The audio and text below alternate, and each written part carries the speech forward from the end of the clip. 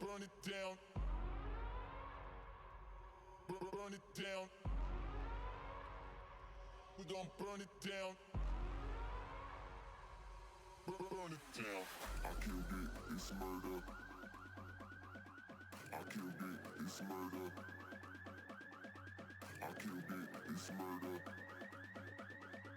I killed it, it's murder. I killed it, it's murder, go crazy, berserker. I killed it, it's murder, go crazy, berserker. I killed it, it's murder, go crazy, berserker. I killed it, it's murder, go crazy, berserker.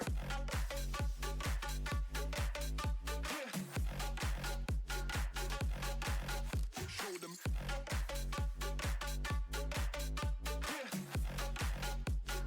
Change the station with a new shit.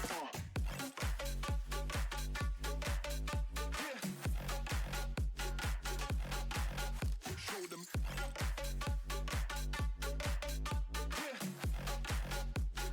Change the station with a new shit.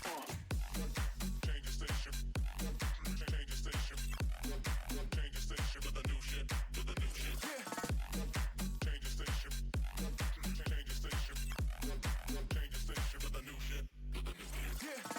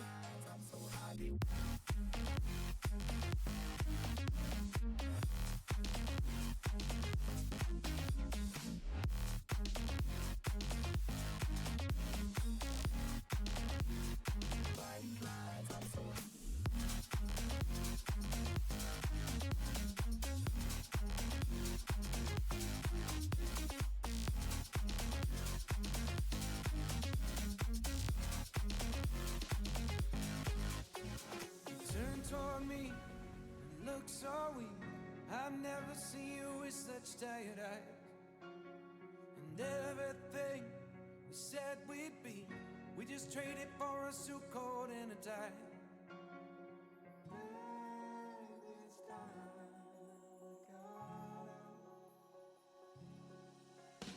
And underneath the rows of trees, I will see you where the ocean meets the sky. Under your toes, fire grows. You are ready for a different kind of life. You're silent for the wind is cold. You must return to the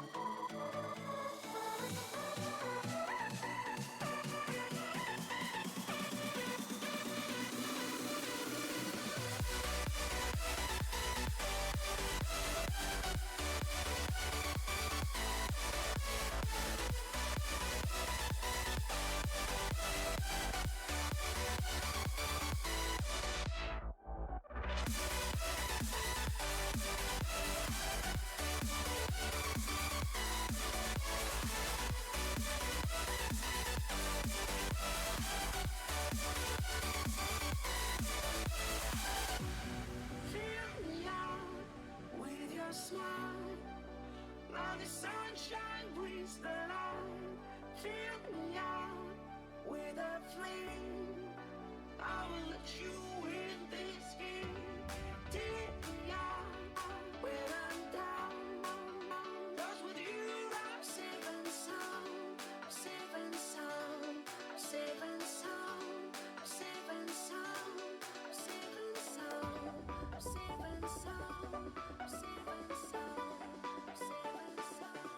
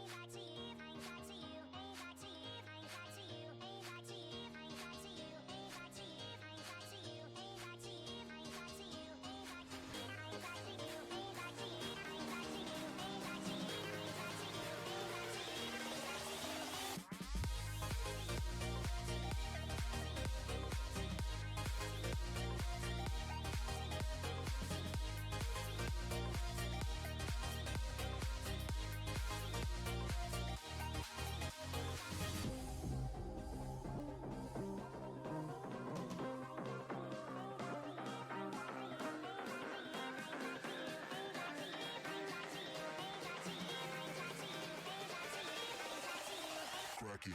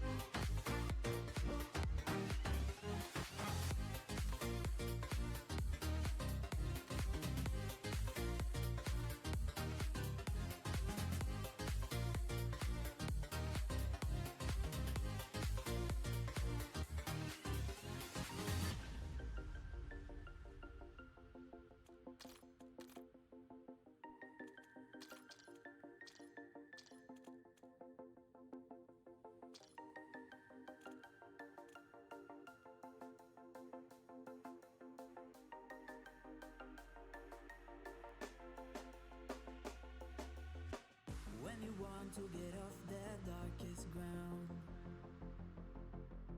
but gravity pulls you straight down. Earth from a bird's eye view. You should grow feathers and see this too. When you want to get off the darkest ground, but gravity pulls you straight down.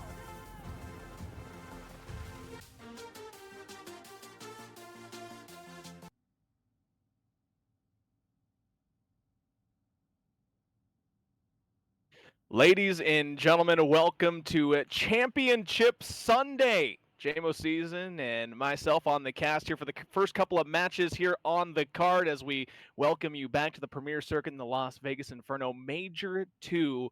Once again, Championship Sunday here this afternoon. JMO, we got a good first matchup coming up for you. Coming out of the losers bracket, Outbreak Gaming and Omnia starting things off here on Championship Sunday. Yeah, and we've had the opportunity to cast both of these teams. Excited to, cast them again. We've casted Omnia a few times.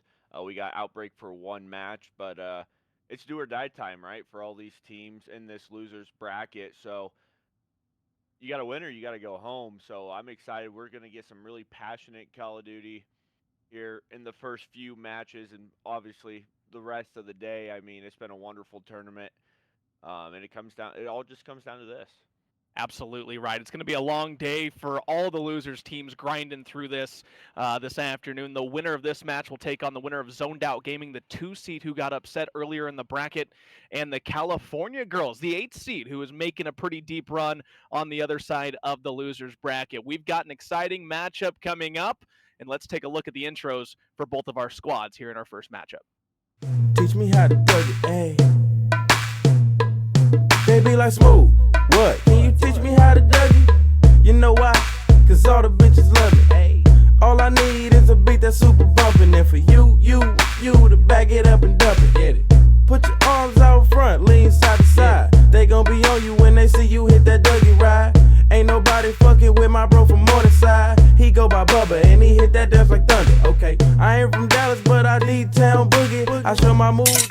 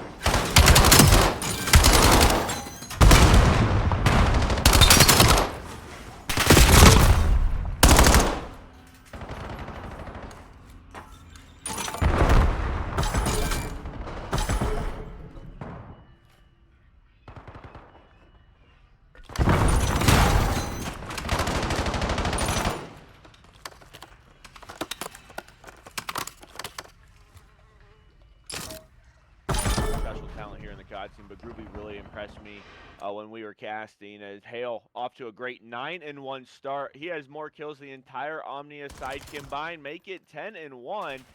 And a perfect start here for the side of Outbreak. Full P2 control. They got good time onto P1.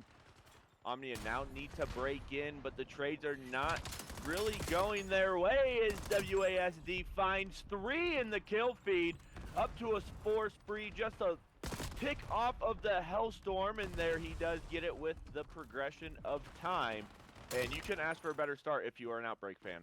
No, you're absolutely right. Hale outside with the sub in hand, trying to hold things down. He will finally get traded out.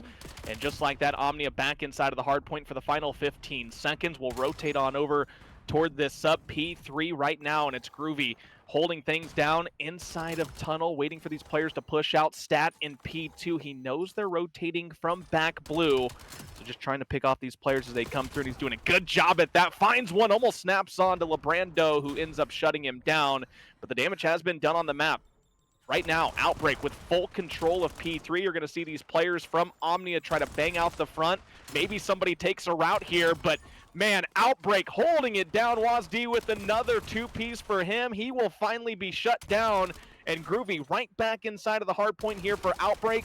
They've got a 41-point lead at the moment. Still 30 seconds to go, though, on this P3. And finally, Omnia was able to break through for a second. But the trades and the gunfights going the way of Outbreak. They continue to outslay this Omnia squad.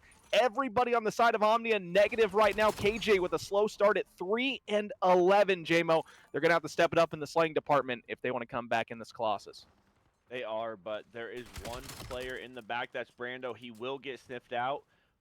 Two more players here for the side of Omnia, and they really have to find these kills in the back, and they have to really get a full 60 here. You cannot allow Outbreak to, break this time early, as all 4 players from Outbreak are around that statue area.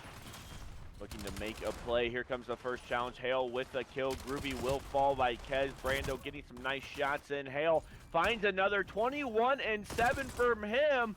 But Kez on the other side. A nice 5 spree to kind of clear things out here, and a great first hold for the side of Omnia.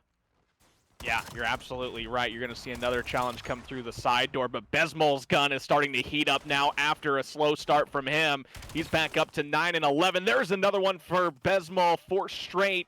Omnia starting to fire back now as our first set of rotation is gone. And, you know, after we talked about the slaying from Outbreak, things have kind of shifted over toward Omnia now. We're one set of rotation through, and we have a tie game at 80 apiece. You're going to see the lead change now as Besmol set up in statue. He's going to be taken out, but KJ right there for the trade. He was 3 and 11 at one point, has brought it all the way back, continuing to slay out with the AR in hand. Right now, Omnia in control of the hardpoint after trailing big to start this one off. They're right back in this Colossus hardpoint. Just as I say that, 4 go down, and coming up off of spawn now is KJ. We'll see if he can make the play inside of the hardpoint. He does. And so time, once again, ticking for Omnia. They're the first team to the 100-point mark, and we've been back and forth in game number 1 so far. Now we've been back and forth the final little bit of time, looking to go towards Outbreak. A few more players left here. Let's see how they want to challenge this, or if they just want to rotate over. So it looks like they're going to try to hit and go through this P1/statue, but that does not work. Is Groovy able to find 2? Last player alive is Bismol. And I believe he does have a streak if they opt to use that here on this P2, and they do. So streak in for Bismol. Groovy able to pick up a kill. That's not going to help the efforts of the streak. Player in the back will fall, though, but the gunfights are going the side of Omnia. They're going to get these back spawns. 1 player left alive in Hill. Yeah, so the streak actually does come into work.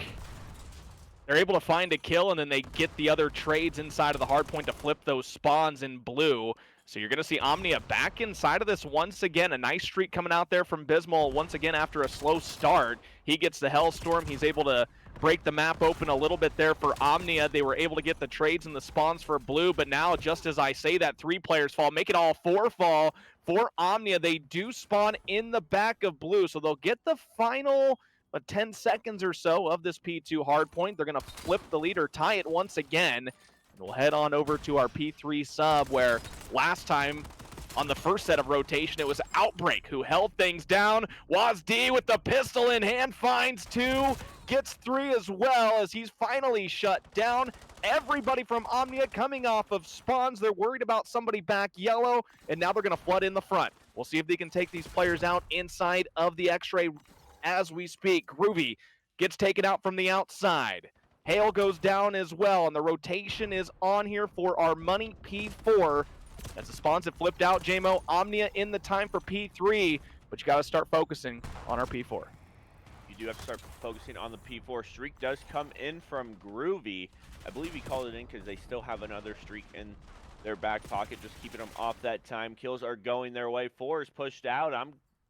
I was shocked we didn't see a little weird split spawn there, Carbo. Both players were pushed up towards the middle of the map. Nobody really blocking those back P4 spawns. So kind of a lucky break there from Outbreak.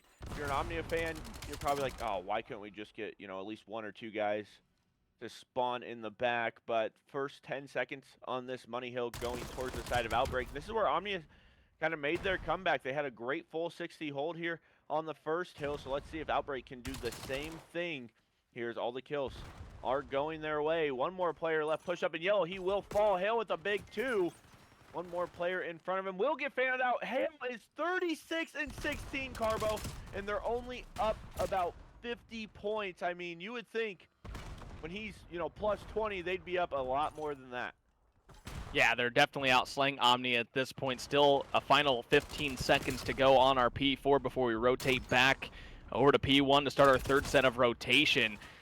Outbreak starting to get a little cushion here on the score feed. Kabase at 10 and 18, off to a slow start here in map number 1, but that doesn't matter as his teammates are shooting back right now. Brando finding 2 for Omnia on the rotation, so you're going to see early time going in favor of Omnia, and they need every second at this point. You don't want to give up any scrap time. You don't want anything to go uncontested because that 250 mark is approaching quickly for Outbreak. They're back inside of the point. Everybody coming off spawn once again for Omnia. And it's going to be Kaz out front, waiting for his teammates to challenge up top. Only one person in the hard point for Outbreak, but that doesn't matter. Here comes the flood. The reinforcement coming through from Kavase. 2 more in front of him. He finds one before finally taken out. And Omnia gets a break, but it's not for long as Groovy slides on in with the challenge. Labrando right there for the trade. 225, 151. Final 10 seconds will go to Omnia, but they need to make the plays over here near P2 because they're spawning out front, and they need the blue control. So far, they do get the kills. One more player in the back. Hale has to find Brando, and he does, but he's also traded out there by Kez. But however, all this time is still going to Outbreak, Carbo, and this is huge for them. I mean, any little bit of time you could have got there is massive because you're just ticking closer and closer and closer to that 250 point mark. Six gets a nice little spawn out, going to shoot this player in the back front. Spawns are now in favor of Outbreak, and Omnia, they have to hold this from the front. Yeah, you're getting parallels almost everywhere as finally some stability for Omnia.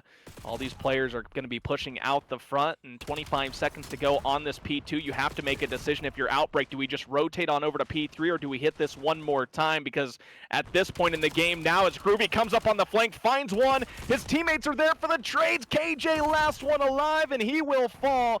A huge 10 seconds of scrap going to the side of Outbreak. We're going to see another P3 in which Outbreak is completely dominated so far in the first 2 sets of rotation. Now they just need 10 seconds to go. Groovy continuing to slay them out top P1 and inside of tunnel. Everybody flooding from the front for Omnia. Can they get there in time? No, they won't. In Outbreak, they take map number 1 here on Colossus, 250 to 188 over Omnia. Yeah, and a great job of pushing that last little bit of time on P2 because you know Omnia, they have to rotate over to the P3 and still hold P2, so great job there, just getting closer and closer. You win the rotational gunfight. Hale with an 48 and 25 performance, almost double positive. 2 kills off the 50 bomb. I wonder how many like elims he saw. So on his screen, I mean, he dropped 60 plus on his screen, and you know he's hype. I mean, he was kind of do it all. WazD with 2 minutes and 10 seconds in Hill. It was great overall team performance from Outbreak, and that was a bang out for a little bit, Carbo, and then Outbreak just started to, they started to break away a little bit, and it comes on the back of Hale's play, honestly. I mean, when you have somebody drop 48 kills, 5K damage, like, it's tough to win the map if you're the other team. I mean, if no one's going to trade him, he's going to hop off, right? Like, Yeah, he might. Absolutely insane gameplay, almost a 2.0, and like you said, he was seeing a 60 on the elim feed on his final scoreboard. I mean, just an absolute great performance out of him to start the day. And for Omnia, it was the slow start for them, right? Like, they got off to such a slow start. They weren't getting the kills, they weren't getting the trades, and Outbreak was able to open up quite a bit of a lead there early on. And Omnia was able to bring it back. They took the lead for a little while, then we got to about that 130 mark. And that's when Outbreak was able to break the game open. And really, JMO, for me, it was the P3s. I mean, Outbreak just held every P3 through those 3 sets of rotations. And that's where they were able to build that big lead and then chaining that P4 together to give them, like a 50, 60 point lead at 180 to 130. They were able to just cruise home from there. Yeah, and I mean, the P3s can be such a money hill, but it can also just be such a bang-out, scrappy hill. And Outbreak did such a good job of making sure they had full control of those P3s. They were rotating early. They were getting all the kills. I mean, they take the first one in the best of 5, Carbo. I mean, the SNDs have looked pretty good for Omnia, at least the ones that we've casted. And we get a raid SND here, Carbo. Snipers in hand for KJ. Fan favorite, right? Fan favorite. 1-0 series lead for Outbreak if you're just joining us here on the Premier Circuit. KJ with the sniper in hand as you see this bomb going on over toward the A site. It's going to be a 3v4 retake opportunity here as KJ finds one with a sniper in the back garage. Makes it now a 4 versus 2. Bismal sitting out here near mid-cut. We'll see the challenge come through from Groovy as he gets the information on Bismal. Not sure if he's seen KJ or not.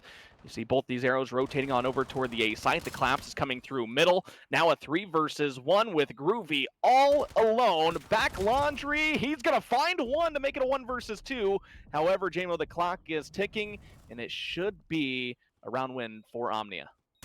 Could be a round win for Omnia. 1v2. No more time to defuse the bomb. And a great first round there from the side of Omnia. That's exactly what you needed after a hard point loss. You know, you go in, you get the first round at SND, get everything just, you know, all the nerves calm down. And Omnia lead 1-0 here in the raid SND in our best of 5. Yeah, and a nice shot from KJ in the back with the sniper as well, as he gets his first kill. He does get traded out, however, so losing a life there with the sniper. We'll see if Outbreak can respond on their first offensive attack. Hale, after dropping 48 in map 1, we'll see if he can get things going in round number 2, as he was taken down quite early in the first round. KJ with the sniper. Back inside of the basketball court. Nate coming through. He does tag up KJ, who's going to have to back off, but KJ finding a sniper kill onto Kabase. So a man advantage once again for Omnia, as the bomb is going to be going down over near this A site. Brando getting absolutely smoke top laundry by Groovy. This guy's absolutely moving right now, making a two-piece as Kez falls as well. Man advantage for Outbreak in a 3 versus 2 with the bomb down. 3 versus 2, bomb down. If you're KJ here, you just kind of play your sniper life here because you've already lost 1. And with only 20 seconds left, it's looking like KJ might opt to just hold on to that sniper, as WASD able to find KJ actually with the sniper. So no more sniper lives for the side of Omnia. All will fall. Outbreak tie things up, and Groovy was just grooving that round, man. I mean, a nice, beautiful two-piece on the Kez and Brando. And he's already off to a hot 5-0 start. Yeah, working toward that Hellstorm right now, which could be very crucial for his side later on in this S&D. All tied up at 1 apiece. We'll see now if Groovy can continue that 5 streak. Nice start to the game for him. On the other side of things, KJ did pick up 2 kills with the sniper. However, his sniper lives are over with, as you're going to see a slower A push on over toward this A site. Kez and Besmo pushing up here into the middle ring. Not getting any information just yet, as this A site completely controlled by the side of Omnia right now. You're going to see 6 in the back. That's Kabase. He's going to have a gunfight coming up here with number 2 and 4 on the mini-map. That's Kez and Brando, as the first trade comes in. Kabase finds 2, finally traded out by LeBrando, but the job has been done. The bomb is down on the A site. Both of these players for Omnia are spread out on the map, so we'll see if the flank comes through here from Hale. He does spot a player. However, KJ shoots one in the back. It's a 2 versus 1. Bomb down on the A site. Bomb down on the A site, and he's able to use this sniper because he picked it up off of WASD's body. A 1 versus 2 bomb, not in the greatest spot, but it's looking like he could get good timing here.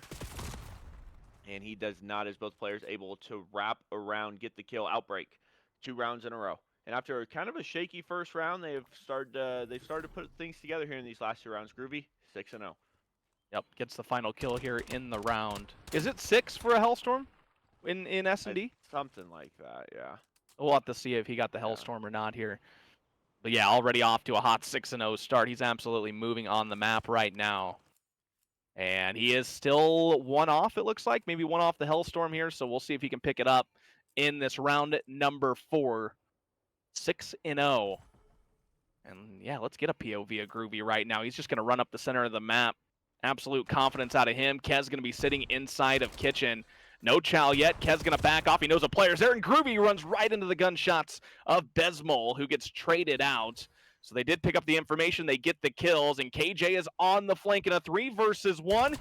He knows where one of these guys at. The bomb is not going to be planted as they're going to back off. KJ continuing to get shots in the Kabase. It's now a 1 versus 1, but the trade comes through for Outbreak. And, JMO, almost a sick 1v3 right there for the side of Omnia. Yeah, almost a really nice 1v3 there for KJ. But Hale, great job backing up. They played it together. I'm very impressed by the bomb carry. He got off the bomb, they grouped together, and they shut down any chance at getting clutched on. So, nice play there to get their 3rd round in a row. Kez 0-4, gonna need to get going here if they want to, tie things up here at 1 apiece, because you do not want to go down 0-2 here in a best of 5. Especially when a loser goes home situation, right? In the loser's bracket, this is your last life, your last chance. You don't want to have to try to reverse sweep on Championship Sunday. We'll see if Kez can get going, has the bomb in hand. Waiting for one of these players to push up the cut is KJ trying to get some map control. Now inside of Tiki, knows that there's a man inside of Money. See if the child comes through or not. The bomb looks like it is going to be planted here, so it's going to be a 2v3 retake. Kabase does find one, but Kez right there with his first kill. Everybody off of the donut. Last one alive is Kabase. He will fall, and Omnia take a big round number 5 to make it 3-2. Yeah, nice bounce back round there from Omnia. You see Bismal here with the last kill. Good shots there to the top cutout area, as they finally stopped a little bit of momentum that Outbreak was having. So let's see if they can continue it onto their defensive side of things. Round number 6 is underway. Kabase at 5-5, Groovy 6-2 after his 6-0 start. Back-to-back deaths for him. And it looks like it's going to be another A push here on the side of Outbreak. You see Kaz picking up that information. He's going to back off into Laundry. They're going to give them full control of Ring, and Groovy going to push out there. I think he picked up a couple of players there on the steps, so they have the information of where these guys are at. Hale just slid on out, and he gets challenged by Bismal. So the first blood goes to Omnia. Stuns, nades being thrown right now, but the trophy system is down for Outbreak. We'll see if Groovy can make a play here. 3 players staring at back Laundry as the bomb is down. We're going to see this retake through mid and Laundry. Big gunfight in the middle of the map here as Groovy has to back off. Kabase will fall. Now a 4 versus 2. The collapse is about ready to come through. However, Groovy finds one on to KJ inside of Laundry. Clock down to 16 seconds. They have to make a play, JMO.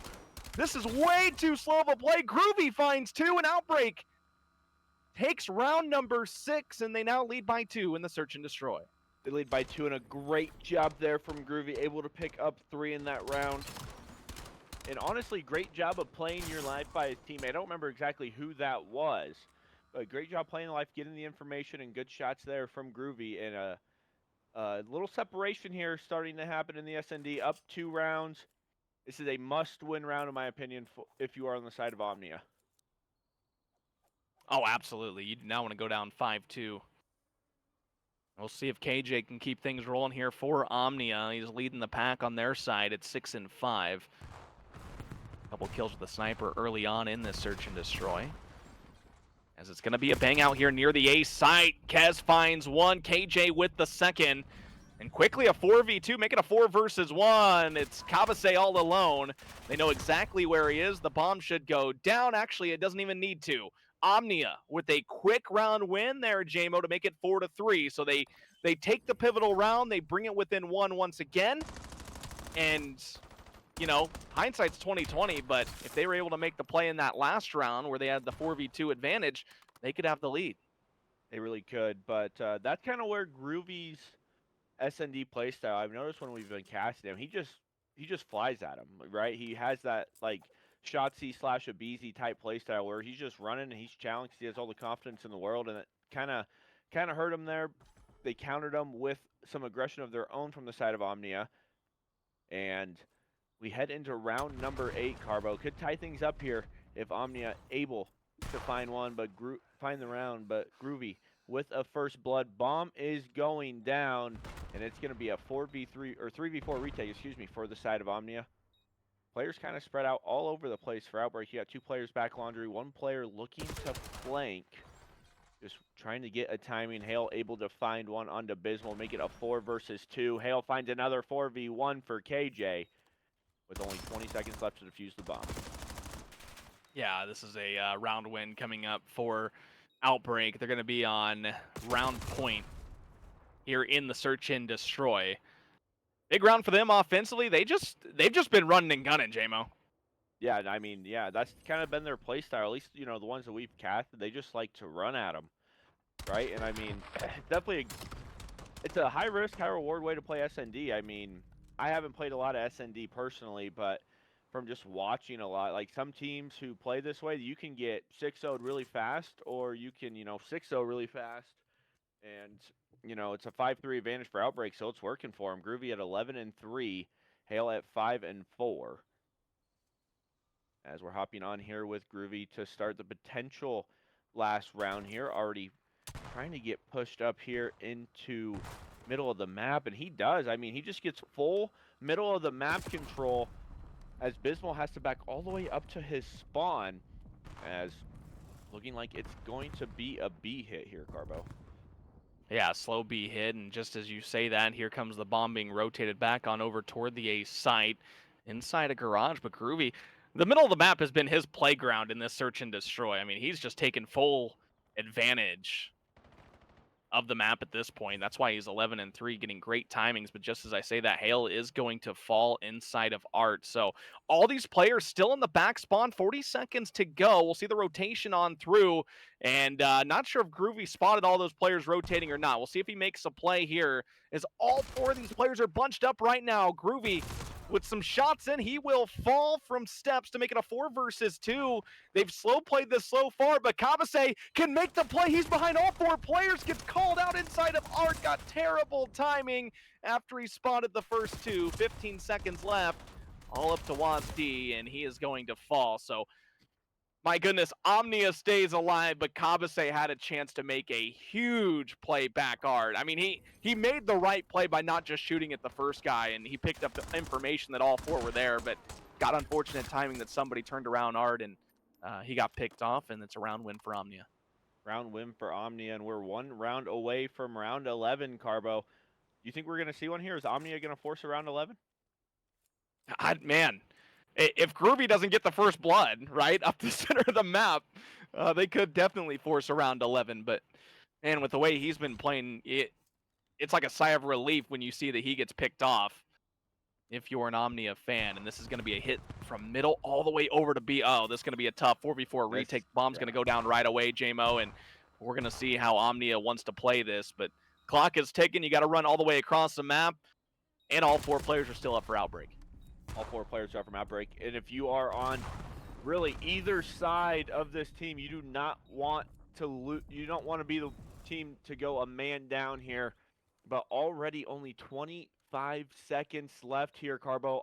Omnia, they have to go. They're just playing it way too slow. Yeah, time's about ready to run out here. All four players still up. Clock down to 16 seconds. You got to move. This is what happened in the 4 versus 2. They were just too slow trying to retake the bomb site. Now the trades are coming through. Clock is run out. And Outbreak, they win the search and destroy 6-4 over Omnia. They take a 2-0 series lead with an opportunity to close things out on Overload. Yeah, and a great SND from Outbreak. Omnia with a tiny mini comeback does get shut down there, and I just wish they would have played that a little bit faster. I know it's a 4v4, you got to clear a lot of angles, but there's already 30 seconds left on the bomb, and you still have yet to make really any kind of map pressure. So just kind of a tough way to play it, but Outbreak, they take a 2-0 lead here in losers round 3. Reminder, if Omnia do lose this last map, they will go home. So it's going to be a overload on, I believe, Den, right? I think we have a Den overload, yeah. I think Den overload to, it's win or go home now if you're on the side of Omnia. You have to win out. Otherwise, your time in Vegas is done. And Outbreak, if you're Outbreak, you're just like, all right, let's just close things out here. Let's not even give them a glimpse of hope for a reverse sweep, because I know you'll never hear the end of it in a venue if you get reverse swept. But yeah, Carbo, thoughts on that map? Yeah, back and forth, but Groovy was the takeover machine there. 12-4, had a 3.0 KD in the search and destroy, and they really just gave him the middle of the map every single round. He just sprinted right up toward Kitchen or that mid cut. So great plays out of him. Ended up 12-4. His squad was able to pull out the victory. But I think if you're Omnia, you look back on that and you had opportunities to win a couple more rounds if you were just a little quicker on the retakes. And obviously, you know, a 4v4 retake, like you said before, it takes time to clear every nook and cranny there is on the map, especially when all 4 players are up. But when you had the 4v2, I mean, you just got to flood the bomb site and get those trades, and it just took a little too long for them. And things didn't work out in that map number 2, but it's never chalked, JMO. It's No, it's never never chalked chalked. in Call It's of never Duty. chalked until you have to get off the server because you got 3-0. It's never chalked. And I know the last update, at least looking at the Twitch chat, is that Zoned Out Gaming took map 1 over the California girls on the other side of the losers bracket. I'm not sure what the most recent update is on who won map number 2, but that was the latest update from the losers bracket, is that Zoned Out Gaming did take that map number 1. And JMO, they could be tough for the remaining, you know, the remainder of the losers bracket. The 2 seed got knocked down early on, and now they've got to make their losers run as well. So the winner of this game, once again, will take on the winner of Zoned Out Gaming and the California girls, who are trying to continue through the losers bracket. I believe they're the 8 seed. So Yes, they trying are. to pull They've off made the a nice upset. little run here. They've made a They nice have. little run here. How about Group B, man? How about Group Yeah. B? How about Group B, man? Shout out Group B, bro. And those were all the guys that we casted Yep. on Friday night. So coming up on this Din Overload, we've obviously casted it before, and I believe we had Outbreak, right? We had Outbreak. Yes, we did. In the Din Overload, and they were able to win it 5-2. That was back on Friday, and so, you know, kind of taking a look at this Overload, we talked about it a little bit. I know that you like it more than Control. I like it more Absolutely. than Control, although I'm an old school guy, all right? I go back to like BO2 and Ghost days where Capture the Flag was a thing, and I really do miss Capture the Flag. But Overload has been kind of a fun game mode to cast. It gets a little mixy at times, but also if you're getting spawn trapped, it's not very fun as a player. No, not at all. It's not very fun if you are a player. And I honestly think Capture the Flag would probably work pretty good in this game, especially with like how the maps work at least. But I am excited to get in. Like, I just love the new game mode. I love, you know, all the little new things with it. And I know I talked about it on Friday, but this is such a big teamwork mode to where you can't just, you know, pop a 3-piece, hop on time, and wait for your, you know, teammates to come back if you're playing Control, or pop a 3-piece and run into the zone if you're playing Blitz. Now it's like, all right, I pop a 3-piece, but I don't have the ball in hand. Where's my ball carrier at? As we hop in to Overload on Den. Looks like Groovy's going to get really aggressive here. Finds the first. Not quite able to find the second, but tags the player up in couches. Able to find him. Abe not quite able to find a third. So great trade there. Map control in favor of both teams right now, as kills going down in the middle of the map. Both teams going back and forth here, trying to get that mid-map control. It looked like initially that Outbreak was going to be able to pick up that Overload right away as Groovy was pushed up into couches and found 2, but the Overload was not picked up. Now it is over toward this P3 platform as the trade's coming through. WASD pushed up all the way up into the spawn of Omnia, but he will be taken out. And so Hale looking for some reinforcements here as he pushes up toward this B site, and he'll be taken out. So the offensive push kind of stalled there early on. JMO looked promising as WASD was up on their steps near that B site. However, a nice defensive hold, at least initially here. And just as I say that, the 4th player falls. WASD goes in for the score, and it's 1-0 Outbreak. 1-0 Outbreak, and a great job there. And now you can see a mini spawn trap coming in as WASD in the back of the spawn. They have no clue that he's here, Carbo, and he's going to have a great opportunity to shut down this push if the timing does go his way. Ball in control of Omnia. They have to go, but 1 will fall, 2 will fall. Great trigger discipline, great timing there from WASD. Not quite able to find KJ on the 3rd. Last player alive is Hale. He's able to pick up the furthest pushed up player. 1 more player left here, but the reinforcements are there for Outbreak, and the ball does get reset. You're over in this lights area. Yeah, you're going to see a 3v2 advantage right now on the map on the side of Outbreak, and they are able to win those trades. So Compensate just trying to play his life out or maybe pick off a player or 2, and he's able to do so. Gets 1, and Groovy's just going to play his life near this ball right now. Sub in hand, 6 and 5 in the kill feeds right now as WASD continues just to slay out. Knows that there's one more player inside of Couches, and Brando just trying to hold an angle here and not let these guys push all the way up as Kabase does pick up the overload. Now it's all about clearing out this P2 if you're on the side of Outbreak, trying to go up 2-0 in the overload. The shutdown coming through momentarily. One more player left alive is Hale, and a nice defensive hold for the side of Omnia. A great defensive hold. And, you know, we saw that a lot with Omnia's first, you know, overload that we saw. The team that they were playing, they were able, I believe it was Criver, sorry. They kept stopping them at the 1 yard line, 1 yard line, 1 yard line. Finally, Outbreak was just able, or not Outbreak, excuse me, Omnia was able to break out. But Kez finds a beautiful 3-piece here. Unfortunately, will get traded out, and none of his teammates were there to grab the ball and try and score. So the 3-piece kind of goes for none, besides to get a little more map control. But number 3, Bismal, he's in a great spot here. See if he's able to find any. But now he's just left all alone, Carbo. But kills are going their way. He will finally get taken out, as the ball's been, you know, just sitting over here in this lights area for a long time. I think it's making a new home over here. It is hard. This is a hard side to score on because the players just spawn so close and the points are so close together. But, you know, you see in the Pro League a lot of the times that they'll grab it and they'll just rotate back to their spawn and go to the other sites. 1 minute and 5 to go still on our first side of Din Overload. Just a 1-0 lead for Outbreak at this point. KJ is going to fall. Hale finds 2. And maybe this will open things up just a little bit. And just as I say that, Kez still pushed up on this overload. Knows that there's a couple players in front of him. He will fall.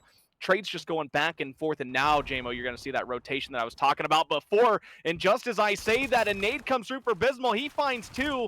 Last man on the defense there was Hale. He will fall. Is the capture going to come through? The dive? No! A defensive stop for Groovy, who picks up 2 of his own. It looked like it was going to be a score. However, Outbreak with a huge defensive hold, and they'll rotate this overload on over toward the B site. They will, but it might have been the wrong call, Carbo, as they had a player, number 6, all the way pushed up into their spawn, and they just run into the teeth of this Omnia defense with only 10 seconds left. Kills are going their way. They have to find the ball carrier. Ball now in hand, 5 seconds left, and if the ball carrier does indeed die, the round will end at 1-0, but all the kills are going their way. They just got to get past this kid mid-cut. But Bismal and KJ able to stop the push, and a very low scoring first half of Overload, Carbo. What were your takeaways? Yeah, I mean, it's just a couple of big defensive holds for both sides, and Outbreak was able to get that early score. I thought for a second there they were going to chain things together. WASD was off to a fantastic start. I think he was like 11-3, 10-3 at one point, and he got things rolling early, but Omnia was able to get him out of their spawn. Yeah, he's up to 18-10 already, almost 20 kills in one side of in Overload. So a great start for him. Seems like Outbreak, they've had an outlier, right? They've had an outlier in the slaying department in every single map. It was Groovy in map 2. What was it? Hale in map 1, right? Yep. Dropped 48. So now WASD up to 18-10. As we switch sides here on Din Overload, both teams feeling each other out for map control. Just as I say that, 3 players do go down on the side of Outbreak. It's Kabase on the flank, finds 2. That'll shut down any push for the side of Omnia. Kabase continuing to slay out inside of red. He has these players spawn trap, make it 4 straight for him. And now the overload's going to be picked up over toward the B side. The claps comes through for Omnia. They do get the trades to kind of go their way. However, 2 players are still up near the overload right now. And Kabase continues to slay these guys out. He's got a man in front of him. The score comes through. What a start for Outbreak. And Kabase doing the dirty work for his squad. Went on a 5 streak to start the round. Went on a 5 streak, and Route Man gets paid. He's the only one who, quote-unquote, did not have, you know, the outlier so far in this map, but already up to 17 kills here. A nice little 5 streak for him to start things off, and he's just doing the dirty work, man. I mean, somebody has to do the dirty work, and he did a great job there. Was able to spawn trap him, able to get a score for his team. And now 3 go dead in Carbo. This is where we could see a relay here if the kills do go their way. But KJ doing everything he can, finds 2. But 3 will fall. Last player alive is Brando, 1v1. And he will win it, so the push will be shut down. But Groovy already pushed up into top red. As the ball is bottom server. Oh, He this is will the fall, score, and the J-Mo. ball gets, that's the score. Groovy with a great play to flank. The ball was trying to get rotated, but unfortunately for Omnia, Groovy was right there. He's now in their base, spawn killing them, able to find another. One more player behind him. Brando will finally get him. Hale with a kill, but he will take out his teammate in the process. But KJ already pushed up here into this lockers area, and they have full control of the ball here, Carbo, and they need to score here. They absolutely have to score here.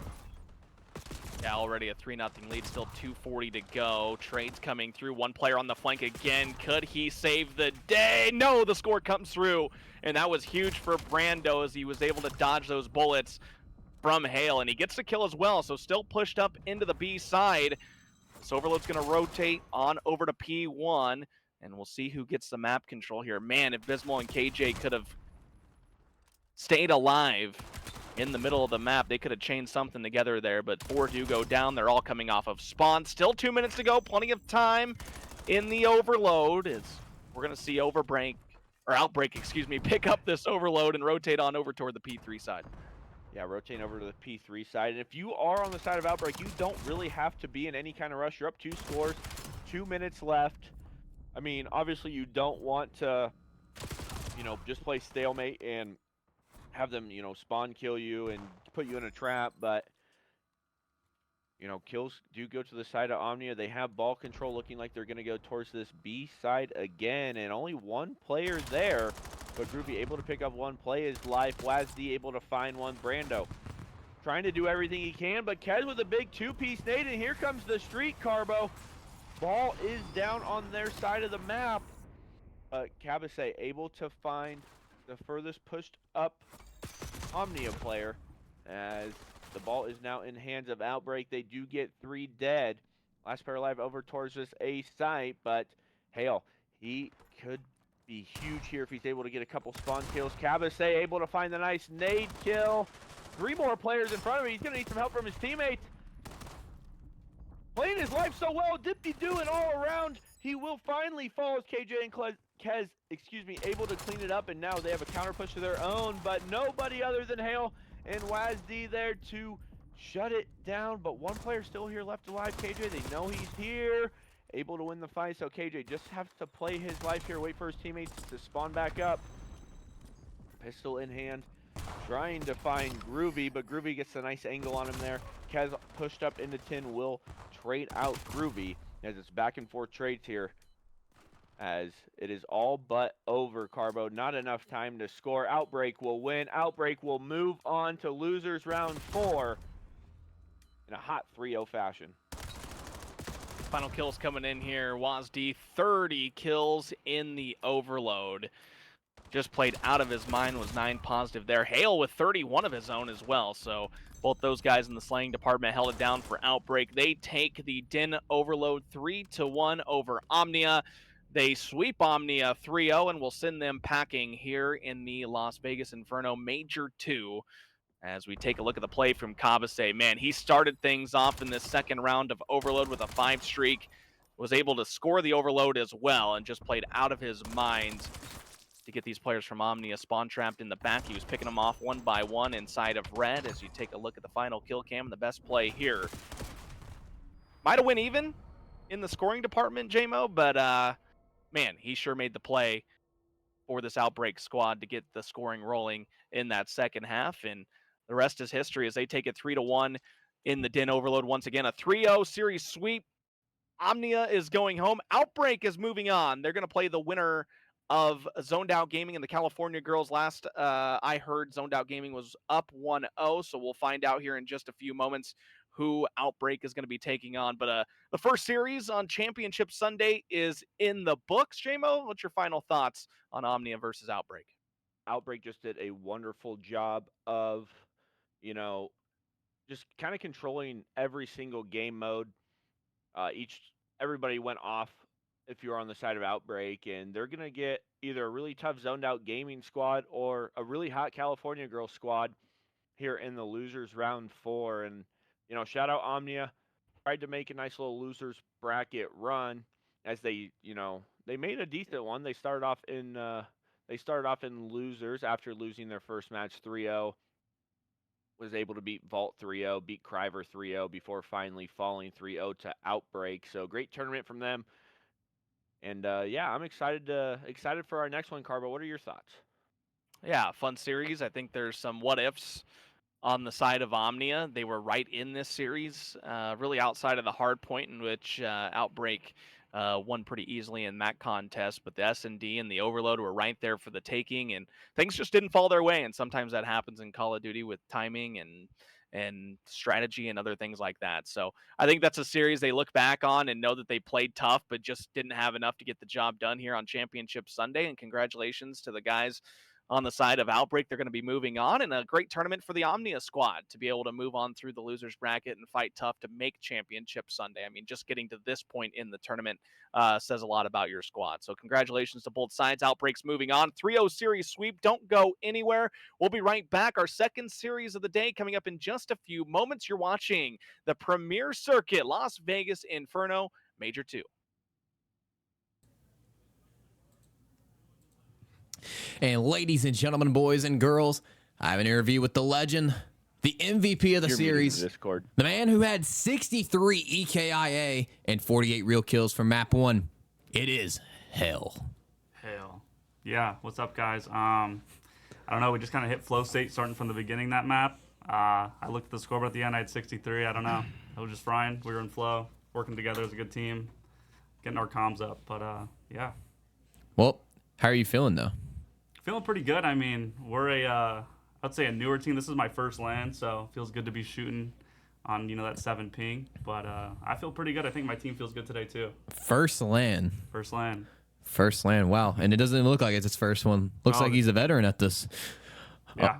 But you guys win your matchup, and now you play the winner of the zoned out gaming versus who was the other team I believe they were playing against? California Girls? California Girls, yeah, that's who it was. Whoever wins that series, of course, takes on you. Coming from that series, you guys played almost perfect Call of Duty. You guys played great. If there's some mistakes you could take from that last series to implement into the series to success, what would you do? I think just like the map 1, I think we still kind of ran them, but we just get out of flow state mid and kind of have to reset. So we kind of just need to keep that pressure up the entire map and not let take our space on the map, not let them do whatever they want to do to us. I think that's the biggest thing for map 1. S&Ds, we have 0 reps together, so we're just kind of going back to old S&D practices. But and the overload, we've been looking pretty good at that. But yeah, we have 0 reps on that as well, so we're kind of just running it. They're just here for vibes and natural gunny. They're just here vibing out. So, well, anything else you want to say to the crowd, to the viewers, to anybody out there? No, shout out to my wife and my little kid, 19 months old. Thanks for watching, guys, and hope to get to top 3. Hey. W. Well, hell, thank you for stopping by, of course. Ladies and gentlemen, boys and girls, this is Vegas Inferno Championship Sunday presented by the Premier Circuit. We'll be back here in just a moment for more gameplay and more Call of Duty action.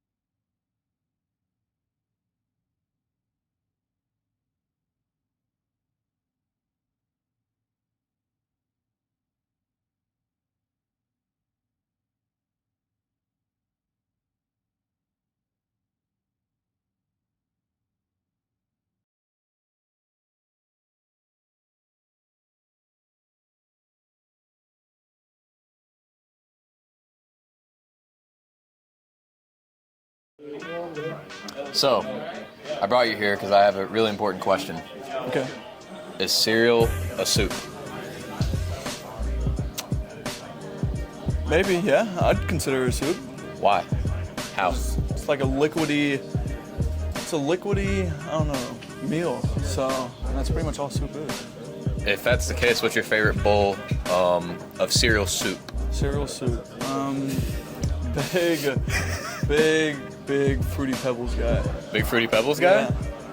Damn. All right then. Well, cereal's a soup in this case. So, a lot of important questions, but this one being probably the most important. Is cereal a soup? No, cereal's not a soup. Can you tell us why? Because like when I think of soup, I'm thinking like, you know, like brothy stuff, like a meaty broth or something, you know, or like a vegetable broth, like milk. I don't think it's soup. You don't think it? Even if it's a liquid?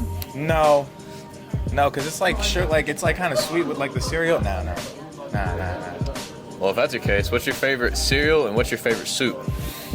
Shoot, okay. My favorite cereal is Cinnamon Toast Crunch, easy, okay? And then soup, I'm Filipino, so like my mom, like we have like a dish, it's like called sinigang, but it's like a sour soup. I don't know how else to explain it, but yeah, it's fire. Okay. Well, there it is. Appreciate it. Yo, Josh, I got an important question for you. Talk to me. Is a hot dog a sandwich? Keeping it real, probably not. I'll say nah. Why not? Bro, like, the way the bun is just like, it's curved, like, I don't know. Sandwich, you put something in between. You're like a chicken sandwich, ham sandwich, cheese sandwich, you know what I'm saying? Like a hot dog, like, you know, like, you're not putting, I mean, you are putting it in between, but like, It's on bread, though. it's not being like, it's not in the middle. I mean, I don't know. It's not like, I'll say.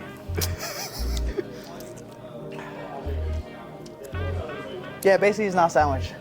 You heard it first here, folks. Josh says a hot dog is not a sandwich. Nope. So, Ja, you know, I've seen a lot of questions come across the TL. One that's been picking my brain a little bit. Is cereal a soup? Oh man, I mean, like technically it is, right? Because it's a liquid and it's substance, right? But I feel like it's wrong calling it a soup. I feel like it's its own category. It's like one of the goats of food, so I think it's in its own realm. Own category, huh? Yeah. Well, what's your favorite cereal? It's for sure like it's a crazy shout, but I think it's Frosted Mini Wheats. Frosted Mini Wheats. That's a first for me. That's the first I've heard. Yeah, if not that, then it's definitely Lucky Charms. There you go, folks. So, Jua, a lot of questions have come across my mind. Talk to me. Is cereal a soup? Cereal is not a soup. Why's that? Milk is milk. Soup is soup. But isn't milk a liquid like a soup form? No. You eat milk with cookies. You eat soup with soup. I mean, cookies are solid, just like chicken noodle soup. Yeah, but okay, you eat milk when it's cold, and soup when it's hot. They're not the same. Know what I mean? I kind of get what you mean. I kind of get what you mean. It's just stupid. It's just stupid. With that being the case, what's your favorite cereal? What's your favorite soup? Favorite cereal, Cinnamon Toast. Okay. Without a doubt. Soup. I would say, what's like the little macaronis? The little macaronis, you know what I mean? Oh? Yeah, the little, huh? Ravioli? No, not the raviolis, the little macaronis, like the... SpaghettiOs? No! No, like, bro, my Mexicans will know. It's like the little macaronis. It's like, but the little they'll know. That one. All right, chat, they'll know. Anyway, so, Perp, I've had a lot of questions come across my TL. It's picked my brain a little bit, so I want to pick yours. Is boneless wings just nuggets? I'm gonna have to go with it. Yeah, I think boneless wings are nuggets. All right, break it down for me. Well, I mean, It's just not a wing. I mean, you could eat it with a fork. Like, wings are supposed to be eaten with your hands, I feel like. Like, you eat bone-in wings, you eat them with your hands. You don't eat it with a fork. I feel like that's what you get a wing for. So, I mean, I don't know, I feel like it's pretty valid on a nugget. All right. I'd give you that. What's your favorite wings? Dang, this might come out crazy, but mild boneless. Mild boneless, no spice, nothing, just regular. I mean, like some BWs, mild. We're cooking. Blue cheese or ranch? Ranch, obviously. Okay. I can't do blue cheese. Nah, we're not doing blue cheese. All right. Well, you heard it here first, folks. No Prep blue agrees. cheese. No blue cheese. Wings, just nuggets. Yo, Logan. Yo. I've been having some stuff pop up on the TL. Some questions. One's been picking my brain, but I kind of want to pick yours a little bit. Is boneless wings just nuggets?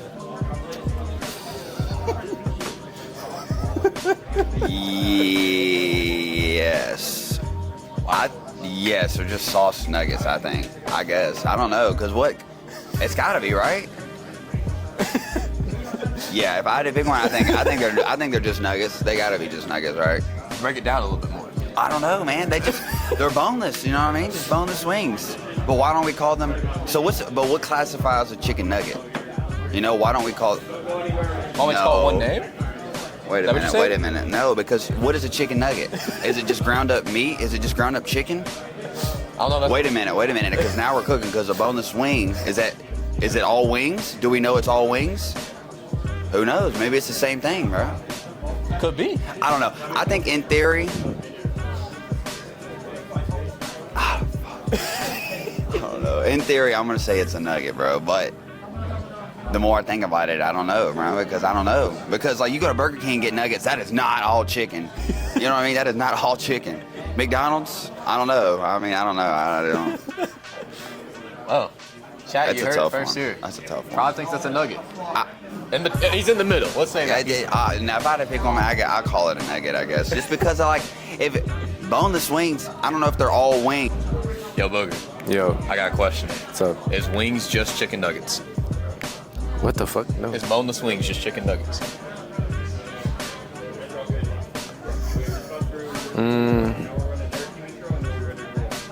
Nah. Yeah. Yeah. It is just chicken nuggets. Why is that? I don't know. There's no bone. There's no bone? Yeah. What's a chicken nugget?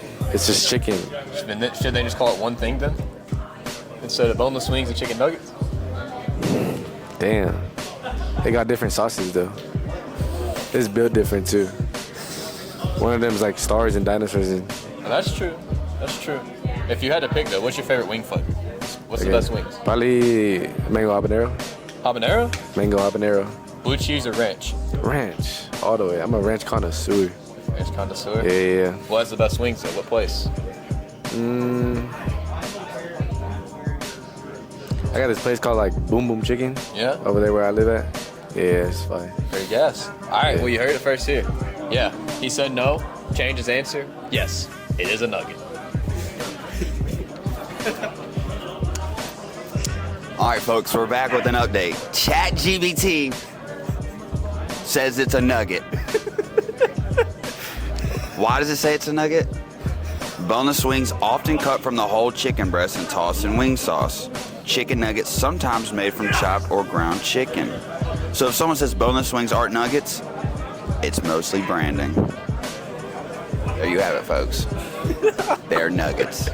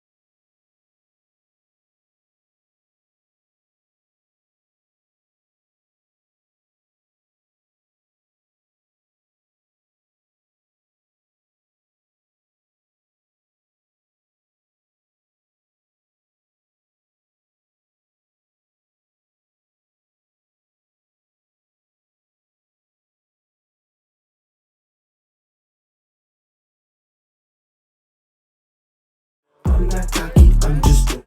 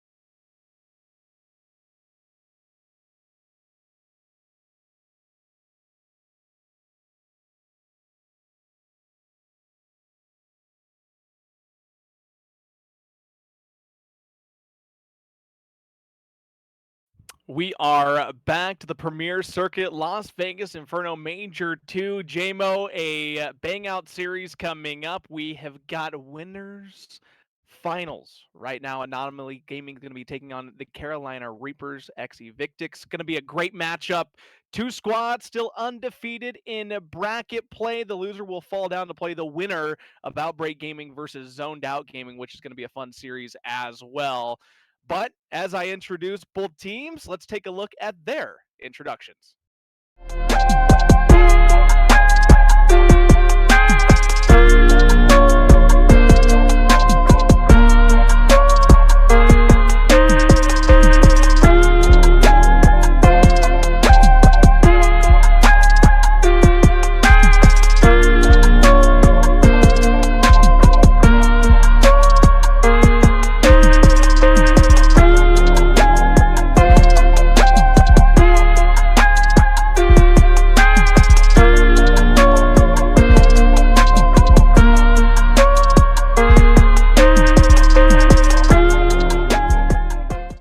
I'm not cocky, I'm just joking. I'm so hot that I feel like floating. I'm so hot, but I feel like smoking. Y'all play games like a Chuck E. Cheese token. Y'all so lame, so the doors won't open. Trippy be the man of the land I'm chosen. God of the moon, living like a slow motion. I'll be on my block when my homeboys posted. Living my ass off in this bitch. I just entered the full. Start that trash talk in this bitch. No one ever making it happen like big trick. No. See if you try to get in a big lick. Now they got my heart and you making a big Anomalies was fire. Yeah, Anomalies no, it was fire. fire. That was fire. They might have been breaking a couple of GAs there. Yeah. Might have broke a couple GAs there, but the intro is absolutely fire from both sides. A shout out to production once again and the whole staff here at the Premier Circuit, putting that stuff together. That was absolutely incredible. Obviously, some big names in the challenger scene going to be playing this next matchup in the winners finals. Heiss, who was rumored that he was going to have to, was going to play with the Stallions in the elite. Obviously, things didn't work out there, but he was the rumored player that was going to be taking over for Legend's spot. And there's some rumors circulating X about him. He's played phenomenal here on land so far. And what's your early thoughts on this series? Are we going to see a map 5? Are we going to see a 3-0 sweep? What are your early thoughts? I don't know, man. I don't have any. I haven't casted either of these teams yet. You got the 1 versus 3 seed, so I mean, Carolina, they're past to here. They 3-0'd Omnia. They 3-1 zoned out. And then Anomaly 3-1 California Girls, and then 3-0'd Outbreak. So I think it has all map 5 written all over it, just based on how talented both of these squads are. But if one team gets super hot, especially at this level of gameplay, I mean, it could be a 3-0. I could see it going both ways. I could see it go both ways. How about you? Well, we'll take a look at the map set. I think we at least see a game 4. At least a game 4. I don't think we're going to see a 3-0 sweep. I think we'll get to game 4 at least. But let's take a look at the maps really quick here for our matchup in winners finals. We'll go to Blackheart Hardpoint to start things off, which we've casted a couple interesting Blackhearts to start this weekend off. Then we'll go to Colossus Search and Destroy, which is always a fun one to cast. After that, it is Scar Overload. If we see a map number 4, we'll head back to Scar for Hardpoint in map 4, and our map 5 will be Raid S&D if we get to that point. So pretty solid map set, JMO. A lot of these maps are pretty fun to cast, to say the least. Like Black Ops 7 has been one of my favorite games, at least early on, from a viewer perspective, a caster perspective, and a player's perspective. I mean, it's been pretty solid all across the board. I mean, this is probably my most favorite game since, honestly, Black Ops 4. Before that was Black Ops 3. Black Ops 4 was just awesome. I loved everything about that game. And this game gives me my favorite Call of Duty of all time vibes, Infinite Warfare. I know it's a hot take, but I love that game. I think it was just because, like, you know, that was probably my best game since now. Like, I was a young buck still, had good reaction time. Now I'm Unk over here. But yeah, this game's so fun. The maps are pretty good. Yeah, I mean, it's so fun to cast, so fun to play. It's really fun to watch. And I want to give a shout out. I saw somebody in the chat. Good luck, Prodigy. Nana and Papa are watching from VA. So, Prodigy, you got your grandparents watching. No pressure. No pressure. Shout out Grandma and Grandpa for watching. Absolutely. And yeah, I'm ready to get into this series, man. I'm excited. Yeah, it's crazy how much esports has grown, right? Absolutely. You know, back in the day when I first started casting and I was over on MLG TV, it was just like there was hardly anybody who knew about competitive Call of Duty. Nobody really knew about esports in general. It was just guys having fun and, you know, playing for the love of the game. And now you can actually make money doing it. You can travel the country and visit You get different college places. scholarships for it. Absolutely. Right? Like, that wasn't a thing when you and me either first started. Like, we were born just a little bit too early for that, you know? Like, it is what it is. But getting up into this map number 1, we're on Colossus, and the 2 Colossus that we have casted, Carbo, I mean, they have been complete and utter bang-ups. We had a 250 to like 240, and another 250 to about 220. And I mean, this should be a good one, as highs will fall out of time. Prod in time, pistol in hand, will get taken out by Superb. But Waves comes in, able to find 2, not able to get the third, as one-on-one time here for the last 15 or so seconds.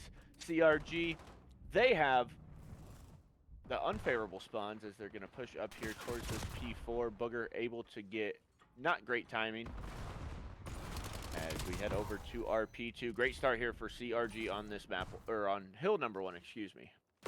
Yeah, we'll rotate on over to our P2 right now, and you see the setup here from Anomaly. They gave up 30 seconds on that P1. They're okay with the rotation as they'll get the early time on P2, and the trades are going their way as well. We'll see a one-on-one gunfight in the time early on. Waves contesting from the front.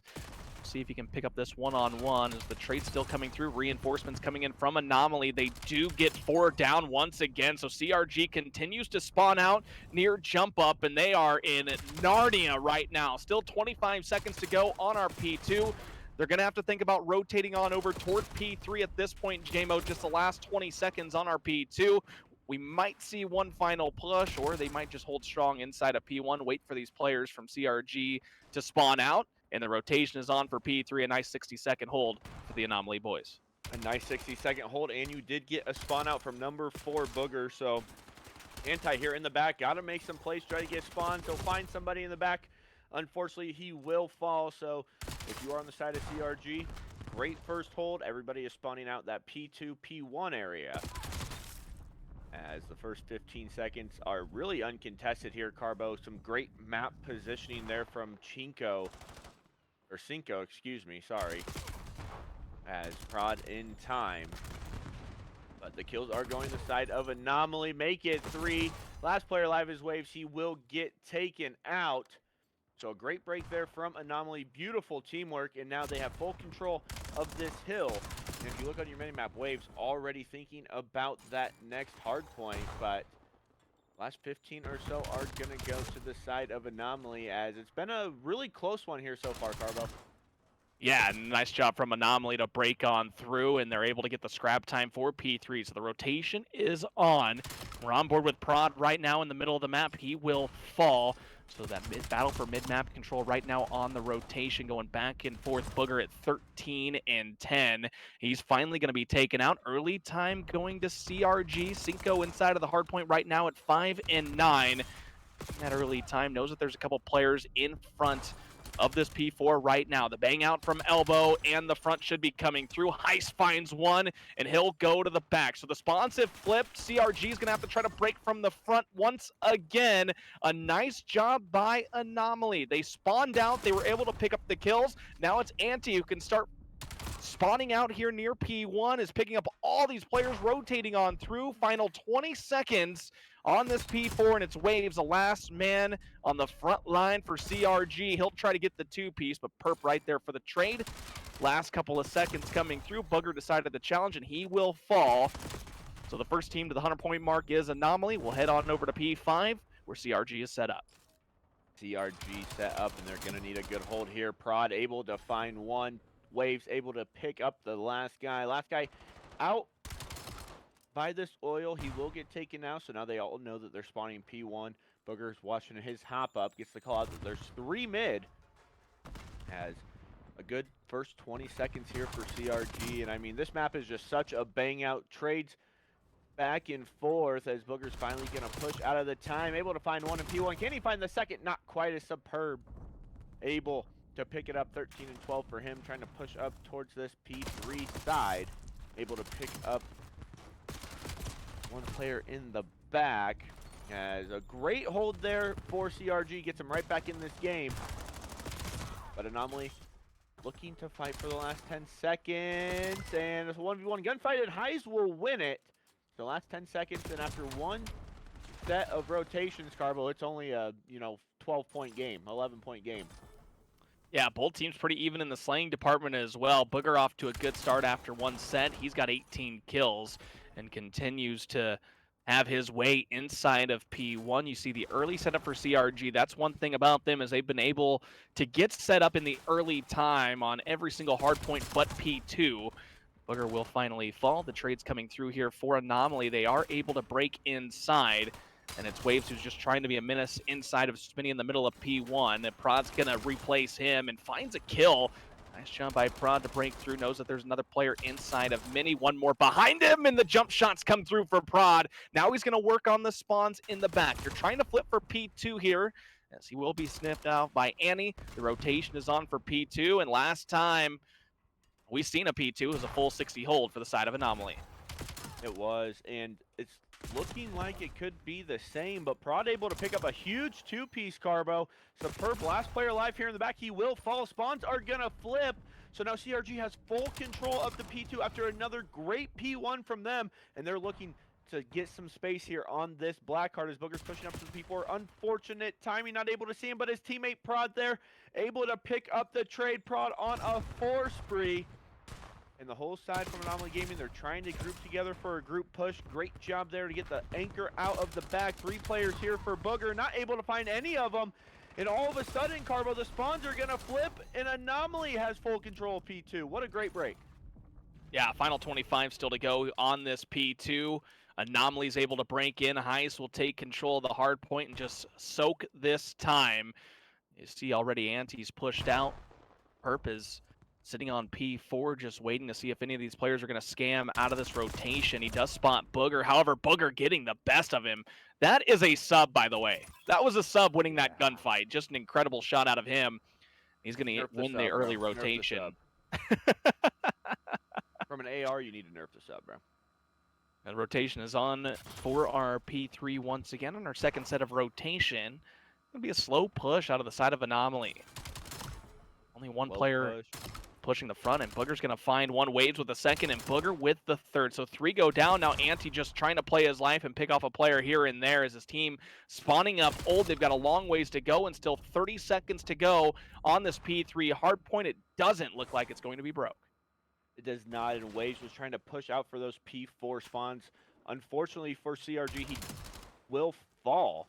But all of a sudden, Carbo, Waves did somehow spawn in the back after he fell in the back. So nice little spawn there from them. They're contesting the rest of this time, Carbo, and they can win it on this next hold if they're perfect. Over the 200-point mark now. Final 5 seconds will go to Anomaly. They're going to try to break through the front here, but it's Waves on the front line with 2 kills of his own outside of oil. Early time going to CRG. They're starting to take over now. The kill feed is lighting up for them. Anomaly, they're going to be forced to push through P1 in outer jump up, but Prod right there with 2 of his own, shutting down the push on the flank. Prod continuing to mow these guys down inside of P2. Finally, some reinforcement comes in, but Prod got the job done. Final 24 seconds left here for CRG. They have been broken from the front side, so Cinco still in the back, waiting for his teammates to spawn up so they can flood this. We are going to see one more hard point at least, but Anomaly, they need to hold down this final 15 seconds. They're going to be able to do so. The rotation is on, and Ante is in a huge spot on P5. He gets taken out. Early time on P5 should go to the hands of CRG. Should go to the hands for CRG, and unfortunate timing there for the side of Anomaly. Just missed the player on the ramp, and that's 3 dead. One last player alive, Oil. Now they're all off spawn, and Carbo, you don't really have time to set up a whole lot of team pushes here.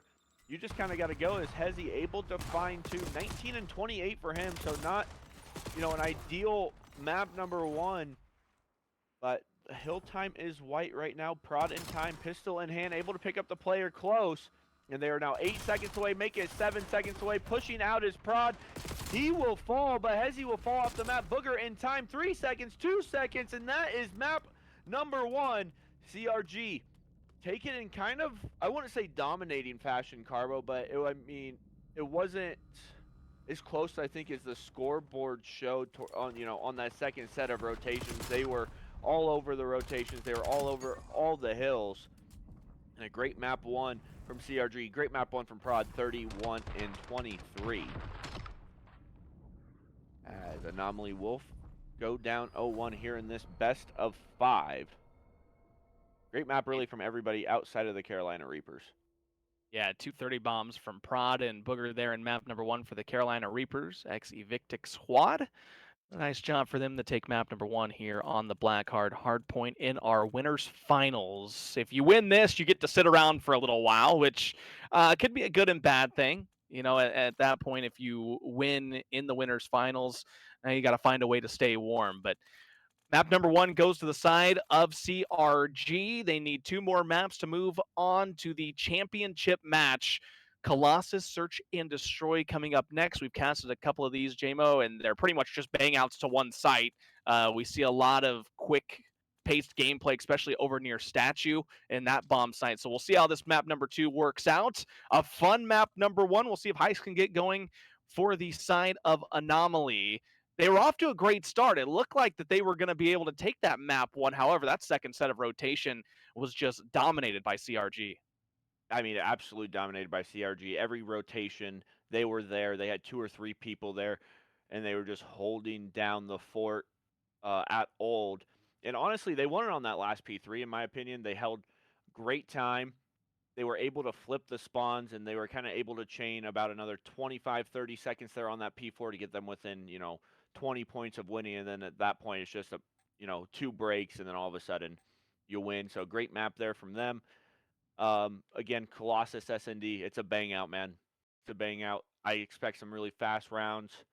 And then, sometimes teams like to slow it down a little bit, but I feel if you're on the offensive side and you slow things down a little bit, you're almost putting yourself at a disadvantage because you're letting the defense get so much space on such a tiny map. So that's kind of why I think it's a bang out map, but yeah. Going to be a fun map number 2 coming up. Once again, map number 3 will be Scar Overload if we get to that point, which has been a fun map to cast for Overload as well. If we get to a map number 4, we'll go to Scar Hardpoint, and map number 5 will be Raid, Search, and Destroy. If you're just tuning in, CRG, they took map number 1 over Anomaly in the Hardpoint on Blackheart. So they lead the series 1-0. We're heading on over to Colossus, map number 2 starting right now, and we'll see the bang out over near Statue as number 6, that's Heist. He's going to be all alone, is able to pick up 1, but the trades come through, and it's a 3v2 advantage quickly for CRG as they're trying to play this let's see, it's offense, right? I think the score bug's a little mixed up here, but however, Ante is sitting inside of X-Ray. Bomb is going to be planted. CRG in a 1 versus 2 with the bomb down. Bomb down 1 versus 2. He will fall. And great first round there from the side of Anomaly. A much needed round there. And that's kind of what we were talking about with like the fast-paced gameplay. Like before we even got done with our map 1 analysis, like it's already a 2v2, right? Like such a bang out. And I mean, this should be a really good SND, but a great first round there from Anomaly if they want to tie things up here at 1 apiece. Round number 2 starting right now. On the offensive side of things is going to be this Anomaly squad, and we'll see their first offensive attack here as Perp's going to take the bomb. Already off to a 3-0 start. They're going to slow play this one a little bit over toward the A site. Heist gets aggressive. Top P1 jumps down, and he will not find the kill onto Booger, who was able to get the best of him. Cinco finds one as well quickly at 2 versus 4. And an Anomaly back inside of the spawn here in this round number 2. They're just going to get pinched out. Ante in a 2v1 opportunity. He will fall. Round win on the board for CRG as they tie things up at 1 apiece. They tie things up at 1 apiece and a great bounce back round there. Good round there from Booger. Already up to 4-1. As things are tied up here heading into round number 3. And honestly, Carbo, like this is exactly what we expected, you know, in this S&D. Quick rounds, quick bang outs. As looks like we have a draw, so something must have happened. Here's, I believe the game just ended, tied 1-1. So I mean, at least now when you get back into it, it's going to be first to 5 instead of, you know, one team needing, you know, 4 rounds and the other needing 6 or something like that. But yeah, I'm waiting to get word on what happened, but early thoughts on, you know, the first 2 rounds at least that we saw in the Colossus. Oh, nope, we're back in. Oh, never mind. No, we're not. Never mind. I'm tripping. No, yeah, it was exactly what we talked about before the map started. You're going to see early gunfights near Statue. We've seen Heist get aggressive top P1. There was not able to get the kill onto Booger in round number 2. And, you know, CRG was able to tie it up. But that's exactly what you need to do in S&D. When you get the advantage, you just group up and you just bang out the last 2 players. That's exactly what they did. And CRG was able to tie it up at 1 apiece. And, you know, this is a big map number 2, right? You don't want to go down 2-0 in the series. That's when things get a little mixy on your end. Your back's against the wall. Now, obviously, a good thing for both these squads is neither of them have lost yet in the winner's bracket. So if one of them does lose, they'll drop down to the losers, have another opportunity to make it back up to winners finals. But yeah, you certainly, if you're the side of Anomaly, you don't want to go down 2-0 in the series. This is a big search and destroy coming up. And we've seen Carolina play really well in this tournament, right? Led by Prod and Waves and all those guys. So, yeah, just a big Colossus coming up here for map number 2. And we're already tied at 1-1. I guess the rules were wrong. That was the official wording. Rules were wrong, unfortunately. I don't know if we're going to get a full reset because of that or if we're going to stay tied 1-1. Should get an update here in just a couple seconds about what we're going to do here. Potential full reset coming up between these 2 squads. We are still tied 1-1 regardless, so nobody really has an advantage. It'd just be 1 less round that you have to get to in order to take this map number 2. Yeah, and I mean, I think if the rules were wrong, just a full reset, you know, nobody was up a crazy amount, just first to 6, call it a day, let it go, right? Like, no need to, you know, kind of worry about it. It's not like somebody was up 3-0 and you found out the rules were wrong, right? Like, that's just the weird thing with COD, man, right? Like, you see a lot of these other esports, they have like these pause features, especially in like S&D, to where you can just pause it, go in, fix it. Maybe one day we'll be able to get that. I still don't know why it's not implemented yet, especially at like the CDL level, right? Like with how many, you know, high pressure situations there are, especially in S&Ds. Like I think there really needs to be a pause feature in there, so teams, you know, don't lose momentum, so you don't have to get a full reset, you know, because we know and we've seen everybody in the squad or in the chat, excuse me, has probably seen, you know, the reset cheese. It's happened to us before. It's happened to probably your favorite team before, but we're finally back in, Carbo. Full reset. Get things kicked off on Colossus once again. We will have an official word here in just a little bit on if this is a full reset or if we're tied 1-1. But either way, it's tied. That's the only thing that you need to know about right now is that it is tied either 1-1 or 0-0. As the first blood coming in for Prod gets the first pick for the side of CRG. And you'll see the gunfights come through. Ante with the sniper in hand. He's able to find one as well. So now a 2v3 opportunity. Excuse me, it's a 3v3 opportunity, excuse me. Heist finds one as well. Heist turns and burns on the second player. Round win there for Anomaly as they take the round advantage. Nice kills out of Heist. He starts off 2-0 after the reset.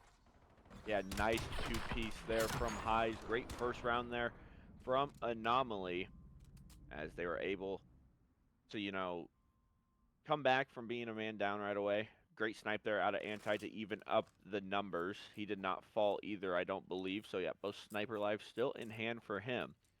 And, you know, a sniper on this map is so interesting, right? Because it's so small. It's such a bang-out map. But all of a sudden, you're trying to push, you know, a stat lane. You're trying to push through this P3. And all of a sudden, you see the glint of a boomstick. And you're like, oh, well, I'm dead. Yeah, but that makes S&D so fun, right? We haven't seen snipers in the game in quite a while. And now seeing them back and search and destroy it just makes having to strategize even more of a priority in S&D because you have to play around that sniper. Booger. Oh, man, he gets great information here, and he might have 3 players right in front of him. There's one for Booger. Knows that 2 players hit this. There's the second. The call-out doesn't come through. They don't spot him, and there's the third. Round win for CRG. They tie things back up at 1 apiece. Yeah, so back where we left off right before the reset. So let's just pretend none of that happened before. It's 1-1, you know, it's all good. It's all good here in the Las Vegas Inferno Major 2 as we head into round number 3 here. So Heist with a nice 3-1 start. Booger with a nice 3-1 start as well. So it looks like it's actually 2-1. Well, now that we're all tied up, so I think it's 2-2, JMO. I don't think that they did a full reset. So I think we're actually tied. Yeah, we're tied at 2 apiece. First one to 5. On the offensive side of things, Cinco has the bomb for CRG. Prod gets some shots in Anti, but Anti backs off into P2, trying to play that sniper life. It is going to be an advantage here on the side of Anomaly. Heist from the flank finds one, and quickly a round win for Anomaly. They now lead 3-2 once again. First one to 5. We're not going to 6. There's no reset. Both teams were tied 1-1. It's first one to 5. So the advantage now to Anomaly. They're 2 rounds away from tying the series up at 1 apiece. Yeah, and I mean, a great round yet again. I mean, these have just been such good rounds here of S&D so far. Both teams playing it really, really well. Heist, again, a great round up to 5-1. Waves and Juan still looking for their first kills as long as, you know, we still got a few more rounds left, so no need to worry about the donut watch here yet. But we casted 2 of them on Friday, 2 in the same series. Or, excuse me, in the same day, but looking like a quick A hit here. Got a 2-on-2 here on this statue, looking like Anomaly is just going to back up. Bomb kind of in the middle of the map here, not really with this pressure over here at A, as High's not quite able to finish off the kill, but we'll get some information. As Superb able to draw first blood, and it's a 4v3 here for Anomaly Gaming. Yeah, they had the man advantage. Anti jumping off the top ropes. He finds one to make it a 2 versus 2. Cinco now in a big gunfight. He wins that, so the advantage going to the side of CRG. Perp is all alone, and we'll see if they get the timing here or not. One player just sitting to the left of blue. They're trying to get together here. Super important round coming up. Perp is going to fall. A win for CRG. We're all tied up at 3 apiece. I'm going to reiterate that it is the first one to 5 now because we were tied 1-1 after the reset. So we're at 3-3. It's been a fun search and destroy so far, JMO. No, it has. I mean, both teams playing it so well.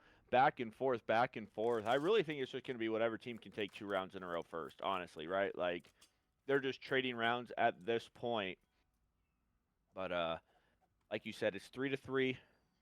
We're in round number 7 here, as it looks to be a quick A push here. Booger already pushed up, runs right past the guy, able to get some shots into Anti, able to finish him off, but has able to get 2 of his own. And then all of a sudden, Carbo, so 1 versus 3 for Prod, and he's got a lot of work to do here. Absolutely, he does. Sitting on the blue steps, and these players just trying to get information. If Prod can just pick one off, it'll up his odds just a little bit. 55 seconds to go, so plenty of time to work with. Unfortunately for him, though, the bomb is down in a terrible spot there, Statue. The players know that. He's spotted out. He will fall. So CRG with their 4th round, and now only 2 rounds away from going up 2-0 here. Or no, sorry, excuse me. The Codcaster was switched. Anomaly up 4-3. Yep, Anomaly up 4-3. They need a couple more rounds to even the series up at 1 apiece. It's really been the defensive side that's been holding things down after the reset. Oh, absolutely. The defense has been almost unbreakable, honestly, as we head into round number 8. Eyes a beautiful 7-2 performance. Booger at 5-4. Everybody else with 2 kills apiece on the side of CRG. Looking like it's going to be a little bit of a slower push here. Already pushed up on this front statue side. Teams just kind of feeling each other out here early on in this round. Yeah, you're going to see number 7, Perp, pushing all the way up near this A bomb site now. Has some help from Highs. We'll see if they try to get this P2 control or not. Number 3, that's Prod. He's going to have to back off. So full A control at the moment for Anomaly. You get that first pick. Now there's the second pick onto the B side. Make it 3. Quickly fall for CRG. Prod, last one alive in a 1 versus 3. And they have him dead to rights inside a P2. But just as I say that, the first kill comes through for Prod. So make it a 1 versus 2. He'll get shot in the back. A round win for Anomaly. And that is going to put them on map point as they lead 5-3 in the S&D after the reset. Final kill coming in from Anti. He's up to 5-3. And finally, an offensive round win. Yeah, finally. I think that might be our first offensive round win that we've seen. And it puts them on match point to even things up here in the winners finals.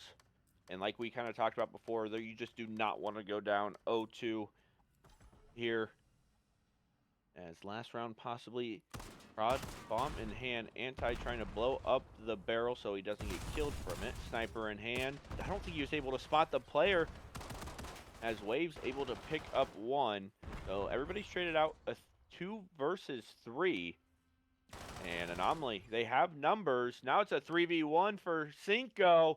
And Carbo, it's looking like we are going to see at least a map 4. Because this series looks to be 1-1. We'll see. 1 versus 2. Both these players are spread out just a little bit. If Cinco can get 1, this could turn interesting. Here comes the challenge. The information comes through. Anti's going to rotate back on over. Now both these players are just going to square up inside a blue. Can Cinco get the timing? He has 1 player to his right, 1 player below him. The challenge comes through. He finds 1. The second player up top in a 1 versus 1. Cinco versus Anti. Wow, got amazing timing there with 27 seconds to go. He should have a free bomb plant onto the B site. And he just jumped over both those players sitting on the staircase. Free plant comes in for Cinco. It's a 1 versus 1. We're going to see the gunfight in the back. Cinco doesn't win it. Anti getting the kill. Anomaly is going to take map number 2 on Colossus to even up the series at 1 apiece. I guarantee we're hearing yelling and screaming right now. Oh, I can. That's why the defuse did not come in right away. Anti wins a huge 1v1. Anomaly has tied the series up at 1 apiece. And we're going to head over to Overload next, JMO, in a 1-1 series tie. A 1-1 series tie. We get to go into Overload. And I mean, a great S&D from Anomaly. Eyes 9-4. Beautiful S&D out of him. Anti with a beautiful clutch in that last round. And this is where I wish we were in the venue so we could just hear them screaming at each other. Because you know Anti got hype after clutching that. After, you know, Cinco about pulled off a crazy 1 versus 3. Just a little bit unfortunate timing there at the end after he got really good timing to force it into a 1v1. Yeah, absolutely right. If you're just joining us, the series all tied up at 1 apiece. We'll be right back. Don't go anywhere. Map number 3, it'll be Scar Overload. You're launching the premier circuits, Las Vegas Inferno, Major 2.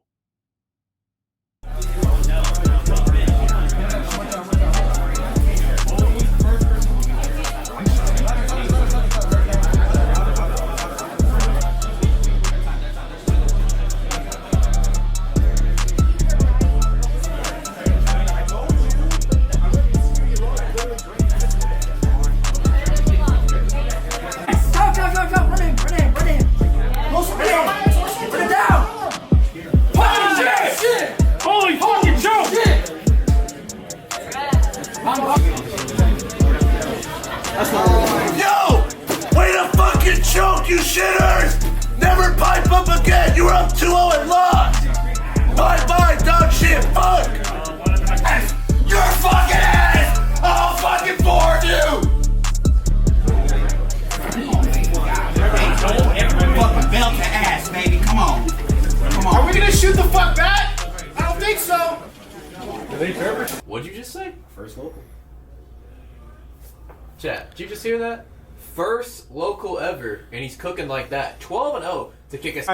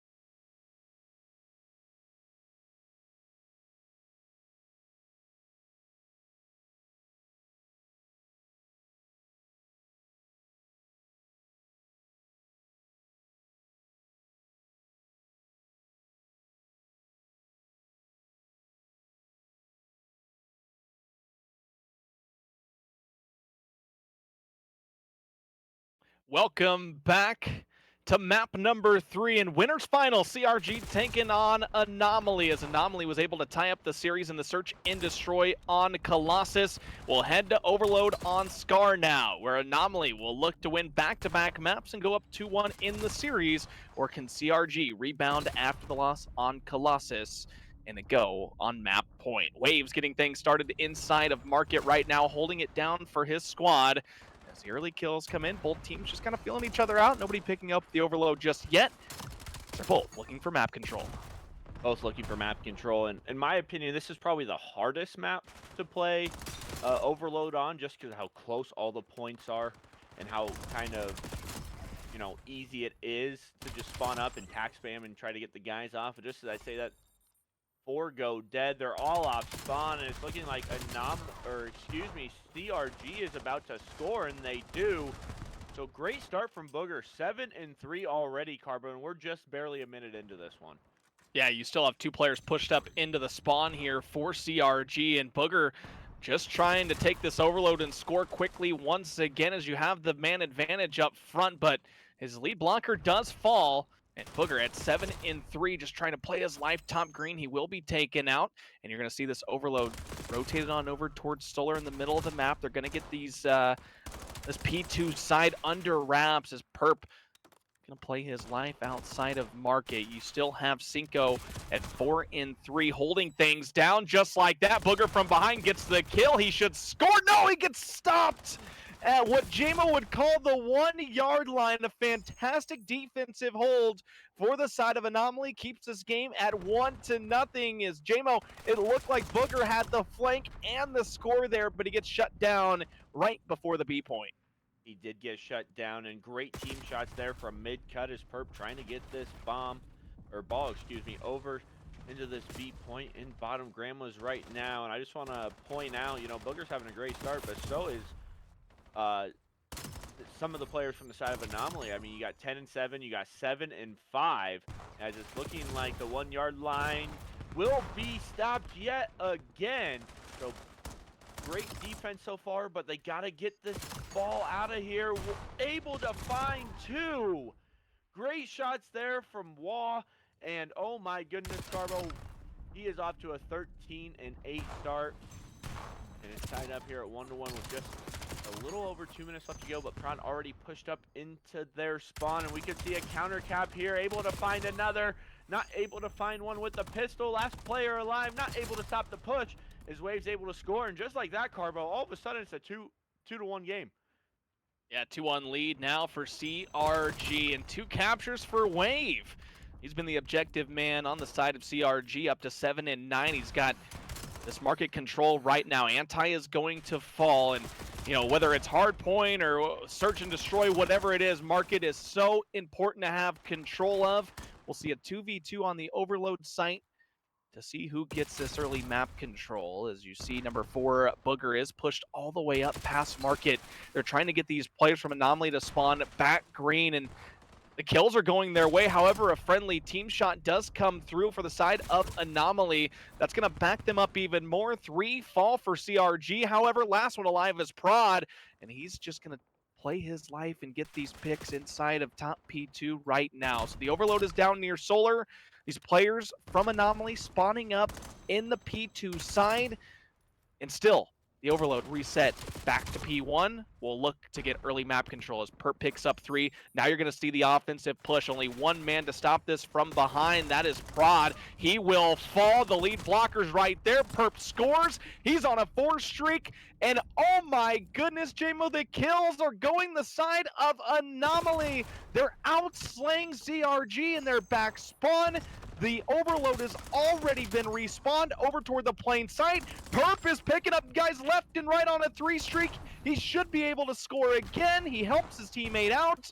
And JMO, just like that, the lead is flipped onto the side of Anomaly, and they're getting all of the kills right now. They are in a great life there from Perp. He's still going on a 7 spree, Carbo. And I mean, just wonderful teamwork there. And that's kind of the teamwork we were kind of talking about. You get the 4 dead, you're able to set them up in that spawn trap and just relay the point, and you're going to head into this second half with a 1-score lead. And man, this is a swing mode, right? It's map 3. Map 3's always been the swing mode in Call of Duty. And from what it seems, at least, all the momentum is on the side of Anomaly. Absolutely. And it flipped quick, right? I mean, early on, it looked like CRG was just going to be able to rally points together. Instead, they went 4 down. All of a sudden, Anomaly had map control, and Perp just started flying, man. Went on a 7 streak, and he should have the Hellstorm as well, I believe. He should have a Hellstorm to his name. So that should help them out here on the second side of this overload on Scar. They have a 1-point lead. trying to close things out and go up 2-1 in the series. The Gunny has woken up for the side of Anomaly, though. After a rough map number 1 hard point, they have rebounded in big ways, and just like that, as I say that, Booger for the side of CRG finds 2, gets some map control for his squad, but they've got to kill Anti and back Solar, JMO. He's been a menace, and he stopped that early offensive push. That stops the early offensive push. Waves already pushed up into Grandma's, able to get a nice kill, getting some map control here as Hezi with a huge 2-piece to slow down any kind of momentum that CRG could have had. As Anomaly, they're starting to look phenomenal here on map number 3, but Cinco able to find a huge 2-piece at 15 and 16. He will finally fall over to this plane side. Booger able to pick up Anti. His 3 do go down for the side of Anomaly Gaming, Carbo, and this is where we need to see a push from CRG if they want to tie things up here. Booger in the spawn, able to find 2. What else can he find? He's the lead blocker, pushed up into the spawn, able to find another, 2 more players in front of him. He will fall, but Cinco's there for the trades, and the EMP does detonate, so all of a sudden it is 3-3, Carbo. In Call of Duty, the momentum changes so fast, we just saw another one. Another, momentum switch. Absolutely, the overload does spawn up near this plane side, so early map control for CRG once again. We'll see if Waves can get going. He's at 10 and 18 right now.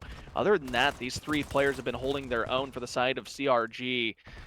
And Heis in the middle of the map looking to get going here. All these players spawning in the back now in a green for the side of CRG. You see this overload rotated on over toward the mid site. They're going to take this P2. Only 1 man out in front, and he's going to fall. So Heis is the last one alive, and we'll see how he wants to play this. Does he just push the overload up near P1? That's exactly what he's going to do. An offensive attack coming up for CRG. However, beautiful shots out of Anti as he stops the early push. Overload is once again stopped on the P1 site, and both teams will look for map control. Both teams looking for map control and a great defense there from Anomaly. They're finally able to get some clearance and get 4 dead. Carbo, last 2 players do spawn on B, though. So if you are the side of Anomaly, you got to back things up. Prod has the player in his sights, able to get the kill. Nice shots onto Perp as 3 fall yet again. Falls over here towards this P2 side. It's looking like Waves is going to let it reset over to that P3 side, as fight for map control has yet to, it's starting to happen yet again. And I feel like an overload map control is just something you got to keep fighting for, keep fighting for. As 3 do go dead. Last player alive is Prod. He is spotted out. It's looking like they want to run this towards this A point. As able to get some kills is Anomaly, and this should be a cap, Carbo.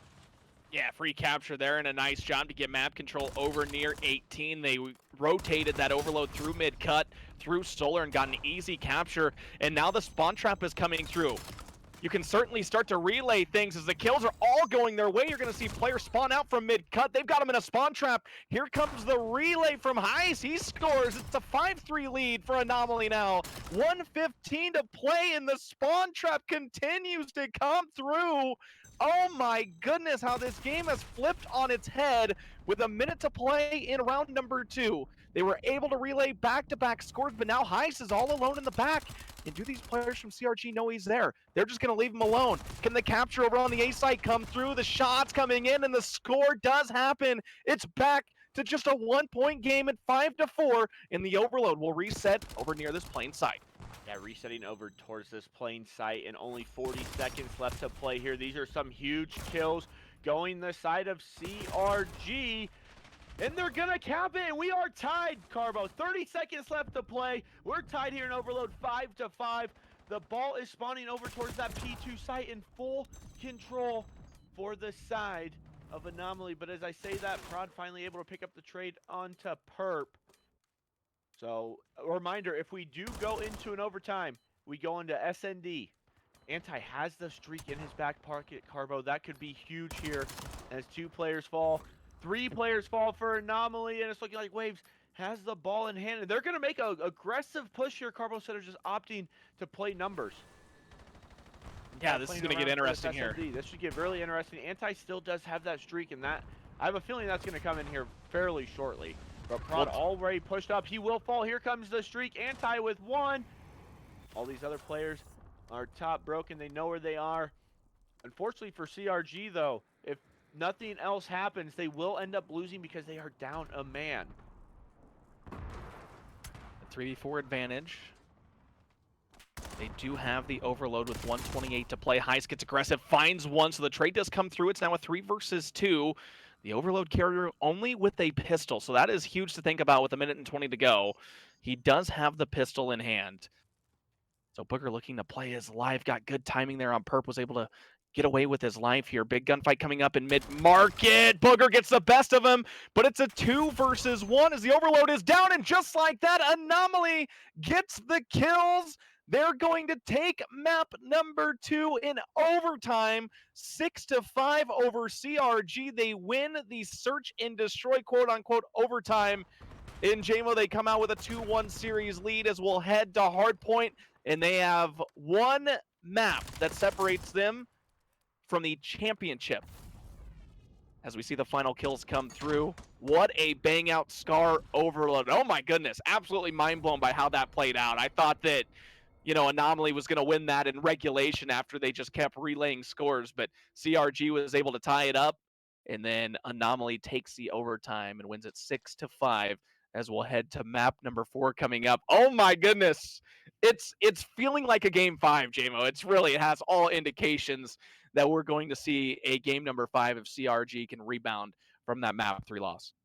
Yeah, they can. Just an incredible overload. Probably the most fun overload I've casted.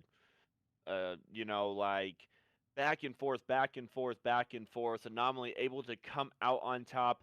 They now lead 2-1 in the series. Winner goes to the grand finals. Losers will drop down to that losers bracket to face the winner of Outbreak Gaming and Zoned Out Gaming in the losers final. And we have, what map do we have coming up? We have Scar HP. So we're going right back on Scar as we head into this map number 4. And Carbo, it's do or die, or I guess it's not do or die. So but you really want that winner's advantage. I don't know exactly what the winner's advantage here is in the Vegas Inferno Major 2. But I just know you want to be in that winner side of the bracket, whether it's an extra veto, whether you start up 1-0, whether you get a full reset or for 2 best of 5s. But, you know, if you're Anomaly, the guns have started to heat up, and CRG, they have to bounce back here in this hard point. Good news for them. They did win the first hard point, but now we head over to a Scar hard point. And Carbo, initial thoughts on, you know, how the Scar HP is going to play out? And the kind of the keys to victory. Keys to victory here. I think the big thing for CRG is that they looked really good rotating and holding down early time on that Blackheart hard point, and I think that's the reason that they came out on top. Anomaly, for me, I think if you're able to win that rotation battle that you weren't able to do so in map number 1, you have a good chance to close the series out. But, I mean, Prod's been shooting his gun on the other side of things. Really, nobody's costing. Waves did have a rough game number 3, but, I mean, other than that, I mean, both teams are just shooting right now, man. The trades are coming through for both sides. It's going to be interesting. It's going to be an absolute bang out. I'm excited as we hop into our map number 4 right now. It's Hardpoint on Scar. Anomaly trying to close out the winners finals right now. They can do so on this Scar. If CRG wins this map 4, we will go to a game number 5 on Raid, Search, and Destroy as the early time being picked up by Heist. And the first 10 seconds do go to them.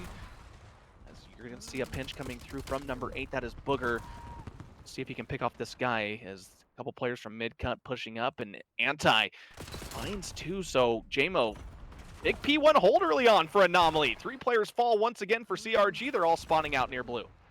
All spawning out. Great first hard point. Looking to get close to, 40 seconds-ish on this time after the contests come in, but good win there. But trades back and forth. 3 go down again. Last player alive on time. He will fall. And Carbo, I got a question for you. We just saw this map. Right, some players played it really, really well. Gun was hot, others not so much. Do you think that, affects you as a player? Like, oh, wow, I just slammed on this map, or wow, I just got slammed on this map. Do you think that has any psychological effect on these guys? You know, with guys of this caliber, most of the time they're able to shake it off. But maybe, you know, a little bit in the back of your mind, like, oh, I just got, you know, slammed last map. But even then, like, you're thinking of a different game mode as well, right? Like, Overload plays so much differently than what Hardpoint will play. So it's all about just getting into that flow state as Prawn does find one on the pinch. That'll shut down the push, at least the pinch here for Anomaly. And or do go down. So Booger starting to heat up once again in the respawn. He's up to 7 and 5. Early time on P2.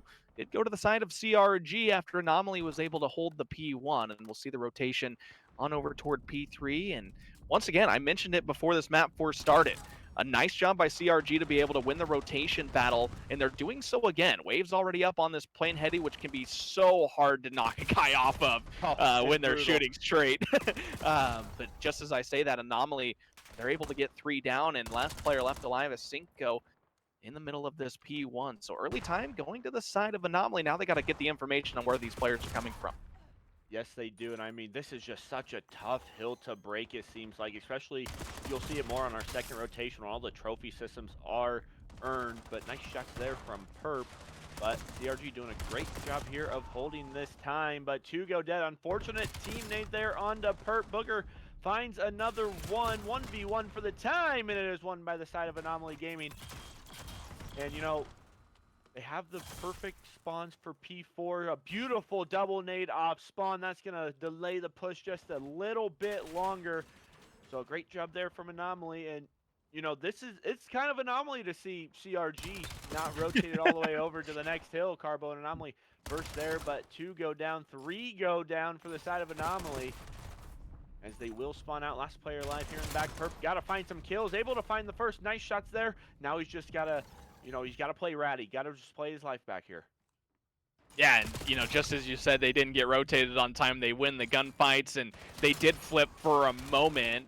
Anomaly back inside of the hard point now. 2 fall for CRG. And we'll see a little bit of a contest time as the floods come through the front for CRG. However, 3 players do go down, and Prawn's the last one alive. And he's just going to look to play his life on top of Blue as he gets shot in the back. And that push is going to be expired. Anomaly continuing to hold things down here. They've built up a 50-point lead. Still 15 seconds to go on this P4. You're going to see CRG give it up and just start checking the rotations with the AR in hand. Prod trying to pick guys off one by one, but nice shots there from the side of Anomaly. And the rotation's going to come through, JMO, and a nice little lead for the boys in purple. Nice little lead for the boys in purple, but we are headed over to a money hill as long as nobody scams out of time. Proud able to get a nice 2-piece, but Hezi gets to the back, able to flip the spawns, and oh my goodness, it's a breakdown from CRG as they go 4 dead. Good news for CRG, though, they are spawning really close to this P3 plane. But that's not what you wanted to see. You had full control and you just get broken instantly, and this lead is growing and growing. Carbo, but 4 go dead. So a great re-break there from the boys over at CRG. Prod have himself a nice map at 15 and 13. Shinto and Waves, they need to get going here if they want a chance to force a game number 5. Yeah, Waves had a rough couple of games now, just 8 and 14. Still 13 seconds to go on our P5 as a rotation on over for our second set of rotation. We'll reset on this middle tank, and Heis is starting to get going with the AR in hand, finds one. Booger finally shuts him down. Jima, what's your thoughts there on that P5? We've seen a CRG, they wanted to hold it from the front instead of the back. Unfortunately, it didn't work out for them right away. They did find the scrap time, but what's your thoughts on not holding the back and instead holding it from the plane side? I don't know, because I know you and me have gone back and forth on what's the best way to, you know, to hold that hill. I think all said and done, it's probably a 60-40 split for whether you want to hold the front or the back, and the, you know, the victor going towards the back, just because you can tack spam a lot more. But if, you know, the trophies are out, you know, it's a lot less easy to break the hill, because there's only really 2 ways you can go, right? You can go from top, you can go from that little alleyway next to top, because usually they'll have somebody, you know, mid-cut holding that down. But, you know, it's just to each their own, to however you guys want to play. As long as you're on the same side, I don't think it really, you know, can be super, super difficult. But Anomaly with a great P1 hold, as I was just ranting about, you know, P5. As, you know, they've really dominated the P1 here, Carbo. And P1's a low-key, sneaky Money Hill, as long as you can get the kills and stay pushed out and you know where they're spawning. Yeah, you have one player pushed out. Booger's got to make the play here on the flank, and it looks like they're going to pinch this guy inside of the time. So early P2 once again going to CRG. They held it down really well the first time around. They're going to need to do so here as they trail by a full hill at this point. Over a 70-point lead for Anomaly. And they can close this series out with a map win on Scar. We're going to see battle for the market control going to be won by Anti, so he has an opportunity to pinch. Now a one-on-one gunfight inside of the time. Perp trying to play his life and wait for his teammates to spawn up and overlook him, and that's exactly what's going to happen here. But Cinco with one, Perp with another. I cannot believe Perp got away with his life on this hard point. I mean, he was not taken out at all, played safe, played his life, waited for his teammates to spawn up, and the trades came through in favor of Anomaly. We're going to rotate on over to our P3, J-Mo, and it's a big lead now for Anomaly. Big lead now for Anomaly. Number 4 is already pushed up, able to find 2. That's the clearance they need. They know where they're spawning. Last guy alive is middle cut. And Carbo, they can close things out here, but Cinco able to sneak through the player mid-cut. He will fall. But trade, CRG, they got to fight this out as the kills do go their way. And they're back in the hard point, but they have a mountain decline. Carbo down almost 100 points. They don't have the spawns that they want for the P4. And honestly, you got to be thinking about that now too. And you really can't afford to give up any scrap time here.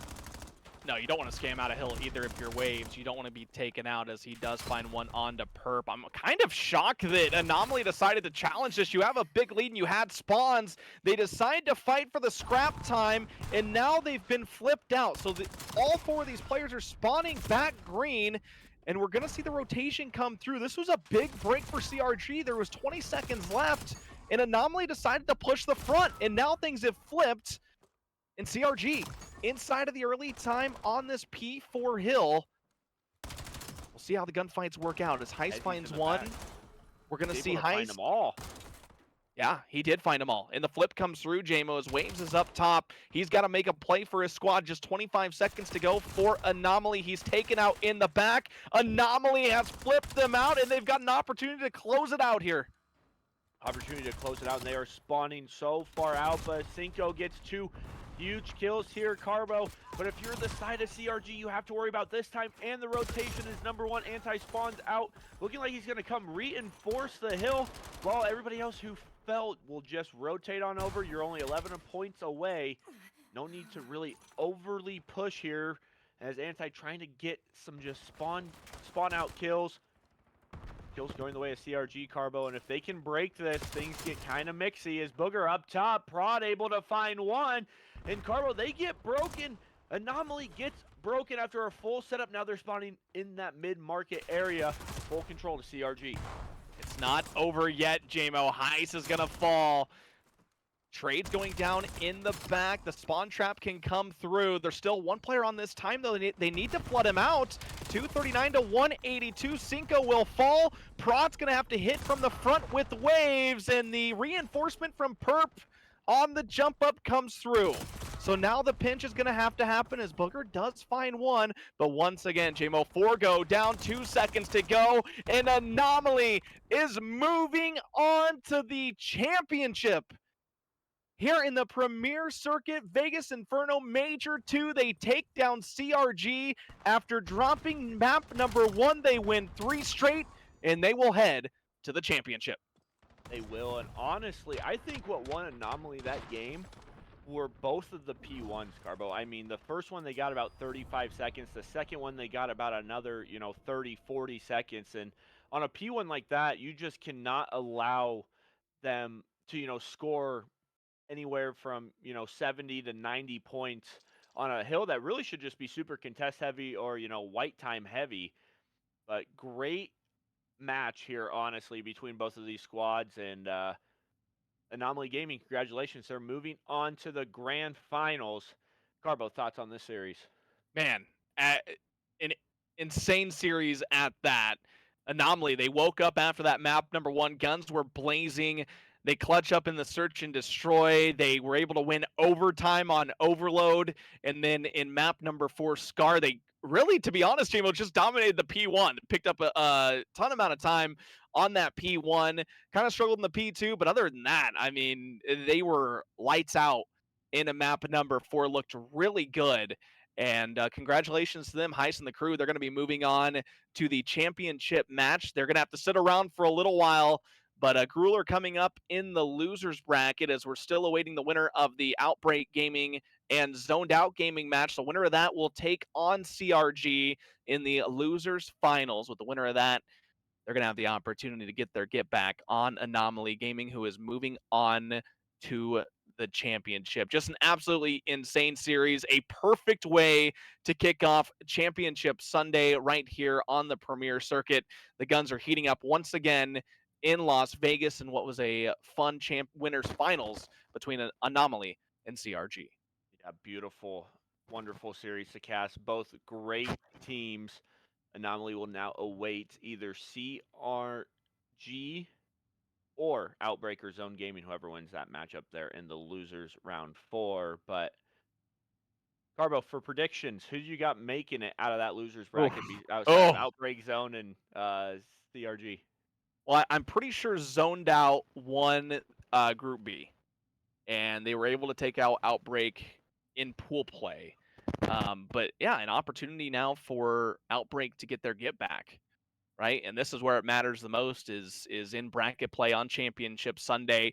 They have an opportunity to get their get back against Zone Gaming, who fell into the losers bracket earlier, and they lost to the 3 seed CRG in the winners bracket by a 3-1 series score. So it's gonna be mixy in the losers bracket. There's a lot of storylines because if Zoned Out Gaming wins, they get their rematch against CRG with the chance of going to the championship.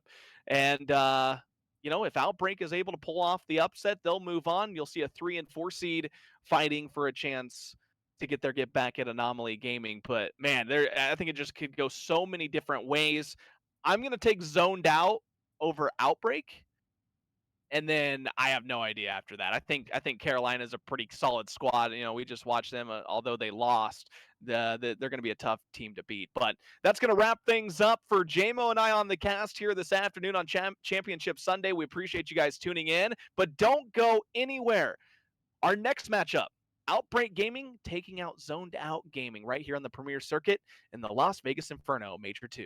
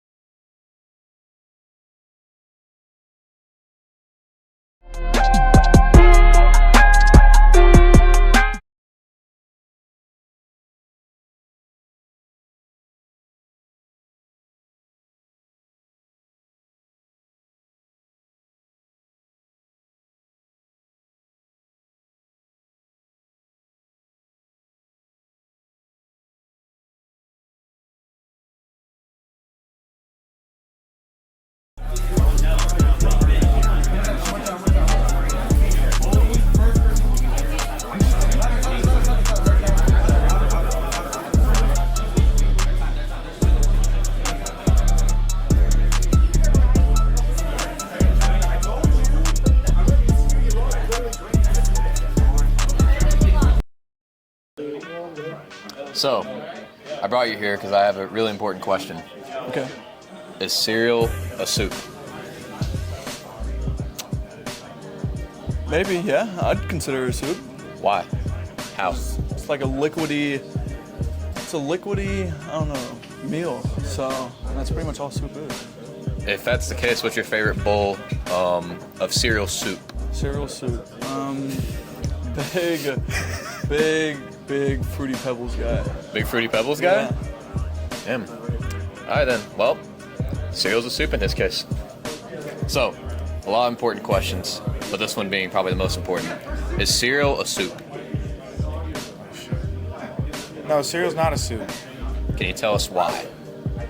Because like when I think of soup, I'm thinking like, you know, like brothy stuff, like a meaty broth or something, you know, or like a vegetable broth, like milk. I don't think it's soup. You don't think it? Even if it's a liquid? No, because it's like it's like kind of sweet with like the cereal. Nah. Well, if that's your case, what's your favorite cereal and what's your favorite soup?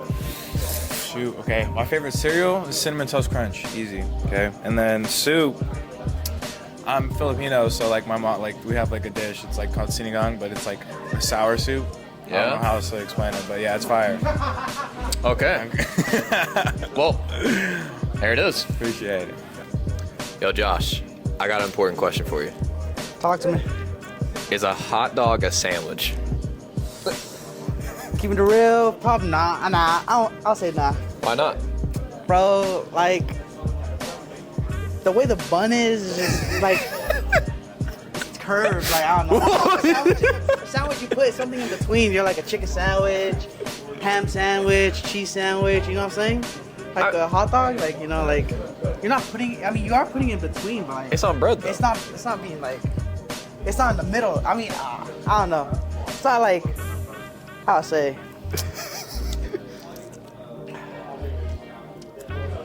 Yeah, basically it's not a sandwich. You heard it first here, folks. Josh says a hot dog is not a sandwich. Nope. So, Ja, you know, I've seen a lot of questions come across the TL. One that's been picking my brain a little bit. Is cereal a soup? Oh man, I mean, like technically it is, right? Because it's a liquid and it's substance, right? But I feel like it's wrong calling it a soup. I feel like it's its own category. It's like one of the goats of food, so I think it's in its own realm. Own category, huh? Yeah.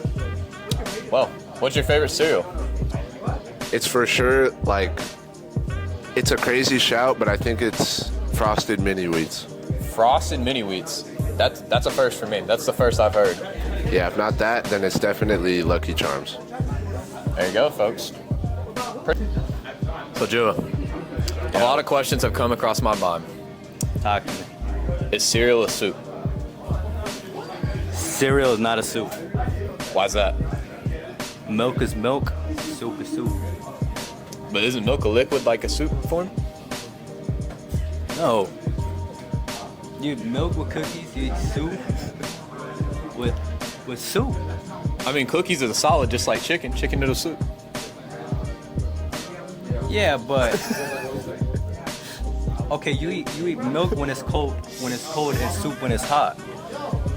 They're not the same. Know what I mean? I kind of get what you mean. I kind of get what you mean. It's just stupid. It's just stupid. With that being the case, what's your favorite cereal? What's your favorite soup? Favorite cereal, Cinnamon Toast. Okay. Without a doubt. Soup. I would say, what's like the little macaronis? The little macaronis, you know what I mean? Oh. Yeah, the little, huh? Ravioli? No, not the raviolis, the little macaronis, like the... SpaghettiOs? No, like, bro, my Mexicans will know. It's like the little macaronis. It's like, but the little they'll know. That one. All right, chat, they'll know. Anyway, so, Perp, I've had a lot of questions come across my TL. It's picked my brain a little bit, so I want to pick yours. Is boneless wings just nuggets? I'm gonna have to go with it. Yeah, I think boneless wings are nuggets. All right, break it down for me. Well, I mean, it's just not a wing. I mean, you could eat it with a fork. Like, wings are supposed to be eaten with your hands, I feel like. Like, you eat bone-in wings, you eat them with your hands. You don't eat it with a fork. I feel like that's what you get a wing for. So, I mean, I don't know. I feel like it's pretty valid on a nugget. All right. I'd give you that. What's your favorite wings? Dang, this might come out crazy, but mild boneless. Mild boneless, no spice, nothing, just regular. I mean, like some BWs, mild. We're cooking. Blue cheese or ranch? Ranch, obviously. Okay. I can't do blue cheese. Nah, we're not doing blue cheese. All right. Well, you heard it here first, folks. No Prep blue agrees. cheese. No blue cheese. Wings, just nuggets. Yo, Logan. Yo. I've been having some stuff pop up on the TO. Some questions. One's been picking my brain, but I kind of want to pick yours a little bit. Is boneless wings just nuggets? Yes. Yes, they're just sauce nuggets, I think. I guess. I don't know, because what? It's got to be, right? Yeah, if I had to pick one, I think they're just nuggets. They got to be just nuggets, right? Break it down a little bit more. I don't know, man. They're boneless, you know what I mean? Just boneless wings. But why don't we call them? What classifies a chicken nugget? You know, why don't we call it? Always call it one name? Wait a minute. No, because what is a chicken nugget? Is it just ground up meat? Is it just ground up chicken? I don't know. Wait a minute, because now we're cooking. Because a boneless wing, is it all wings? Do we know it's all wings? Who knows? Maybe it's the same thing, bro. Could be. I don't know. I think in theory. I don't know. In theory, I'm gonna say it's a nugget, bro. But the more I think about it, I don't know, bro. Because I don't know. Because like you go to Burger King and get nuggets, that is not all chicken. You know what I mean? That is not all chicken. McDonald's, I don't know. I don't. Oh, chat, That's you a heard it tough first one. here. That's a tough one. Rob thinks that's a nugget. He's in the middle. Let's say that. Now, if I had to pick one, I'll call it a nugget, I guess. Just because if boneless wings, I don't know if they're all wings. Yo, Booger. Yo. I got a question. What's up? Is wings just chicken nuggets? What the fuck? No. Is boneless wings just chicken nuggets? Ladies and gentlemen, boys, girls, welcome along once again to the Las Vegas Inferno Major 2 here, TPC, brought to you by Shinto Gaming Circuit. I'm joined this time by my Celtic cast himself, Mr. Zep. How are you doing? I know you've been down under the weather through this whole Christmas festive period, but we're back side by side. We're in the same little room, pretty much. Yeah, I mean, it looks like we're getting closer to the backgrounds. Yeah, but look, and listen, it's absolutely fantastic to be back. First of all, happy Christmas, happy New Year to everyone as well. I'm probably very late in sharing those, congratulations. I'm sure casters previous have done so, but it's terrific to finally be here, recovering from the flu and getting the opportunity to bring you more games from the Las Vegas Inferno Major 2. We've got some terrific teams competing here as we get right down to the business end of the final evening. So let's take a little look at the teams that will be competing in this series. Yeah, so we got losers semi-finals. It's out.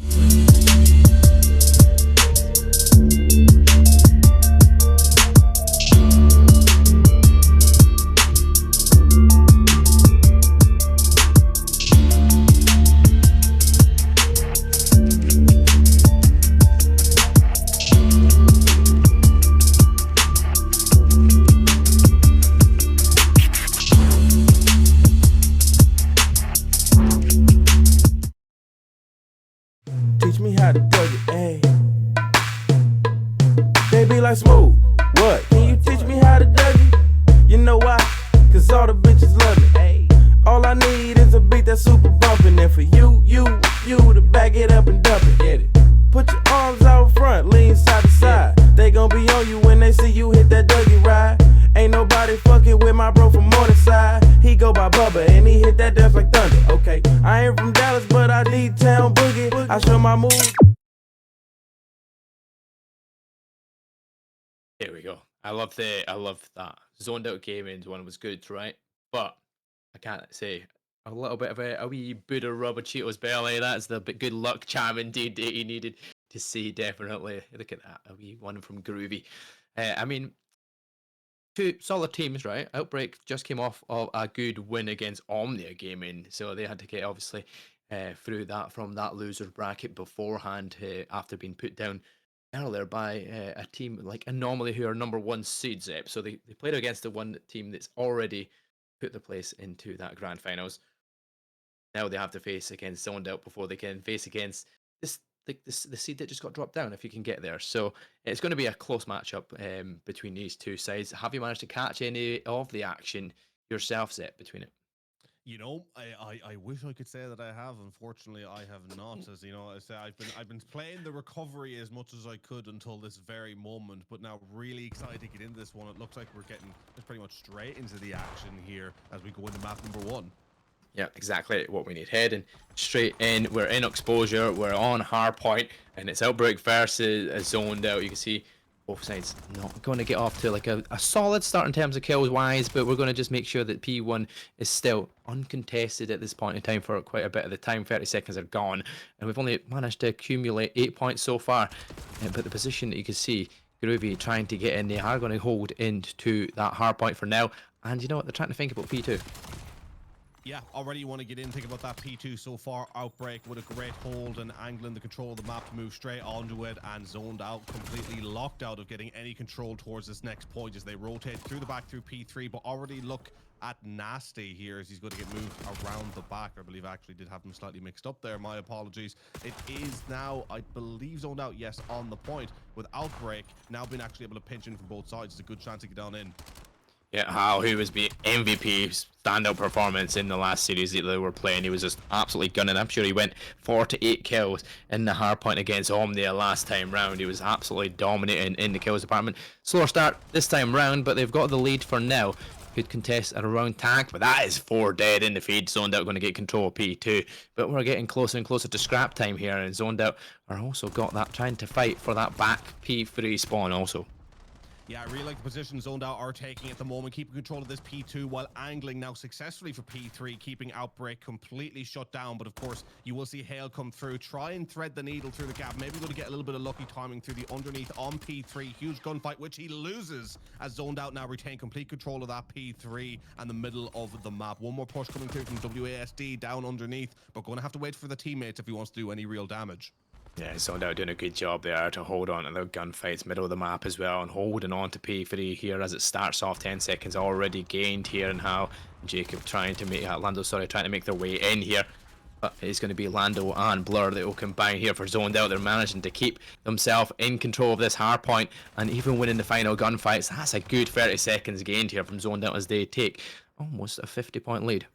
Yeah, Zoned Out are starting to reap the rewards from a lot of map control. You're seeing Jaw 7 and 2, Lando 7 and 5. The KDs are looking strong as they continue to dominate through that midsection. Even now, when they're finally getting pushed out, they're still getting a lot of time. And even if Outbreak get in, it'll be for a minuscule amount of scrap. You're going to see the fights now over towards P4, where WASD is sitting to control that spawn. Lando going to try and break through. Huge gunfight coming up here for Outbreak to try and regain a little bit of time. Will Lando spot him? He won't. He gets dropped. And this is Outbreak's chance to try and get through that point, but a lot of pressure now on these back spawns. Yeah, it was good to trigger discipline there from WSD to not give away position too early, make sure he can win that gunfight, but he doesn't last long there. These already sussed out and Zoned Out have already made the break and gained control of that back spawn. This is going to be player number 5, Blur, who does get sussed out here. Groovy's going to make his way around his capacity, finds the kill, he finds a second on towards Lando. Now they try to make that look for that break as he goes in to the player in the hard point. He finds Nasty and he finds Josh. That's 4 of them all dead. Outbreak gain control, but he gets hit by the trophy system there. That's unfortunate. Yeah, unfortunate, but finally a little bit of map control, a wave of kills going their way for a certain amount of time. Will it be a significant amount of time? We will wait to see, but Groovy popping off round the hill with 2, trying to make it 3, but trying to play his life, ultimately getting crowded out.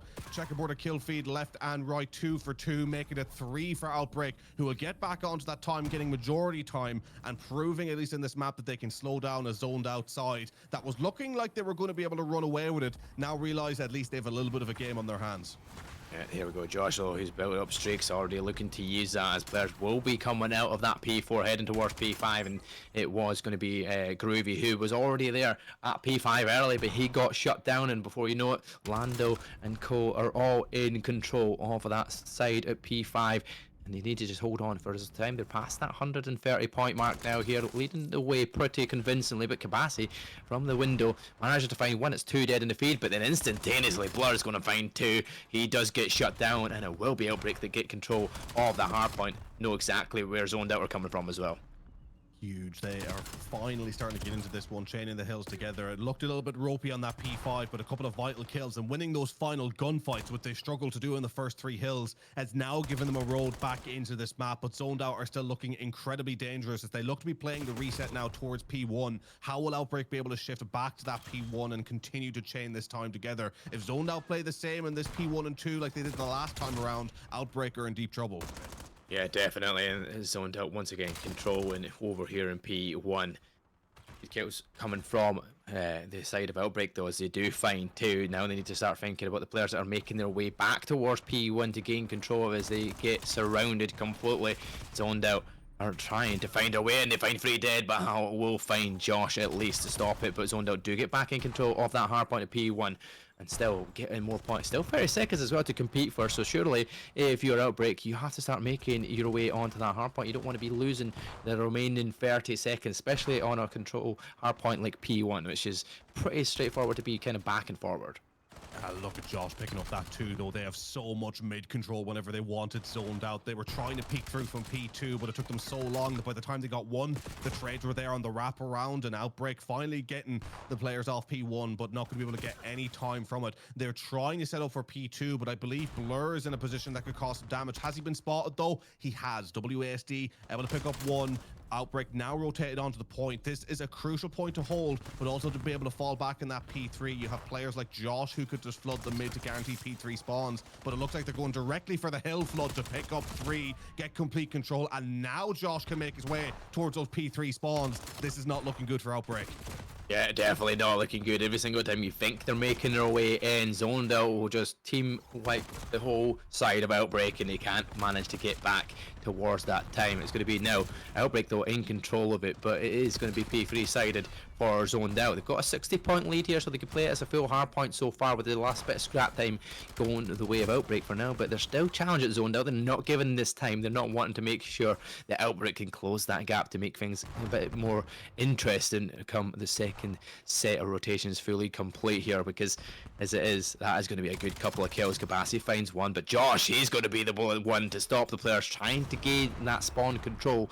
Zoned Out managed to get control. Josh has just been unbelievable. 22 and 12 has been consistently controlling the wide anchors on the map, playing around the spawns, making sure to pick up the vital 2 pieces when needed to completely shut down any positional plays Outbreak try and make. It has been immaculate, and they are only 1 hill behind, but Zoned Out have been playing such a disciplined style of game that Outbreak are really going to struggle to get more than 20-30 seconds apiece per hill, which means Zoned Out could even play the scrap time towards the finish line. This has been immaculate from them in this map 1.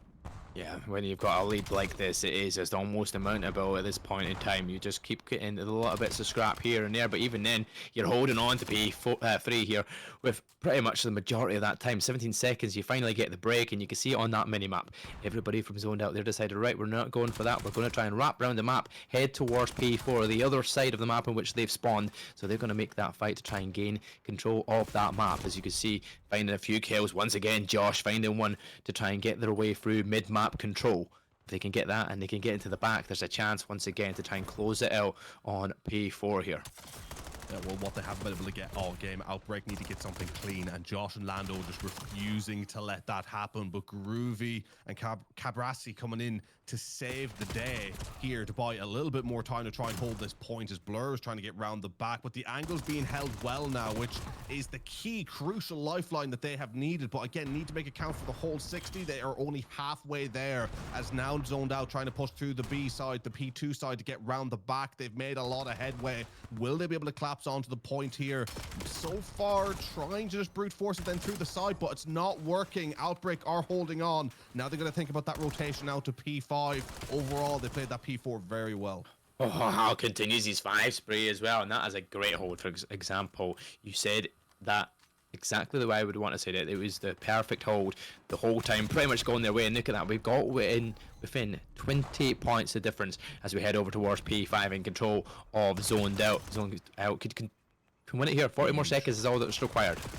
Wow, I'm loving the way Outbreak played that. You had WASD getting that mid-map control at least briefly to allow Outbreak to flood onto the point, but will they be able to hold out on this P5 now that they don't have any mid-control? Surely it's only a matter of time, but they're still dancing around the point, still gathering those crucial seconds, but now the flood coming through means that Zoned Out get onto the point, and they're going to be completely aware of where these spawners are coming in from, so not looking good, but Hale with a huge streak to pick up 2 is giving Outbreak one more lifeline. Will it be enough to get them back into this one? Now over the 200-point threshold themselves. 10-point game. What a series this has turned into. Oh yeah, what a game this has definitely turned into, the difference being almost 10 to 15 seconds now as we start getting the remaining scrap time here. If you're zoned out, you make it within 30 seconds, but make it 25 seconds if you get the remaining 5 seconds. We head to our first set of rotations. WSD is in the window though, and it's going to be back and forward in that kill feed so far, but in control of Outbreak as they want to try and take that lead back again, and it could end on P1, which is very interesting to see, especially on a map like Exposure where the map is so open and there's so many opportunities to get kills and make breaks in that point. But Groovy has found one. If he gets this gunfight, Lando is going to win that, but he's going to be traded instantaneously, and it's going to be a battle to gain control of mid-map. We've seen Outbreak finally wake up because they've really notoriously struggled on this P1, but they are keeping Zoned Out off it, which is the best that they can do for this moment. We are going to see it go to a P2. Will it go beyond that? I'm not so sure, but who is going to break and go for that P2 first? It looks like it's going to be Outbreak, as they're also going to try and pinch up through. They're going to have some great timing here for Hale to pick up one, trying to get the second, does before getting traded. The timing's working out for Outbreak, as they're going to have this one with just less than a 10-point differential going into a P2, where Groovy's trying to push out and get good timings, but he doesn't realize they've all got behind him. Will he be able to pinch through, or are Zoned Out going to keep this point on lock? A huge pinch opportunity. He gets dropped. Yeah, that's unfortunate. He was waiting his time. Everybody had gone over the top of him, but he's got down. 3 dead in the feed. Could he make it 4? WSD knows he's there, but Blur will shut him down. Outbreak have the chance to take control of this lead for what would be the first time so far in this map, and they have done so. It's going to end here. Surely it's going to end on P2, but who is it going to end to? Unless the contest stays. 30 more seconds remains. 20 seconds remaining for Outbreak to take this W, and it's looking good after finding everybody in Zoned Out. 5 seconds left to go. One more push. Can you get there? 3, 2, 1. You're on the point. You need to pick up the kills. Hey, with the nade. Nasty with one. They get the trades. Nasty is the second. He's on the point, and they can win it from this. Do they push out? It's neck and neck. 5 seconds left to go here. 248 to 245. Who's going to get in? The contest is there. Surely that means it goes to P3. But look who's set up there. It's Zoned Out. Can they finish it? Oh my god, Zoned Out, I've got 2 seconds to take this. When they win the gunfight, it's going to be crucial, and they win it. Just Outbreak almost come back from what looked like down and out, 80-point difference at one point in that map. But Zoned Out, they clicked themselves back in. They got themselves locked in for that final rotation and got the right timing on it to have 2 ready in P3 to wait for anybody making that push. A solid start in this loser semi-final. I mean, this is just immaculate. Zoned Out gaming, taking it by 1 point. 249 to 250. Solid KDs across the board. Zoned Out starting in control, but by the middle of the map, actually towards the back half, you would say, Outbreak at points looked like they were in full control. They made the game scrappy. They found the answers. They pulled it back. They almost looked like they were going to pull it through in that P2, but what was a huge 2 from Nasty gave Zoned Out that opportunity on that final point. And from there, you had to play the gamble. Were you going to sit as a 4, try and get that entire 10 seconds, push out a direct angle, or were you going to do what they did? Start to play through for the rotations, make sure you're set up on that P3. They did, and they reaped the rewards from that. Outbreak so close yet so far. What a series we're in for. That map 1 was just crazy. It definitely was crazy. I was not expecting it at one point halfway through that map that was looking very much Zoned Out. We're in control, and Phil was saying and say they just seem to be like, they only need to get the scrap every single hill. We said it. You called it, and it was like, yeah, scrap every time that you go on and you win this map. Outbreak, they decided, no, I'm going to take the next 60 seconds of this hill. We're going to be within 20. You know what? We've got streaks now. All of a sudden, it has gone back to a level pegging game here over on P5. And then it's just a rotation for the first set of rotations. A massive battle on P1, trying to get as much time as physically possible before P2. It even survived for P2 for the very last second. That's how close it got. Anybody could have won that one for sure. And it didn't look like it coming from the second set of rotations. So very good plays. And you know what? This is going to be one of these games where it's going to go the distance, right? This is you're in out of this current tournament if you lose the series, right? It's all on the line to continue your journey through towards grands. If you can make it in both these teams with a performance like that, even though it was a slower start for your side of Outbreak, they've got themselves gunning. They started getting themselves back into that flow. So this could be a very interesting series going into that search and destroy, which will be over on Scar. Yeah, I mean, look, really excited to see how that plays out. I mean, bringing the pace down, and it absolutely needs to simmer down here going into round one. Again, I'm a fan of how Zoned Out played. I think Outbreak made it scrappy to pull it back at a couple of great points. But if you look at the team that has the momentum, I still will give it with the winners of Zoned Out. So we're going to see if they can continue that on this map. Yeah, well, they do find that first blood and the second blood here as Kabasi and Hal do fall. It is going to be nasty that's found the two of them as well. And you know what? They've got that bomb Outbreak. They're gone all the way around the other side of the map, just now trying to find an opportunity to head either towards A or B, but heading over towards that plain side. Josh has peeked the window, but Groovy's going to take some shots, gives away his position, makes it even harder for Outbreak to try and make a maneuver around this map. Yeah, I mean, very much locked down. Such a hard map to get through on offensively if you don't have the numbers or the timing. And the sites being looked at with 2 apiece as well, with Blur covering that mid angle. There's nowhere to run for Outbreak. You got to just brute force it through whatever angle you choose. And it looks like they're going to try and go through on A. Already baiting out their positions though. Lando playing his life, not taking any chances. Once again, discipline from Zoned Out. But Groovy knowing where to look for 1. The help with 2, but Josh picking up 1. WSD has the bomb in hand. Where is he rotating to? Stuck a little bit in no man's land. But tell you what, Outbreak nearly made something great from this. Still could, a 1v1. WSD, that is filthy to find Nas, and he's chasing down Josh as well. There's only 2 seconds he needs to do it. Josh is just trying to play for his life and does do so. So Zondale takes the round number 1, but it almost fell into the hands of WSD. If there was just a little bit more time there potentially for them to take that round, considering they were at the 2-man disadvantage. Kick us off. Groovy got themselves straight back into it by pulling 1 and WSD finding the next. It made it interesting, but let's go. We're on scopes. I want to see some snipes here from Blur. Oh, it's changed up. Damn it. Damn. God damn you. You had it there in the first half. I can't lie. But Zoned Out proving why you have to stay disciplined against this Outbreak side, because my God, they nearly pulled something out of nothing from there. That's where Nasty needs to be stopped. He is hanged 4, 2 in each round so far. Is he going to add more to it so far for this Zoned Out side? He's found Hale and Groovy, and now he is just running this map so far. You can see how much he's moving as they head towards that B bomb site, and looking like they're going to get the chance to put this down unless WSD does snipe. He does. He finds Lando. He gives it a 3 versus 2 scenario. No, it's difficult for them, but it's still going to be a chance. Well, I think we're already seeing a mindset of down but never out from this Outbreak side. Is continually they make life difficult when on the back foot. It's almost when they start the races, when they start from this back foot. As now they're on the side, they're going for the ninja. There is absolutely no way. Maybe there's a way. No, Nasty on the wall. I was going to be, that'd be so sneaky if he did get that, but Zoned Out. They've got themselves timing down to a T, figured it out, knew. Wait a minute, we've not seen anybody for a bit. Maybe there's a check on that bomb. We'll just double check it, get it done, and then, yeah, WCD only had a sniper in hand in that pistol, so from range it was difficult.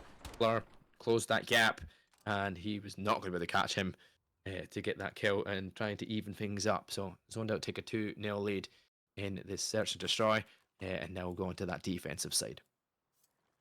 Yeah, and seemingly already aware that anything could happen really in this series, making sure to check for that ninja. I mean, when you have a 1-point difference map 1, you recognize that this series everyone's going to try and pull anything they can out of the bag, so making sure to get that bomb check, which was crucial. But now an intensive A bomb push, leaving it at 3 versus 1. Outbreak finally in a good position to take a round here, all up to Blur.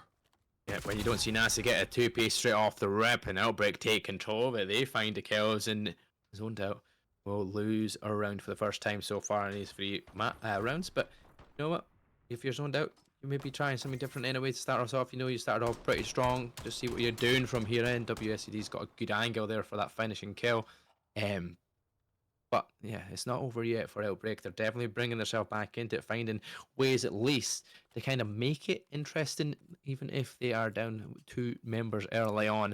They still managed to get themselves back almost into it, but if they can string a few rounds together, there is still a chance for this Outbreaks team to take control of the Search and Destroy. And Blur does have the scope out this time.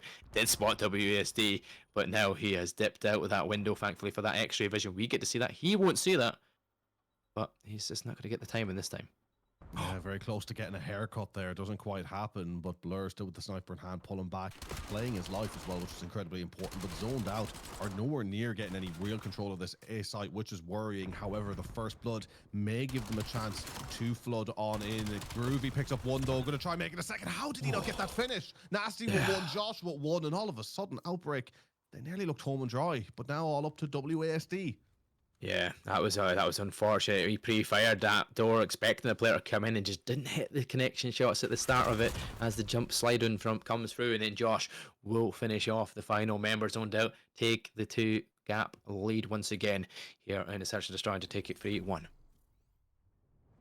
Yeah, we've been seeing a great series so far, and that was a round where, again, Zoned Out playing it a little bit slower on the offense, and I rarely do see a team who's slow on the offense make it count. If they're not feeling confident towards getting full control of a site, you usually start to see them get picked apart. But a couple of crucial gunfights, one allowed them to pick up that round. And one thing is for certain is that this series and between these two teams, it gets scrappy quick. It feels like the rule book and the playbook kind of just goes out the window once the timings are immediately met. It's such a round by round, play by play type of series.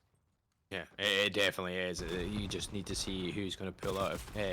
Oh, Josh gets tagged up, as we say. If you just got to see who pulls out something interesting to start us off. But you know what? They've got the A bomb site completely clear here. The Outbreak are going to get the bomb down. But look at the wraparound here from Lando. He's gone all the way around the back, and Nasty's following him up. But here, Hal will find Lando on that wraparound. Nasty, though, will get one back to find capacity and make it a 3 versus 2. Make that a very interesting chance for Josh to try and find the scope. But he pulls a pistol, and Groovy's there. All of a sudden, Zoned Out. I've just got Nasty to rely on. Yeah, all up to Nasty. Nasty gets dropped. An Outbreak again, taking another round to just keep themselves knocking at the door. Yes, we are behind, but we are not out of this. And this is the most dangerous position I feel for Outbreak. If you're Zoned Out at this moment in time, you got to push Outbreak into a position where there's no feasible way to climb back into a map or the series, right? I think Zoned Out really needed like a 5-1, 6-1 win type of scenario here if they wanted to shut down Outbreak, because their side that has proven that if they're within touching distance, they're going to make a leap to try and get over the line. And again, we go back to that map 1. You could argue Zoned Out got a little bit lucky with spawns the way they were able to win that, so they need to lock in against this side. Yeah, definitely. Outbreak's not a team that you can just switch off with and think you're going to run this show, because that is not the case. Outbreak keep yourself in this with a chance every single time, every single round, and nobody taking that first blood. Well, just as we said, Josh does find it, and Kabasi is the first to fall.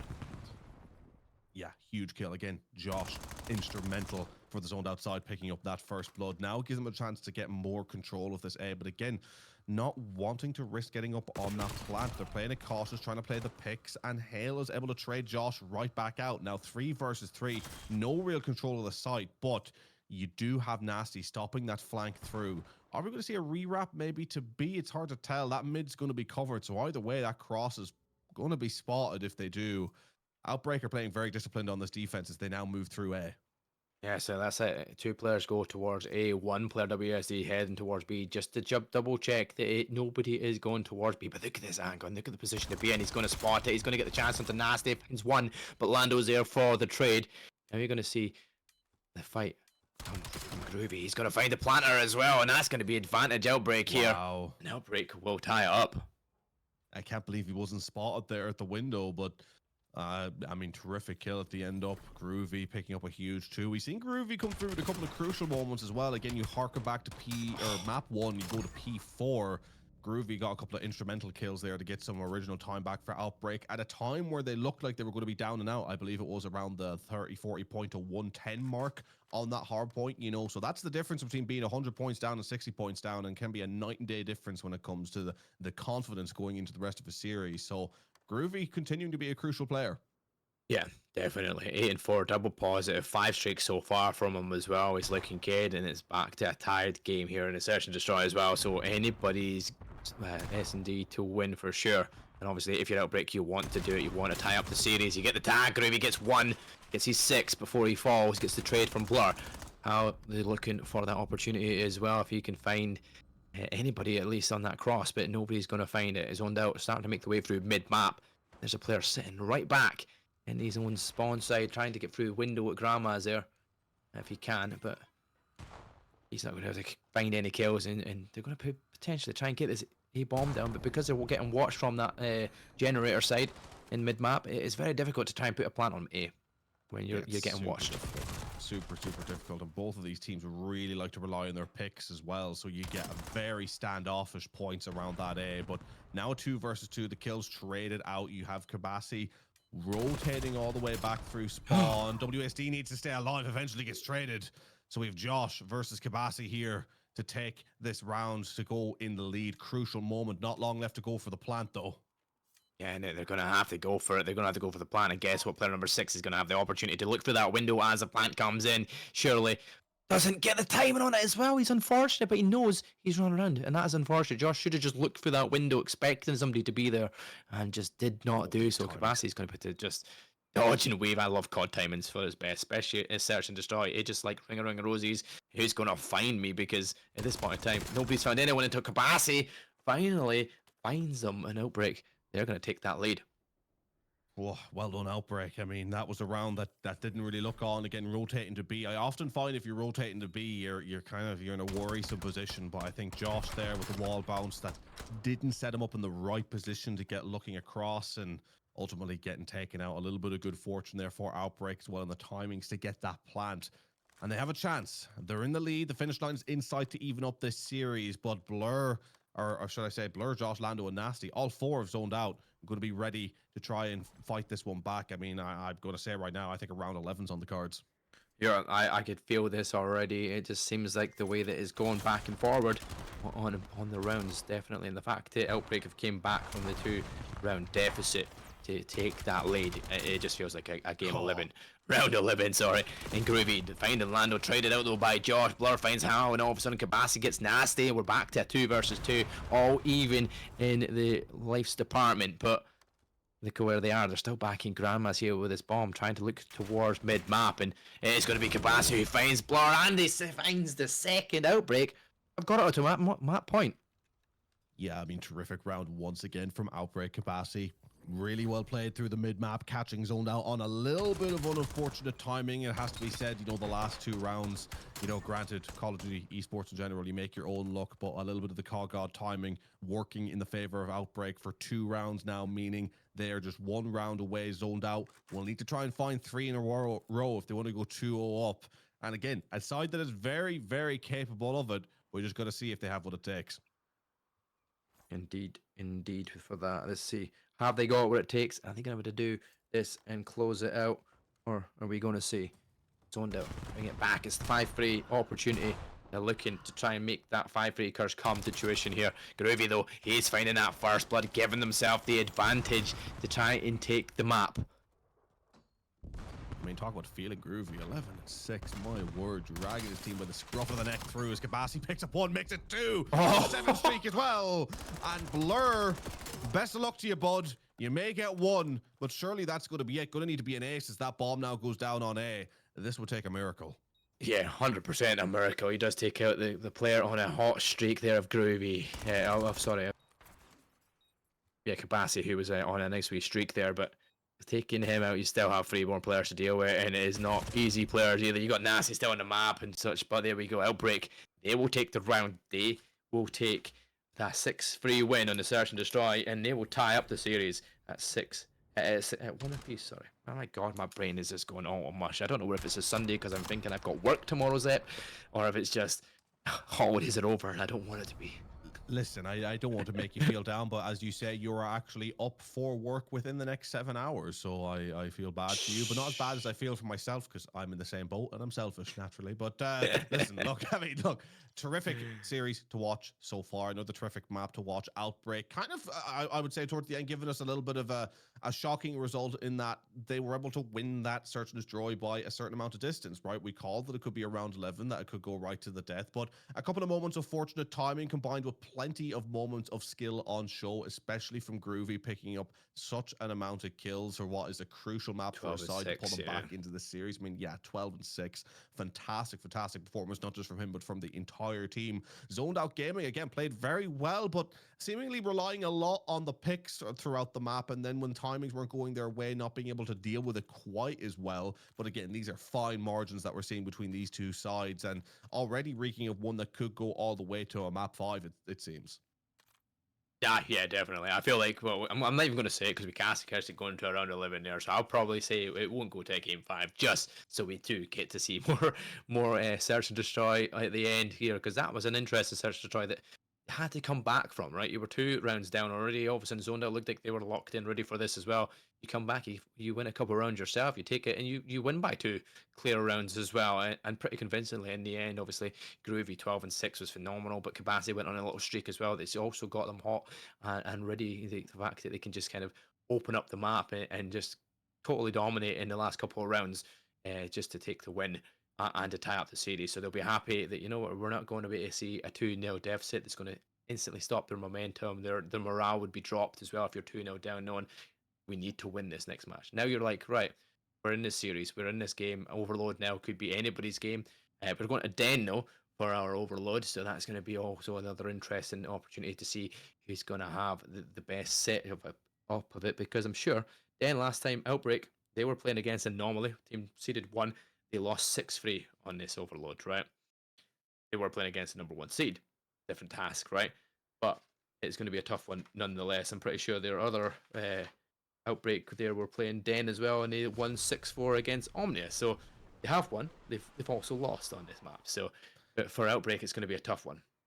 Yeah, I mean, look, you're playing against a side who, again, as you said, when they lost the map, they lost them to the top seed. You know, is that a case if they have absolutely no chance, or if they got all the way, could they pull it back on another day with just another set of plays going their way? Again, there's a million different sort of what would you say, different scenarios you could throw at it and to try and, you know, read into the stats as best as you can. But ultimately, as you say, it's just going to be quite a difficult map for them, and being able to pull it back against this side. And look, definitely a possibility. I think with that map too, we have seen the series blown wide open, because I mean, yes, 1 apiece, but you read into it. I mean, you have a difference of 3 S&D rounds and 1 hardpoint point, a singular point. Yeah. I mean, so realistically, if you try to break apart those stats, and you know, we know how S&D timings go. We saw how they went on that map number 2. So you realize that very, very little separates these two sides. And I think it gets to a point as well, you know, you definitely judge the maps, you judge on what one team is better at versus the other. It's almost our job to read into it, right? But I think for the players, when you get into a series and you start to really experience of what you're up against in this very moment in time, you know,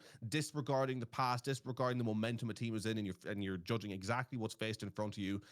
Sometimes the stats of the past can go a little bit out of the window. These teams are kind of knee deep in it right now against each other, and it just means that anything could happen, whether that be one team storms away with it because they really find their footing and they find their confidence in this map, or it goes all the way. And again, I would harken back to that map 1, where I would say that, you know, this Outbreak side or Outcast, I don't believe that, you know, if they won it, I still would argue that they weren't the better side in the map on the overall, right? Which then just goes to show you don't always have to play the best COD to be able to come out on top. At the end of the day, the KDs were quite as there on the overall, yet they were still able to keep it so close. Like, sometimes you can nick these maps, you can steal them from underneath the opposition. So again, so much you can read into going into this map 3, and it does sound like I'm clutching at straws a little bit in what I'm saying, but that's all we've got to clutch, I feel like, at this stage, because it's very hard to break down who's going to falter first between these two. Oh yeah, definitely, because they're so evenly matched, definitely, and that's why they're both at this further stage in the tournament, right? They're definitely looking to be on top to go towards that grand finals, but obviously one of them has to fall, one of them has to go. This is like 2nd versus 4th in the seeding, right? They've got to this stage already. Zoned Out being that higher seed so far, and they started off strong, and it's just slowly getting away from them though. The momentum slowly started to shift in Outbreak, because at the end of that hard point, and then at Search and Destroy, it seems to go into their favor. So if they can start off strong in this overload, all of a sudden you feel like Outbreak might actually have that chance there to take the lead from the get-go and then just keep their momentum shifting. And but hopefully that they don't do what Zoned Out have done and start off strong and then slowly dip as the game progresses. That's the worst part about it, is once you feel like you're in the ascendancy, you can't step off that brake. You can't put the foot on that brake. You have to keep going. You have to keep forcing the same kind of plays you were doing that were keeping you in that lead that whole time, if not. So what we'll do is we'll go to a short break. As I've heard in the venue, we're having a couple of crashes, as such things are with PCs and the joys of Call of Duty setting up. But we'll get to that break. We'll come back to you and we'll be going in to that Den Overload.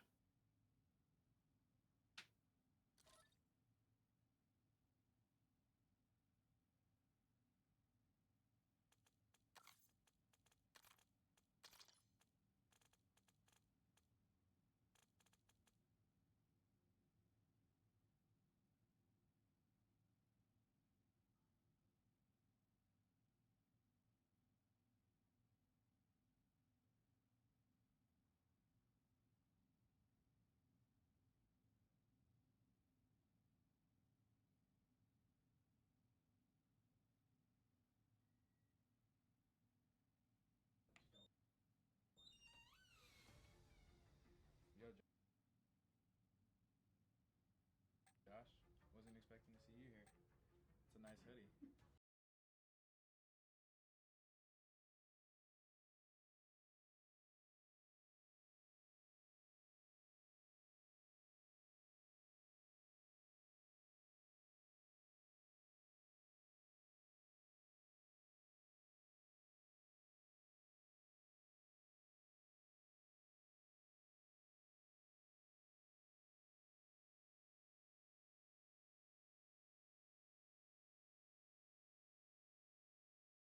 That's cool.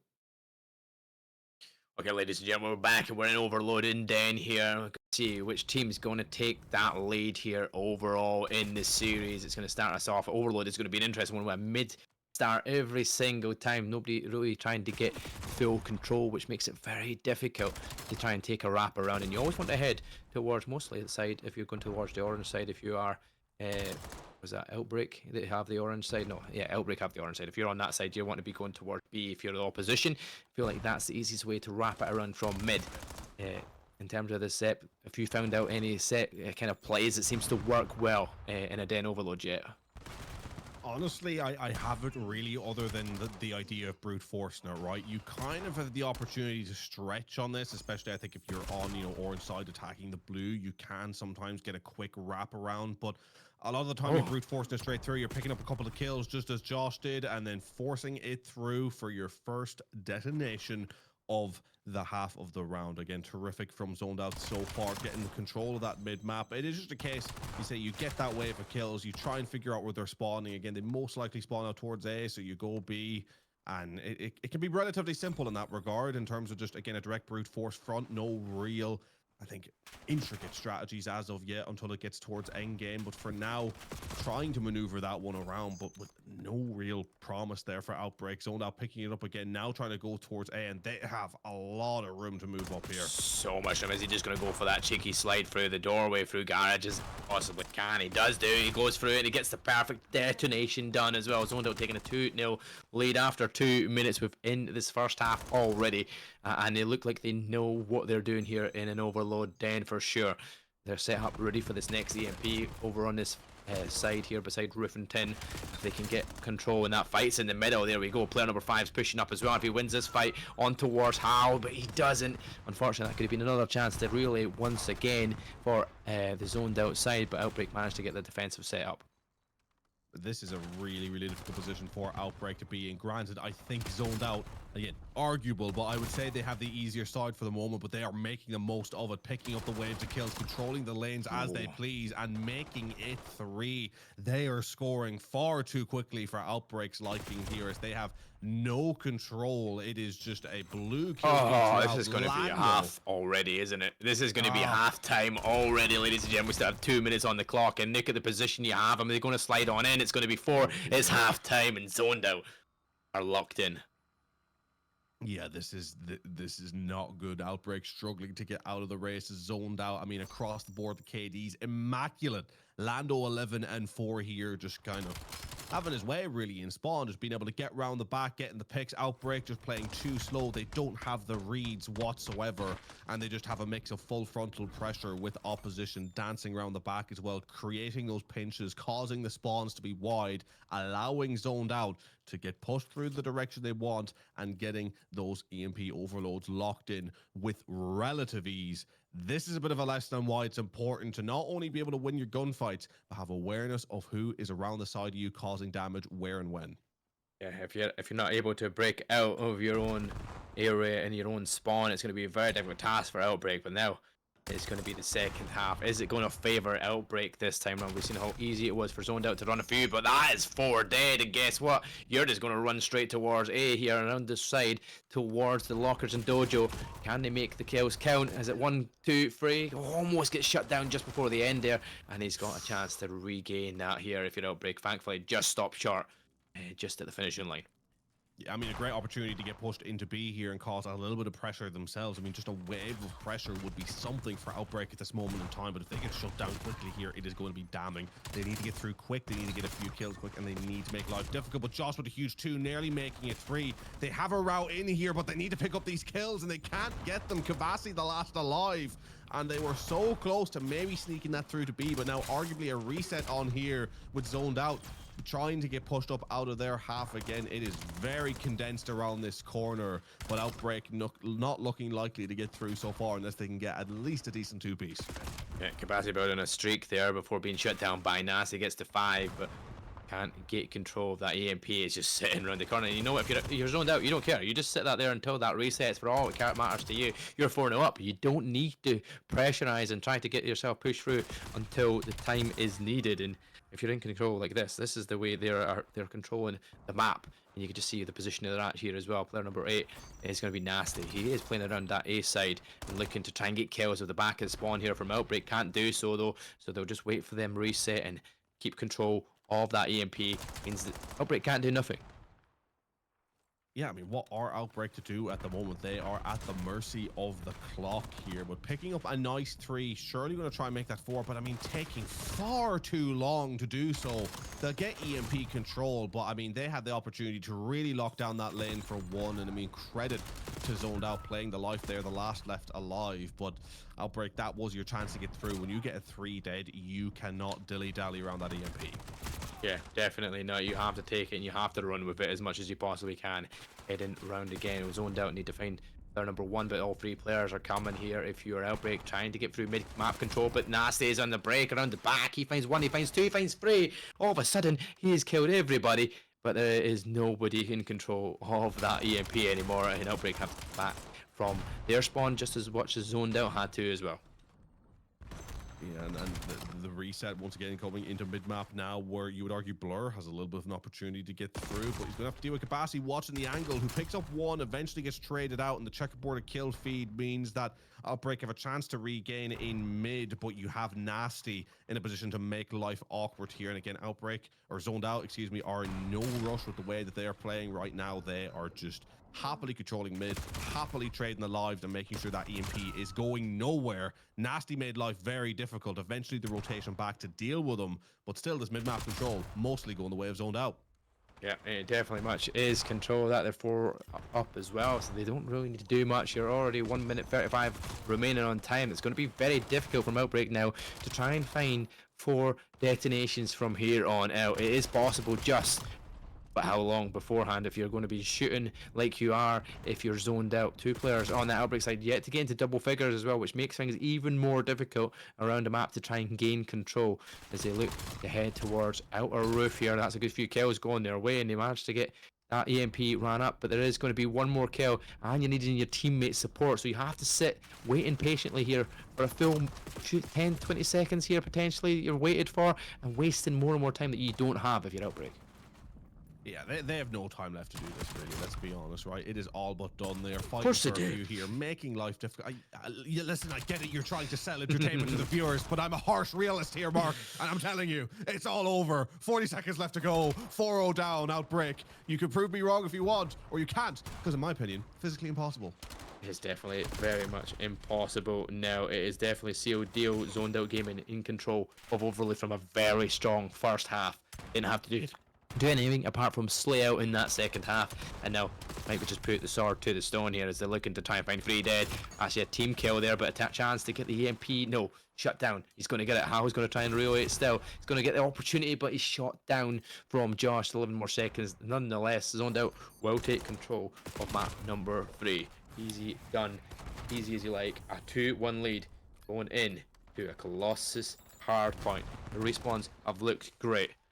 This one even more superior due to the fact that they knew how to run that overload very convincingly in that first half and just pretty much made it life difficult. Yeah, I mean, look, Zoned Out, absolutely phenomenal gameplay. Just showed that they are a level above the Outbreak side. I mean, when it comes to Overload, at least, you know, credit where credit's due. It's been a phenomenal series, but we've seen a stark contrast there in the difference between these two sides. And now going into a map number 4, as you said, they will be going in confident. KD superior all round. The map control perfection. Outbreak need to go back to the drawing board when it comes to, at very least, the Den Overload. But still, it has been an immaculate series to watch so far, and Zoned Out will be very happy with themselves that they were able to keep the clean sheet as well, making sure that they didn't even concede one as they now go into a map 4 with the most amount of confidence I think either of these sides will have had going into a map so far in this series. Will that confidence be the difference maker? Yeah, I'm sure it will be. If you're zoned out, you'll be happy. I'm hearing there is a bit of evil laughing going on. We're going to send it to a short intermission. We have a little video for you guys to sit and watch, so enjoy.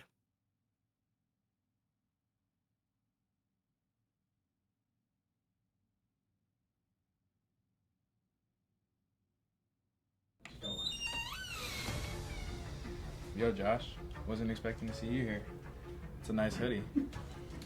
It's alright. Just alright? Not great? Heard you. Where's Lando at? He's been frying this event. Yeah, I'm very lucky to play with him. Oh, well, I can't wait to spawn in against y'all, bro. Hold that thought.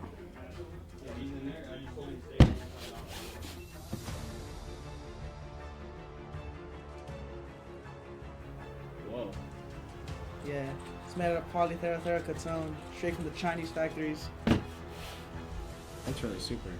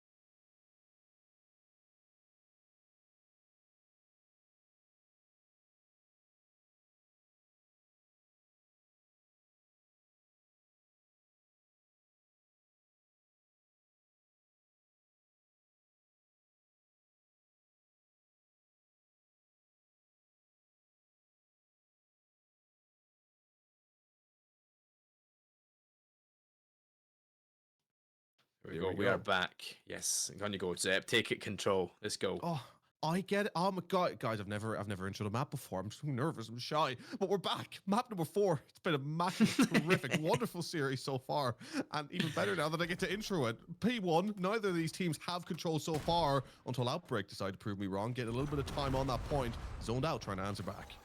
Yeah, exactly. That zoned out here in the orange side. Outbreak in blue actually makes sense for a change this time round. And we're going to see Outbreak, though. They've got a good couple of kills here in that kill feed. They're going to get control of P1 for the final scrap time. And we're going to see if they can take control of P2 as they're set up for that side. And they want to keep control of that for now because that is a good lead they're taking straight away off of P1.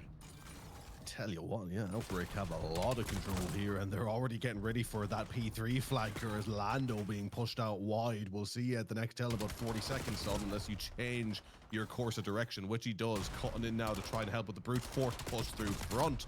Gonna try and pick up one, successfully does, trying to help out with the second, eventually getting traded out. Outbreak holding on just about. It's getting a little bit tetchy here as the contest continuing to pull through with Hale 1. Outbreak doing a terrific job to begin with here. 30 seconds left to play for, and already 40 seconds in the lead. Yeah, exactly what they needed to start off this hard point is they didn't start off strong last time around, and we mentioned it in that little break. They need to start off strong and build yourself into it and keep control. But that is going to be a break. 16 seconds remaining here. Scrap time. It is going to be zoned out with control, but rotation fight that went on there. It's going to be Lando that wins it. They're going to get towards P3 first and zoned out. They're going to try and hold on to it, but how? Look at that. He absolutely guns them. There we go.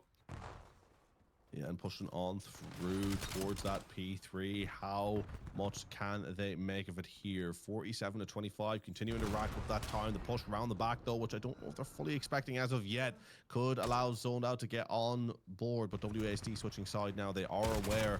Good position to push through here. A couple of vital kills coming through. And Josh has been the hero for a side many a times before, trying to be so again here. But Groovy, you know, you talk about heroes going back to that search and destroy, picking up a couple there to keep this Outbreak side dominating with the lead here as they're not only set up on P3, they're looking pretty strong for P4 unless Josh has anything to say about it. Yeah, Josh is looking to get that back spawn. It's all about the fights on that rotation now. If he gives his ways positions a chance, it zoned out will not get control of P4 as it stands. It's going to be a fight. Player number 2. It's going to be Blur. He knows that they're there, and already that gunfight in the back worked out. But Blur backfires, unfortunately, and it's going to be Outbreak in control of P4 as well. A good stage from 3 to 4. But the way that it is still spawn worked out for zoned out still, even though they didn't have anybody back there. Strangely enough, they win that whole rotation. Yeah, they're getting a little bit blessed there, but making the most of it, trying to guarantee these back spawns, making sure that they get, well, kept it for a little while. It was a very nice 5 seconds that they indulged themselves in there before Outbreak get right back into control as zoned out. I mean, they look like a shadow of themselves compared to what we've seen in map 1, 2, and 3. I mean, God, it just shows how much, you know, map preference can play into it as we're still in the very early days of the Black Ops 7 season. As this looks like a completely different side in comparison to Outbreak. Yeah, it definitely does, and they're very much struggling here to try and get in here. Zoned out managed to get a break, but as it stands, it seems to be them in control. But how almost brings the fray pace. He finds 2, but third one was just a bit step too far. Zoned out bringing themselves back in this, back to almost a 30-point difference now as we head back towards P1 and our second set rotations begin. He's going to gain control. This is a very strong start from Outbreak on P1. Can they get control of it once again? Yeah, the checkerboard kill feed back and forth once again. Groovy trying to pick up one. Eventually gets taken out, though, by Josh. Josh and Groovy's been such an entertaining battle to watch throughout the course of this series. Zoned Out have a lot of room to grow in this map. You know, you've 2 players down in the 7 and 8 kill spots, respectively. They have a lot of room to try and improve their game, and considering how close these scores are, if they do improve, I think we could see a Zoned Out side make a little bit of a comeback here as they get warmer and warmer in this map. But Outbreak firing on all cylinders here across the board with Hale 17 and 9 with 45 seconds in Hill as well. That is just phenomenal. His kills are counting for so much each and every wave. Continuing to pop off here, dancing around the side, taking 1, taking 2. Blur making sure it isn't a 3, but Outbreak still with complete control of that P1 set up nicely for P2. Zoned Out, they're going to need to find the answers to these P1 or P2s, because it doesn't matter how well they play the rest of the points at this stage. When we get back for that second set of rotations, those 2 points are potentially going to be their own doing.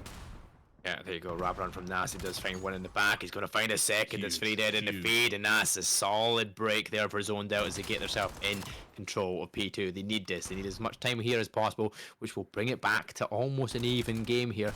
But Outbreak won't give up that P2 time. They're going for that full wraparound, that B-bomb side.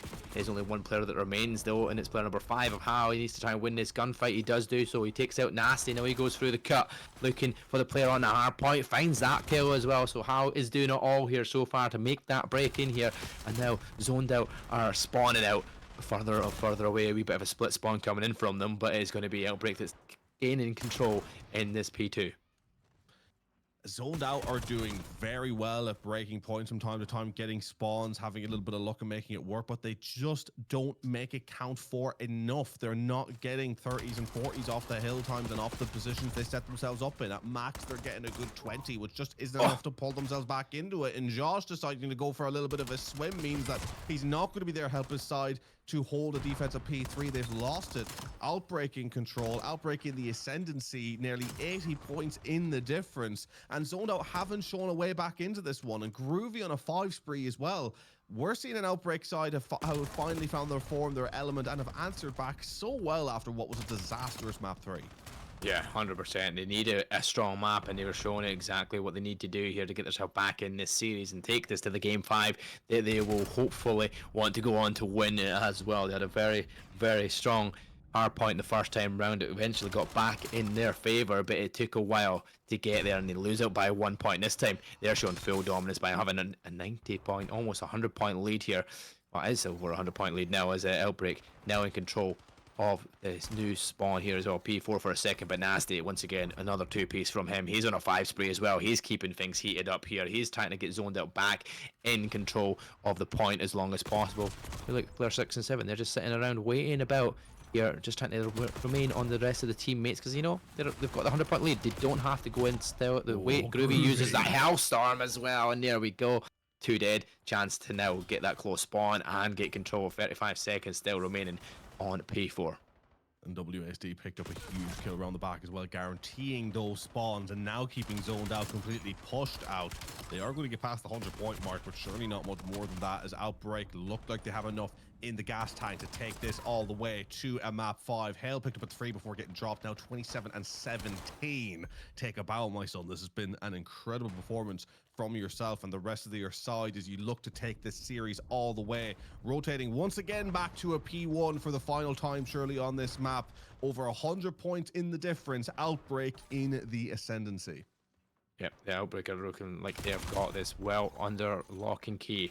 100 point gap, the biggest we've seen even on P1. It was the highest we've seen was 80, but not this far on to the stage. Not when you're into the first set of rotations with a lead at 217 versus 118. You've got a 100 point margin. You play for this, you win the gunfights around there. Groovy and Hap doing exactly what they need to do, but back and forward, you can't rely on finding everybody, because Lando and Nasty are still on this map. They're going to be able to get that break in. They're going to get control of P1 for a second, and 30 seconds still remain on that, so they can still pull it back a little bit. But Outbreak looking for that P2 control once again, because it's been so strong for them throughout the 2 sets of rotations. Yeah, I mean, if they lock that down, which they surely do, it is game, set, and match, only needing another, well, just over 20 points. Is Zoned Out going to try and get the remainder of the scrap time, and it has been a scrappy performance in them, to say the least, but not in the good way. Same way as, you know, Outbreak was very scrappy in map 1, and they were able to pull it to within 1 point, but this is going to be far more of a difference than 1 point this time around, as Outbreak looking like they're going to be able to get the job done here. But in saying that, Zoned Out have a clean break and a clean hold on this P2. If they get the clean 60, I mean, that would be crazy, but there is a way they could do it. We've seen the way they've played so far this series. They have the capability. We also seen how map 1 went. It was pretty much a similar difference. So you got 60 points, and all of a sudden you bring it back. You've got 30 more seconds. You can take it to almost 200 points, and you'd be within 27. Lando, though, my God, you can call him the world champion. He's not, but he's not the F1 star, but he's looking like he is showing he's #1 so far on the map. That is just phenomenal shooting from Lando to find that 3-piece, but they're keeping that control. They're keeping the hard point under lock and key for the remainder of the scrap time, and now heading towards P3. Outbreak have that control, and look how much map coverage they have as well. This could be very difficult for Zoned Out to make their break in. This map coverage is immaculate. Outbreak set up so well on the points when they have the opportunity to. But Lando now with the streak, the last lifeline for Zoned Out. Can he make it count? He can make it count on his own teammate, which is just not what you need at this moment. 15 points left to go for Outbreak, doing enough to get over the line here. It seems that Zoned Out have one last chance to break. One last final opportunity is going to be in. They're going to get there. Groovy's just going to wait inside. Well, this is shut down all of a sudden. Zoned Out are in control. They've got 9 seconds needed for Outbreak. They can still do it on the final last ditch effort for the push, but that's free dead in the feed, and Outbreak are struggling to get in control of it, and that is working out here for Zoned Out. They get past that 200 point mark. 50 points the difference to get this win for them. And look, heading towards P4. It is going to be Zoned Out getting there first, and there's still going to be time for Outbreak to win this right here, right now, and they're going to do so. Outbreak take it. Zoned Out went for the rotation early and couldn't stay alive on the point for that final remaining seconds. Unfortunately, means that Outbreak, like they said, they only need a few bits of seconds to get that win, and they go on and do so. 250 to, what was that, 214, I think it was in the end. Oh no, maybe I missed that out. I mean, it's close enough, I would say. It's Close something enough. around that line. But I mean, Couple of my look, brain. getting over 206. 206, right? But I mean, getting 206 from Zoned Out's perspective, when it looked all but done when they were down on 99, to be able to pull out over 100 more seconds on that one, I mean, that was really, really good in the end up from Zoned Out, and proving that they're a side that is not to be messed with, and not a side that are now on the back foot going into a map 5. Because again, look, it was gotten over the line, right? Outbreak were able to do enough, but you analyze the back half of that hard point. Zoned Out are going into map 5 on the overall, I think, the stronger team if you're to analyze it on a minute by minute basis of the last 5 minutes. So Outbreak, they gotta keep it locked. They still have a really difficult map ahead of them here. They've done a lot of hard fighting to get into this position, especially coming off the back of a map 3, which was, I mean, what would you say about that map 3? I mean, providing a service, you would argue, Zoned Out, because I mean, there are people that will pay good money to get that dominated in other fields. But look, going into a map 5 where the cards reset, it's all down to a search and destroy. Still could be anyone's series. Yeah, the search and destroy was pretty close as well for a bit. It felt like it was going to be around 11, and then eventually Outbreak took control of it and took a 2-round lead and wins it 6. Yeah, well, they won it by 3 rounds. Obviously, there were 2 rounds in the head and the map point opportunity. So yeah, a very close one. But we're going back to the same map. We're going back to Colossus here for the search and destroy. And yeah, like you said, momentum in the ending half of that map there was definitely shifting towards Zoned Out. But is that maybe because like I said that they had to start off strong, right? Outbreak started strong. They kept their foot on that gas, and at one point I think they realised we've got quite a big gap here. We don't have to fight for every single early push. We can go for the ending zone and cut it out. But we're straight into the search and destroy. They want to get this over and done with here. Who is going to go to take this? It is round 5 here in our winners lower semi-final, looking for their opportunity to take it to that next stage. Who's going to do it? Outbreak or Zoned Out gaming? We're about to find out here on Colossus. I'm really excited to see this because I've rarely seen a search and destroy played in this map as well, so it's going to be a lot of fun to watch. Zoned Out drop the first one. Hale managing to pick up one, trying to pick up the second here with a well-timed grenade, not hitting anyone. Outbreak so far in a good position here on this defense to hold on. Zoned Out running out of options. They don't really have control of this A point. Not at all. This is the thing. I feel like defensively on this map, it is pretty straightforward. You can hang around mid for most part, and you still get good sight of A and B if you're in that sort of blue freight side of things. And defensively, yeah, I feel like you just keep throwing shoulders, you give away position, and then all of a sudden you rotate to where you need to go, given the information that you had. But Josh finds WSD trying to bring it back, but you're down to 3 versus 1. It's all down to Josh here, and he can't do the job. Outbreak take round number 1. Yeah, terrific from Outbreak. Again, they got that first blood, and then from there just played it patient and were able to trade out the lives. As we see Groovy up here getting that last kill up against Josh, and Josh and Groovy, as we talked about, has sort of been a battle we've been seeing throughout the course of this series. Both players who I'd argue have been real difference makers throughout different points in this series. Which one of them is going to be able to drag their side through the mud here on this map 5? What has to be said is Groovy had a phenomenal search and destroy performance the last time out. So if he can replicate that, Outbreak are in good stead to sneak this series. Yeah, definitely. But you're going to watch this mid once again. This defensive hold you're seeing zoned out setup, always two, not A, two B side of things. But you know what? We've managed to get information. There's always send one person first off to that A bomb site. It seems to be the case in the last few Colossus maps that I have watched on Search and Destroy. Is they go that way, they have a check to see if there's anything there. And if you don't see anybody, you're heading towards B, strangely enough, for that wraparound. But Blur picks off Hell, and all of a sudden he's like, right, back off, B is covered, we're down a number. We have to think about what we do here on this attack inside, because I feel like attack is the hardest option here on this map in Colossus.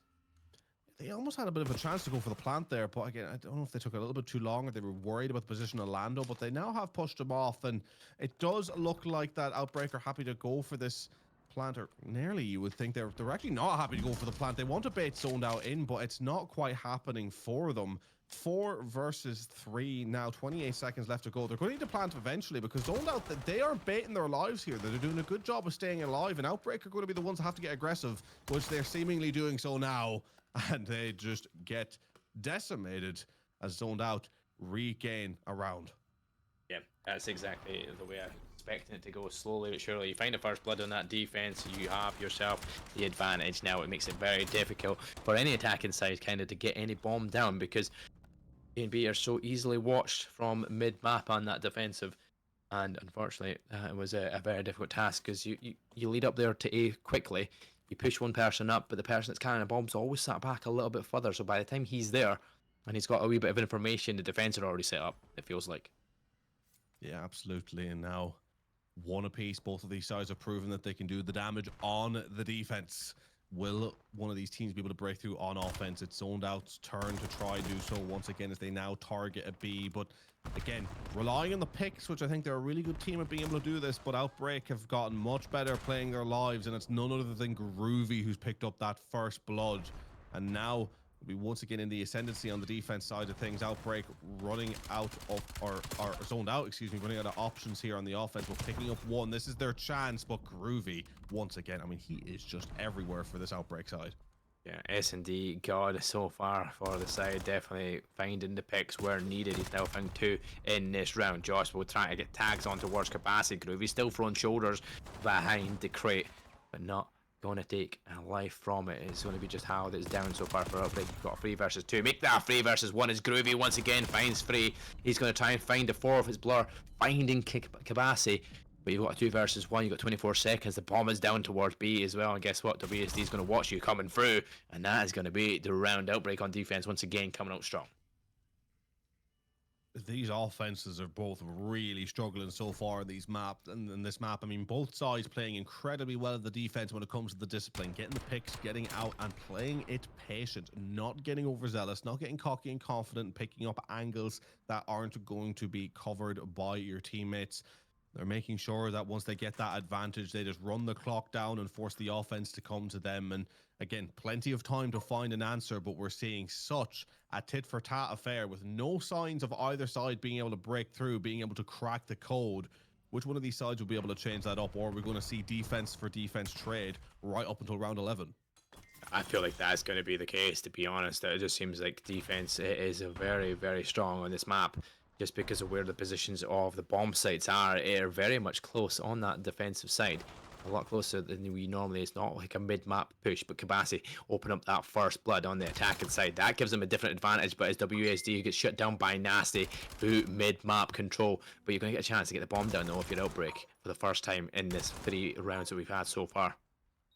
Yeah, bomb down. This is the best chance you've had. Can you make the most of it? But getting taken out left, right, and center. Groovy now the last alive. Going to be able to pick up 1, but going to get traded out. Zoned out. Going to be in with that defuse. And they're going to be answering back with a round of their own. The bomb going down without any real control just leaves you there for the picking as Outbreak find out the hard way. 2 apiece now going into round 5. Yep, defensive still coming out strong, even with the bomb down. Just shows you how strong this defensive side is on a map of Colossus. Unfortunately, when you do that, you get the first blood. If you're Outbreak, you get the bomb down. You're thinking, right, maybe you have a chance here to at least kind of break serve, so to speak, and search and destroy, which could be crucial on a map like Colossus. As soon as you break that serve, you feel like this chance is yours. You only have to worry about your defense coming out strong. So if you win an attack, be thankful, because that is going to be the one chance to give you the chance and the advantage in the lead of this map. Now, zoned out with the chance for their attack. WSD pulls out the sniper as well, so to see if they can find an early pick to give themselves a chance here. Groovy falls, Blur. I don't know if that was a nade or a little explosion from a canister. There we go, a canister explosion. Should be shooting him out straight away, and they're not doing it. Some people have been doing it early on in rounds just to avoid being tagged up by it in the end, but it's unfortunate. Groovy falls to it. Yeah, a bit of trouble now. Zoned out, get this bomb down, and Outbreak fighting from a losing battle side, but a snipe coming through, getting at least one, gives the side an opportunity. But I mean, a sniper in hand can leave you as the real, like the handicapped position, you would argue, if you just can't pull out in those gunfights in the same way as your teammates. But 2 versus 3 now, the clock running down. Is the defuse going to come through? Josh! 2 versus 1. Josh going huge, all up to capacity. 18 seconds left, and now they're just trying to play the time. Josh being the hero for his side. Yeah, Josh doing a fantastic job there to find the 2. He's going for the sneaky ninja, but he knows fine well he's not going to get it. It's the only thing he could have done, really, in a 1v2 scenario. You're going to see zoned out take control of the lead here. And you know what? Winning an attack. This is the break of serve that we need. Yeah, this could be it. If we see them now pull through in this defense, you're going 4-2 up, and you're an Outbreak side that's looking like you may have run out of answers here in map 5. Again, they've done so well to take it this far, but I mean, that is just that we did say it going in. It's going to be who takes that offense, and zoned out managing to do so. I mean, Josh 8-2, by the way. We were singing the praises of Groovy in this Groovy versus Josh battle, but on the 5 spree now on 8 kills. I mean, this is just a phenomenal performance, making sure the canister is gone this time around, not wanting to repeat the same mistakes. Yep, definitely not. WSD tried to get the snipe there as he sees a pixel on his screen. Unfortunately, doesn't get the early pick. Josh though trying to take out the trophy system. That's going to give away his position as well, though. Blur will pick up that first blood on towards the attacking side. So defense for zoned out could start off pretty strong, but it is WSD. Does pull out a sniper, finds out that Blur with that scope, and now makes it 3 versus 3. Still a chance here for the Outbreak attack. They need to kind of get this attack now that zoned out have already won 1. Very interesting pulling the sniper out on offense here. Needing to try and get that pick. Josh just trying to stay alive here. Needs to make sure he doesn't get dropped. But the lane now being covered now that the bomb is down, meaning as long as he doesn't get flanked, he's in a great position. But the smoke down here means it's going to be all over the place. WSD gets him as well. 2. All up to Nasty to try and get this one back. Outbreak and potentially answer back with an offense of their own. Yeah, exactly. WSD does get Josh eventually with that scope there, as we did see the fight inside P1. Going very interesting through the smoke. And now, yeah, if you're zoned out, you're nasty. You need to find a pick here. You need to find both of them very quickly. Groovy is there. There's one nasty. If anybody's going to do it, it's going to be nasty. It's WSD. He's not going to win the fight. Is that a no scope with the sniper, or did he pick up an M15? I don't know. We'll find out here in just a second. But it is going to be tied up in attacking round for Outbreak. And it is an M15 he does pick up. So I thought he just no scoped him as soon as he slid in there. I was about to say that's phenomenal. But here we go. Outbreak ties it up and wins their own attacking round as well. Just after me saying break of serve might change things, and all of a sudden they both find an attack to win. It is strange to see. Well, the sniper ended up being crucial, really, because it just allows you to lock down that lane so much better if you get that bomb down and get the control. It means you don't instantly need to be pushed up and having so much site control to be able to keep the site covered, right? You can play patient, you can wait for the angle to be peaked, and then just get the pick and continue to try and make that sniper work here, rocking it once again on the defense. Yeah. He's feeling really archy with it for sure. It's the word that my wife would always use when somebody's a little bit confident, maybe overconfident, but he's taking it out regardless in a free streak so far as well. He knows he has an opportunity to pick up a weapon when need be, but he knows somebody's going to pop up here. He's just spotted Lando go down with that bomb. Keep an eye on it now as the pop cup comes up from Lando at some point eventually. First blood though does go the way of How as he finds one, but Groovy finds another. Nasty finds Groovy, and all of a sudden Josh now once again has to find one. Now has to find another 2 in the round to try and win this one. Even with a bomb down, a chance. He finds Kabasi. It's a chance. 1v1 versus WSD. And has he picked up a weapon? Has he got the sniper out still? I'm sure he's picked up the M15 and he's got the wrap around. He slides in and he doesn't win it. Josh comes out on top. Wow. How has he won that gunfight there? Snap. You know how he's won it? He's won it not through sheer luck, sheer goddamn ability. This guy, big game player. Map number 5. kill, number 11 coming through to clutch a 1 versus 3, I believe it was, for his side to keep Zoned Out in the lead. Talk about a big game player. Doesn't really get any bigger than this when it comes to the last minute clutches for your side. Again, the battle of Josh versus Groovy. Josh proving that he's the big game player right now. Yeah, so another attacking round win as well. You go back into the defense, the chance to take it to map point. If you win this one, Josh, make sure the barrel's gone behind him. Groovy though, first blood going their way once again on the attacking side. Are we going to see 2 attacks wins in a row just after seeing 2 defensive wins in a row when we felt like it was never going to happen for sure? But it seems to be the case as we've got the first blood already zoned out. Disadvantage, bomb potentially going down towards A because nobody's going to be able to get coverage. You're going to see Josh back down a little bit. Yeah, Outbreak have a great chance here to take an offense once again. They're very well set up to do so. Can Zoned Out get a pick, or are they going to drop one more time? Nasty's trying to get pushed up with a little bit aggressive here now, it seems. Trying to take out Groovy. Can he do so? Oh, Josh is doing it again! Josh, man. Josh, would you just start? There's plenty of kills to go around as he sits on 13. Now all up to Nasty, though. Yeah, 1v2, bomb down 20 seconds. You just run away for your Outbreak and then come peak this time. And if he doesn't have to, he challenges it through mid and Outbreak will win an attacking round once again. So they've both won 2 defenses, 2 attacks. We're at 4-4. This is a round 11 definitely on the cards, surely at this point in time. The way that things are going is back and forward, and if one person takes the lead, the other person ties it back up. So it is not getting anybody taking a massive gap. I feel like this is down to the wire till the end to see who stays in this Inferno major here in Vegas, presented by Shinto. This could be the most deadliest of rounds here for the teams. They need to be focused, try and win 2 in a row, and that's all you need now. I mean, Josh is just on his way to get more kills than I can manage in a game of hardpoint here. An immaculate carry. Although the rest of the side playing relatively well as well, except Lando. But look, he's getting the plants down, doing a hard job as well. Round number 9. Who's going to be able to get towards the series point? It's zoned out on offense. They'd really love to get another offensive win right here. Oh, 100%. Give yourself that defense for the win potential. That is exactly what they'll be looking to try and set up here. 3 players managed to get through towards A, but the bomb carrier is going to be caught out here as How will find him through mid. They know the bomb's down, and all of a sudden, Zoned Out have wrapped all the way around into the defense's side of things, but they found 2 kills as well. And once again, it's Josh finding one. Nasty finds the other. Of course they do. It is only the 2 players you see on that kill feed for the majority of the time in this map. 14-4 goes Josh so far, and you've given themselves the advantage still with 3 versus 2. Well, I gotta say though, Outbreaker in kind of a good position to run the clock down here. They're still able to defend A just from, arguably around the other side. It's a good position to be in. Only 18 seconds left to go now. Zoned Out have to move together to at the very least play the trades. But Blur picking up 1, it surely means they have the round. Groovy taking out Josh. The trades ultimately there. And Outbreak winning the defensive round. Now just 1 round away from taking this series.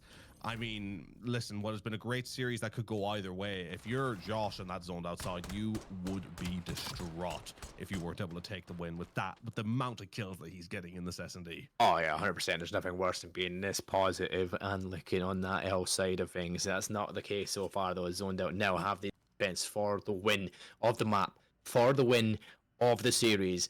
Can they defend this time round? Attacking's coming out very strong in the last few rounds here in this search and destroy. But now you need to just win the defense, which you did so well at the very start with trophy systems obviously not being a thing early on. Might have been the difference maker, but I don't think it really was, because we're not seeing very many nade kills early on. Most of it is all gunplay for the most part. So far, it's a lot slower around here. Outbreak and the attack slowly trying to eke their way forward. It is very strange that this bomb is being angled towards B, but I think he's going to play the cut to try and get compact with his team. Seems to be the case now as, again, zoned out. They're very good at playing their lives here, and they're going to make sure to be super careful on these peaks. Josh getting tagged a couple of times, making sure to stay up. Outbreak are quite advanced. They're kind of getting ready to go for a bit of a hit and run here. The plant is coming through. Groovy's on the crawl. Going to try and catch Lando off guard here. Will Josh pick up the angle? Bombs down. The ball's in zoned out's court. It's back and forth. Back and forward, but in favor of zoned out here in this defense. A 3 versus 2 as it stands. Bomb is down though, so that is the one thing you got to think about. They've got the kill as well, and all of a sudden it's down to How. Can he clutch up the player is going to try and get that defuse. He has to stop him on that time. Josh does it, but the defuse is still going in.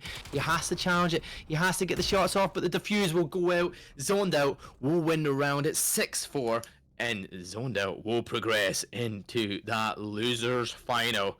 Unfortunately for Outbreak, it was just a little too late in the end to eventually bring themselves back in that round there. They were two players down. He was getting tags, but he wasn't getting the kill with the player on that bomb defusal. Immaculate performance from Zoned Out. Congratulations to them. Zoned Out, nerves of steel on that defuse as well from Josh, making sure to get that one over the line despite having his pretty little toe getting shot to pieces there at the end up, still managing to come through with it, and just, huge GGs. Massive congratulations. Thank you very much to these sides for what was such an entertaining series to watch from start to finish. Again, congratulations, Zoned Out. Commiserations, Outbreak. I mean, at moments, genuinely couldn't have been any closer.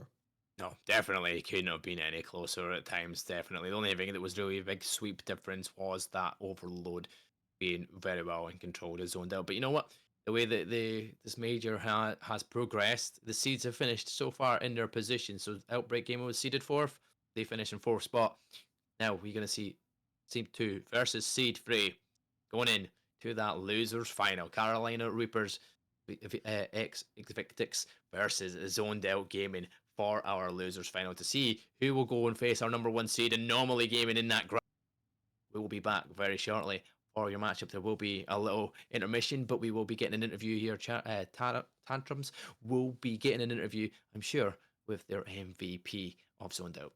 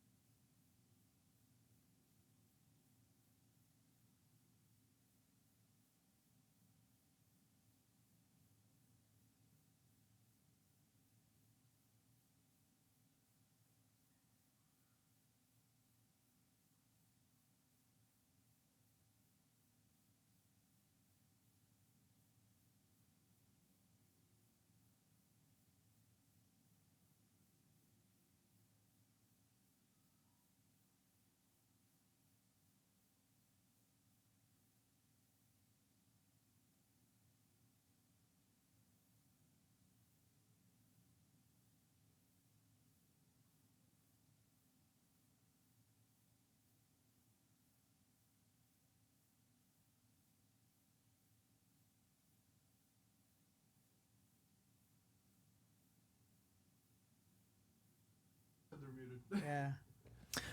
Well, chat, Prod messes up again. But Josh, the MVP here. You didn't get to hear it, but you hear it now. They felt good after that series. They felt great. Yep. Josh, is there anything you want to say out here to the viewers? My fans probably watch, shout out to them. Thankful for them, for allowing me to come here. Shout out to my people, my friends, family, Shout out to the team. Shout out to the org for sending us out here, We're here to win. That's it. Are you feeling very confident going into this losers finals? Yeah, it's just COD, Just caught at the end of the day. Play good on the day. Any message? Any message to Reapers and Evictics? No message. Don't want the bad juju, but I will let them know if we win because they stood up and let us know. You heard it. You heard it first here, chat. Josh, ready to go. Very confident, thinking their team is going to make the grand finals. Ready to go. Hey, we'll be back with more Call of Duty action very soon.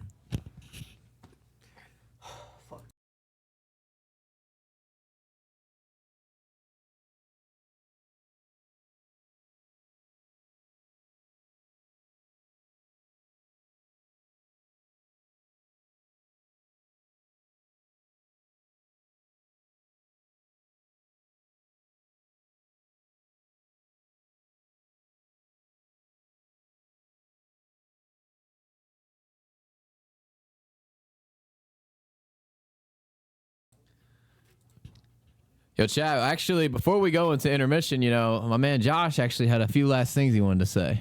Yo, that kid Kyle Groovy actually kind of sucks. I can't lie. Like, he could not hold me. That 1v3 was spectacular. I can't wait to get back to VOD and watch it back. What is this cat doing, yo? Just maybe... It sucks, bro. It's fucking horrible. Literally god awful. I don't even play the game. Nah, he's good. He's good. My guy, bro. Ruby, got any last words for you?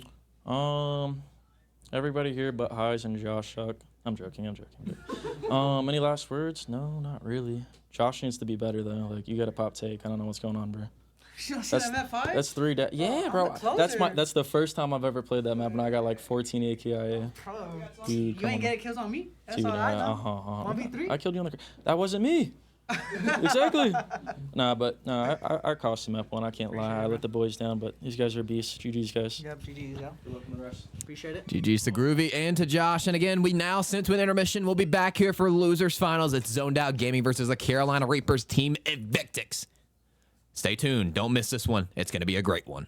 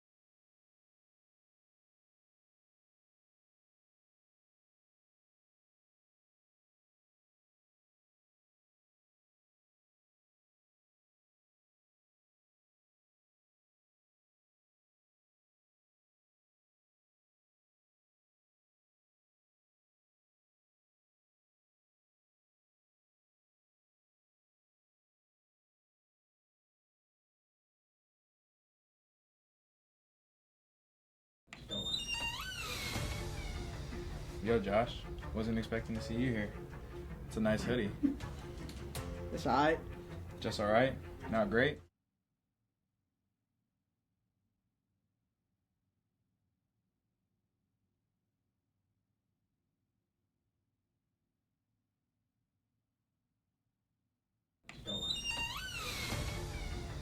Yo, Josh. Wasn't expecting to see you here. It's a nice hoodie. It's alright. Just alright? Not great? Heard you. Where's Lando at? He's been frying this event. Yeah, I'm very lucky to play with him. Oh, well, I can't wait to spawn in against y'all, bro. Hold that thought.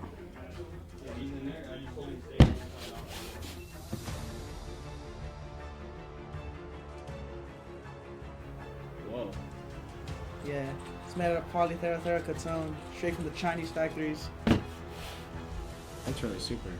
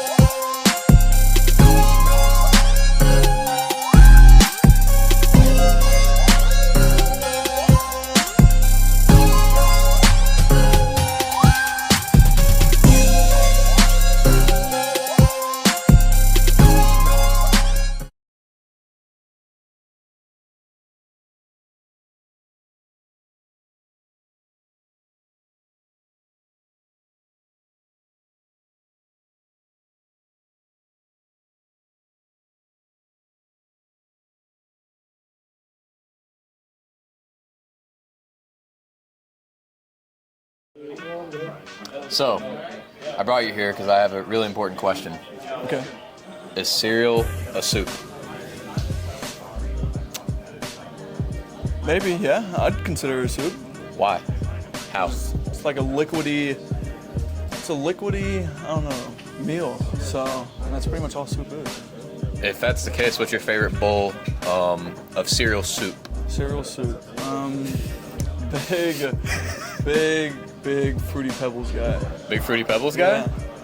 Damn. All right then. Well, cereal's a soup in this case. So, a lot of important questions, but this one being probably the most important. Is cereal a soup? No, cereal's not a soup. Can you tell us why?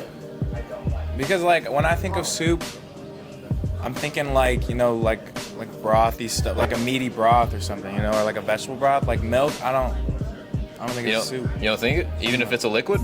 No, because it's like it's like kind of sweet with like the cereal. Nah. Well, if that's your case, what's your favorite cereal and what's your favorite soup?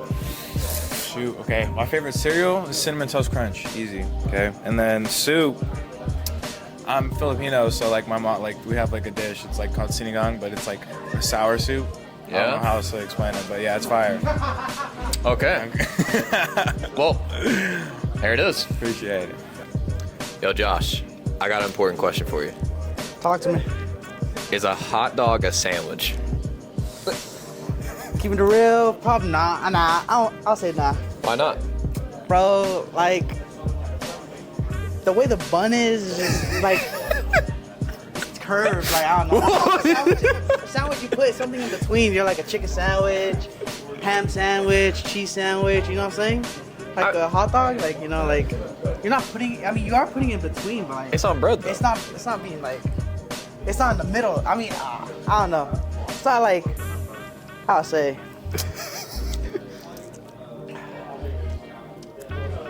Yeah, basically it's not a sandwich. You heard it first here, folks. Josh says a hot dog is not a sandwich. Nope. So, Ja, you know, I've seen a lot of questions come across the TL. One that's been picking my brain a little bit. Is cereal a soup? Oh man, I mean, like technically it is, right? Because it's a liquid and it's substance, right? but I feel like it's wrong calling it a soup. I feel like it's its own category. It's like one of the goats of food, so I think it's in its own realm. Own category, huh? Yeah. Well, what's your favorite cereal? It's for sure, like, it's a crazy shout, but I think it's Frosted Mini Wheats. Frosted Mini Wheats. That's a first for me. That's the first I've heard. Yeah, if not that, then it's definitely Lucky Charms. There you go, folks. So, Jua, a lot of questions have come across my mind. Talk to me. Is cereal a soup? Cereal is not a soup. Why's that? Milk is milk. Soup is soup. But isn't milk a liquid like a soup form? No. You eat milk with cookies, you eat soup with soup. I mean, cookies are solid just like chicken noodle soup. Yeah, but okay, you eat milk when it's cold and soup when it's hot. They're not the same. Know what I mean? I kind of get what you mean. I kind of get what you mean. It's just stupid. It's just stupid. With that being the case, what's your favorite cereal? What's your favorite soup? Favorite cereal, Cinnamon Toast. Okay. Without a doubt. Soup. I would say, what's like the little macaronis? The little macaronis, you know what I mean? Oh. Yeah, the little, huh? Ravioli? No, not the raviolis. The little macaronis, like the. SpaghettiOs? No. No, like, bro, my Mexicans will know. It's like the little macaronis. It's like, but the little they'll know. That one. All right, chat. They'll know. Anyway, so Perp, I've had a lot of questions come across my TL. It's picked my brain a little bit, so I want to pick yours. Is boneless wings just nuggets? I'm gonna have to go with it. Yeah, I think boneless wings are nuggets. All right, break it down for me. Well, I mean, it's just not a wing. I mean, you could eat it with a fork. Like, wings are supposed to be eaten with your hands, I feel like. Like, you eat bone-in wings, you eat them with your hands. You don't eat it with a fork. I feel like that's what you get a wing for. So, I mean, I don't know. I feel like it's pretty valid on a nugget. All right, I'd give you that. What's your favorite wings? Dang, this might come out crazy, but mild boneless. Mild boneless, no spice, nothing, just regular. I mean, like some BWs, mild. We're cooking. Blue cheese or ranch? Ranch, obviously. Okay. I can't do blue cheese. Nah, we're not doing blue cheese. All right. Well, you heard it here first, folks. No Perp blue agrees. cheese. No blue cheese. Wings, just nuggets. Yo, Logan. Yo. I've been having some stuff pop up on the TL. Some questions. One's been picking my brain, but I kind of want to pick yours a little bit. Is boneless wings just nuggets?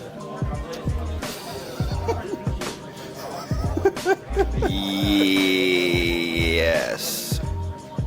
Yes, they're just sauce nuggets, I think. I guess. I don't know, because what? It's got to be, right? Yeah, if I had to pick one, I think they're just nuggets. They got to be just nuggets, right? Break it down a little bit more. I don't know, man. They're boneless, you know what I mean? Just boneless wings. But why don't we call them? What classifies a chicken nugget? You know, why don't we call? Always call it one name? Wait a minute. No, because what is a chicken nugget? Is it just ground up meat? Is it just ground up chicken? I don't know. Wait a minute, because now we're cooking. Because a boneless wing is it all wings? Do we know it's all wings? Who knows? Maybe it's the same thing, bro. Could be. I don't know. I think in theory. I don't know. In theory, I'm gonna say it's a nugget, bro. But the more I think about it, I don't know, bro. Because I don't know. Because like you go to Burger King and get nuggets, that is not all chicken. You know what I mean? That is not all chicken. McDonald's, I don't know. I don't. Oh, chat, That's you a heard it tough first one. here. That's a tough one. Rod thinks that's a nugget. He's in the middle. Let's say that. Now, if I had to pick one, I'll call it a nugget, I guess. Just because boneless wings, I don't know if they're all wings. Yo, Booger. Yo. I got a question. What's up? Is wings just chicken nuggets? What the fuck? No. Is boneless wings just chicken nuggets?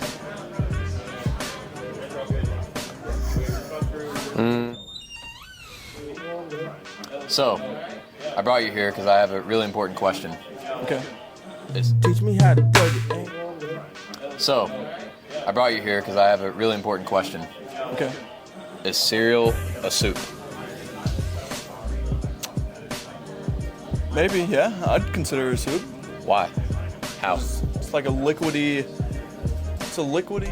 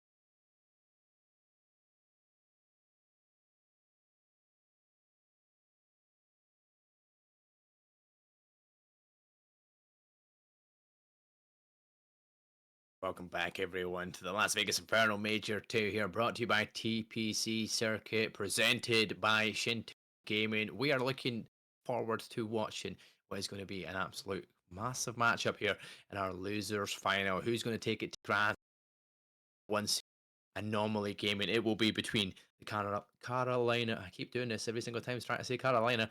I just can't do it. Carolina Reapers X Victix versus the team that we've just seen win against Outbreak Gaming. It was that zoned out gaming roster. It's going to be a bang out second versus third, the repeat of the winners semi-finals, which we already know. Obviously, this is a loser bracket. Somebody was there first, and guess who was down out first? It was zoned out gaming, who was put down by the Carolina Reapers 3-1 in that series. Zep, game-wise, it's going to be an interesting one. Is Zoned Out going to be able to come back and get their revenge? Well, Zoned Out played very well the last time around. We just see them, after picking up a terrific win on a map number 5, now going into the rematch versus the Carolina Reapers. Let's take a quick look at the intros we have prepared for these two teams.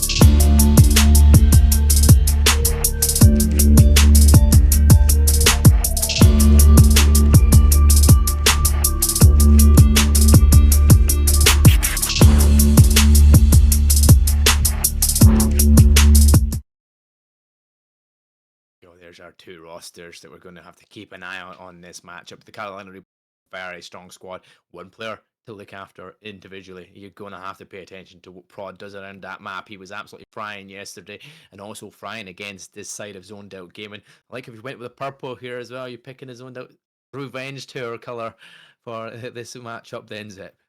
Well, look, I also just saw, Las Vegas Inferno Major 2. We got a little bit of a purple in the graphic. Might as well match as best as we can. I meant to before I came on the camera, and I completely forgot. So I figured, we'd get in there as well. You kind of, the wood kind of has a yellowish hue on your side as well. So we're trying to match the overall aesthetic of what we've got going on here. And what we are about to have going on here should be an absolute bang out, immaculate, fantastical series to watch, which will be beginning with the map 1 on Blackheart Hardpoint. Love watching that map. Mark, want to hear your thoughts on it, because this is a map that I think one word sums it up perfectly, which is chaos. Chaos. Yep. I was thinking it's the word C. Perfect. Going to be thinking the exact same thing. It is definitely chaos. The map is so fast paced that you're just seeing gunfights left, right, and center around the map, and definitely creates a very interesting hardpoint. All about kills, but also just about the right timing when it comes to it. It's going to be an interesting one for sure. I've not seen it today, I don't think, actually. The Blackheart, maybe we did. Actually, we did earlier on in the day, but not today for us to cast on. But the Omnia versus Outbreak game was a Blackheart hardpoint to start us off as well. So going to be an interesting one for sure. And I'm hoping we're going to get a really, really close one for sure between these two sides, because the last hardpoint that they were up against, it was pretty much in favor of Carolina Reapers every single time. However, the first one was disgusting. Like, it was a 250 to 85. That's how far the zoned out gaming just could not keep the pace in map 1. But that was on a Scar. That's not a Blackheart. So good thing for zoned out that they've changed it up a little bit. Hopefully that was their pick and their reasoning behind it. They don't want to be done that again. And the last one on the game 4 was a 250 to 137, also in favor of Carolina Reapers. So they're definitely a stronger hardpoint side than zoned out based off of that last game. But this is a different day. This is a different game now. This is the losers finals. This is your chance to play in that grands and to go and take that prize pool money. So a lot more on the line this time around. Yeah, well, it's interesting as well looking at those hard point stats. It sort of makes you want to harken back to the previous series that we just watched, right? Zoned Out versus Outcast, because I suppose when you look at that map number 1, and folks, for those of you that missed it, it was a terrific map number 1, 249 to 250. It was Zoned Out managing to take that map by just a singular point.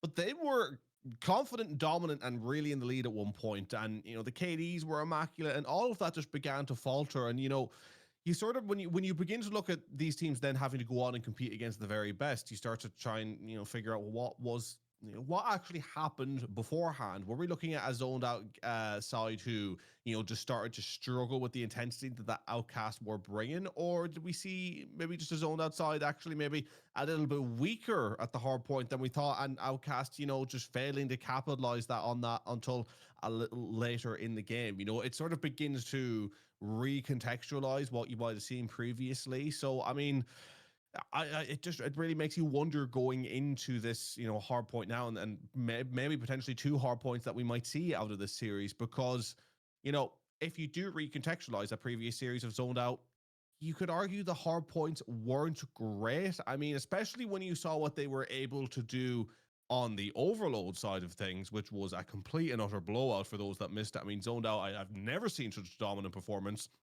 but they failed to replicate that in the other respawn modes, which, I feel like if you're good at one, some of those skills should be transferable into the other. And again, don't get me wrong, they won the maps, but they didn't win them. They didn't win the hard point as cleanly as they should have on that map 1. Yeah, definitely not. They were so far ahead at one point that we felt like it was almost inevitable, and it almost was turned around, and Outbreak almost took it away from them under the grasp, almost pulled the rug from underneath them, but thankfully Zona just closed it out because they got that rotation early from P2 to P3, and that few seconds that they were fighting on P2, they didn't give away any more time. But yeah, they did push it to the wire, which could have been almost a big loss for them in game 1, because that might have changed the whole tide of the series in general. But thankfully for them, they obviously took that W and eventually won the series. But yeah, you're up against the number 2 seed. You're up against a strong Carolina Reaper squad who have already dominated you so far in both these hard points and in the respawns. It was only the Search and Destroy. We've seen how good they were in the Search and Destroy there in that last season. They did go on and win that one pretty convincingly in the end. In the end, close enough. It was pretty close, no matter what. It's a very difficult one. But going into Black hard point, you have to start strong. You have to start fresh. And the good thing, the positive to this, is you're fresh off a series. That's the one positive Zoned Out has. Yeah, I mean, they're fresh off a series, and they're fresh off a series where they had a lot of moments that they pulled it out of the bag. I mean, Josh, what a performance that we've seen on the Search and Destroy in the overall, and was kind of consistently, I would argue, a core anchor player for the Zoned Out side. Why? I mean, we seen him, I think, originally in the first hard point having a really good KD, kind of like the 27 and 19 style of KD, and then, of course, the clutch Search and Destroys. If he can replicate that here for a side, maybe going to give a side a chance here against what is going to be absolute cracked out opposition here on map 1. Yeah, he's cracked out, and it's a lot of players dead instantaneously on that challenge for B1. As a contest, and it's going to be nobody gaining any point here, nobody getting map superiority, but Prod comes in for the challenge. Josh and Blur, though, deal with 2 next up, and it's back and forward so far. CRG do find a couple of kills going their way as well, but it's going to be Zoned Out Gaming getting the first few points on that board, ready to try and take control as much as possible. But Booger, he's just been big again. Keep an eye on him. He is solid gunners, especially with that SMG in hand. Just sent Josh to the nether realm there. Is already starting off hot, 4-1 already, and Zoned Out need to capitalize on a bit of the chaos here early on if they want to try and catch this side just a little bit cold. But Carolina so far, they did manage to hold on. They are 12-6. They are up, but they do not have any control of this P2. Zoned Out complete control so far, looking a little bit more warm. But for how long can they hold on to this warmth advantage, will they say? As you know, we could see this Carolina side heat up relatively quickly. As Booger already on 6, nearly making that 7 before getting dropped, and they are already pushed very far up onto this P2. Yeah, pushed up his Prod, and he's trying to get the contest, and nonetheless he challenges with a pistol. He wins that gunfight. He's going to do it again. He challenges a second and a third. All 3 dead, and is with the gun of a pistol nonetheless, and they take control of the hard point, gain that side of spawns as well, and all of a sudden CRG keep that lead and can continue to add to that lead here, as he got 18 more seconds to play for, but 3 dead, and if he's Zoned Out will get the chance, and Josh is going to wrap around the back. The Prod does eventually fall, But yeah, that was a very good, strong break there, just from the likes of Prod with that pistol. As Carolina's side is looking incredibly dangerous here to begin with when they pick up a wave of kills and get pushed forward. They are tough to stop, but Zoned Out managing to answer back well. Lando picking up a big 2, a player who want to improve slightly on the performance he brought to the table in map 5 of the previous series. A point to prove, and so far proving it. 9 and 5 on the KD on a 4 spree as well, as Zoned Out are playing actually very well here around this point, but Waves picking up 1, managing to play his life, and 3 stunning the side here. The timing nearly perfect, but not enough to keep him alive. Zoned Out now take the lead. We're seeing a terrific Carolina side, but Zoned Out, man, they are keeping pace. Yeah, they're definitely keeping pace, and this is what I was going to be to say to you there. It feels like this is the lowest score I've seen by the time we've stage in P3 already. Like, the game's not, everybody's getting a lot of contests in, there's a lot of changes back and forward, so there's not like a massive lead going into this one, and not a massive amount of points gained. That's a total of 90 points pretty much in 3 hills. That is crazy to think. That is like only a time and a half of a whole hill that you're getting. But 3 dead in defeat, Carolina Reapers do get the opportunity to try and make that break and get the setup ready for P4. They've already got 3 back there, and it is going to be Waves playing around mid-map, trying to get the players off that spawn from the zoned out side.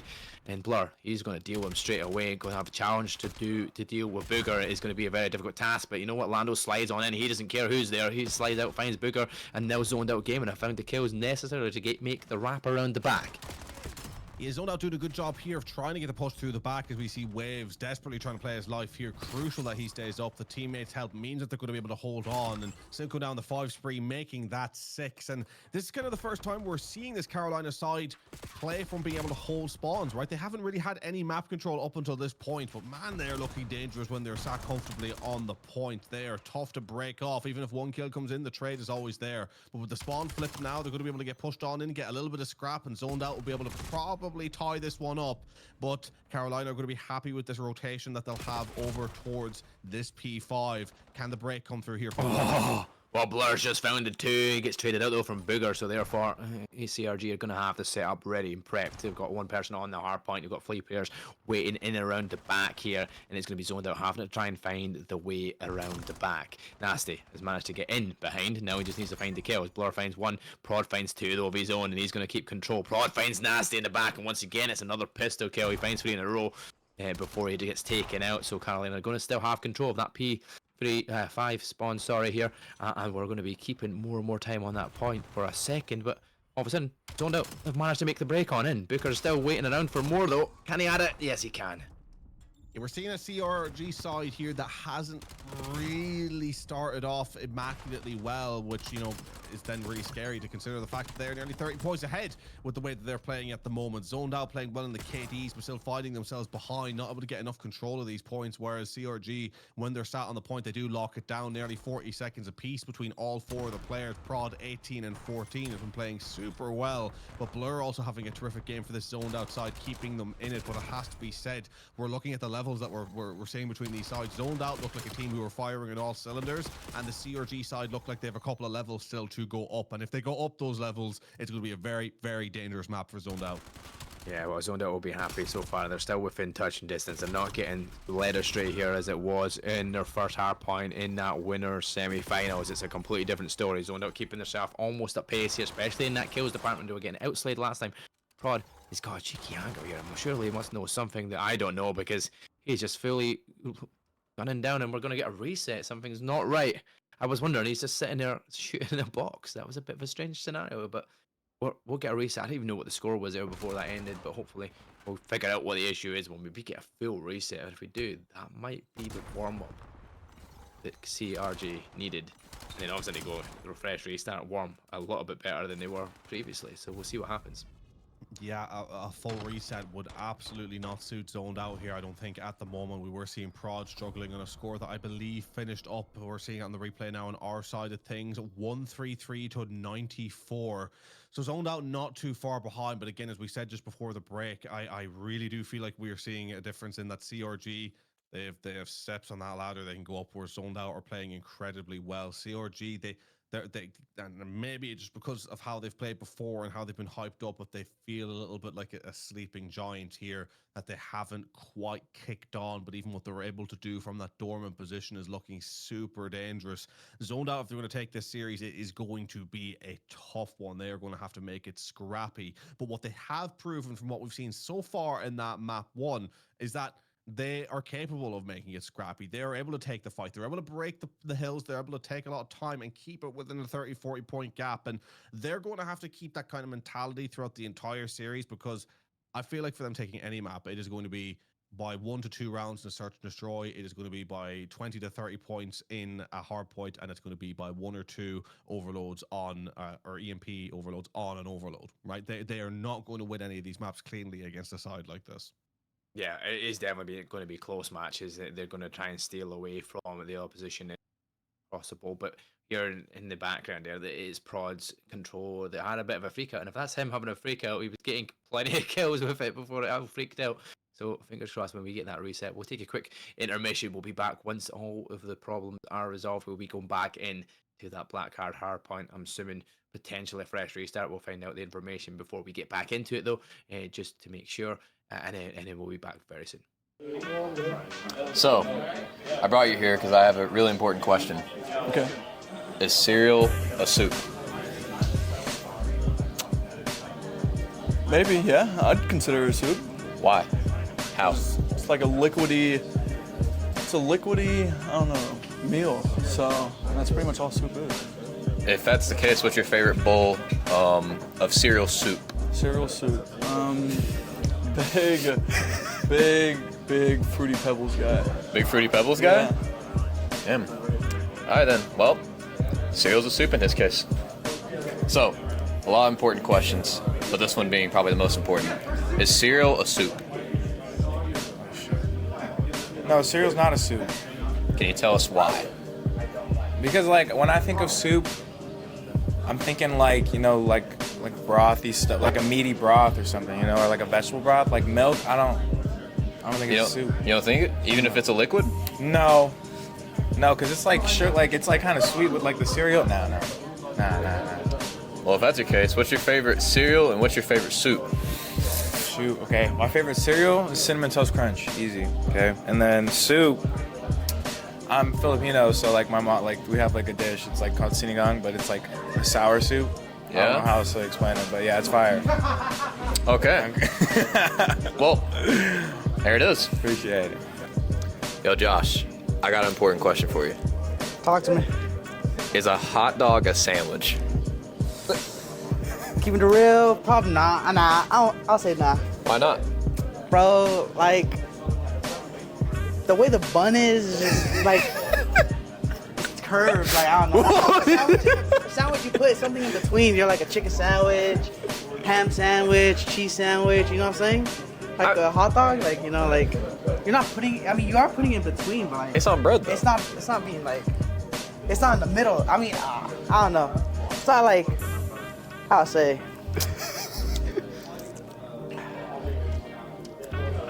Yeah, basically it's not a sandwich. You heard it first here, folks. Josh says a hot dog is not a sandwich. Nope.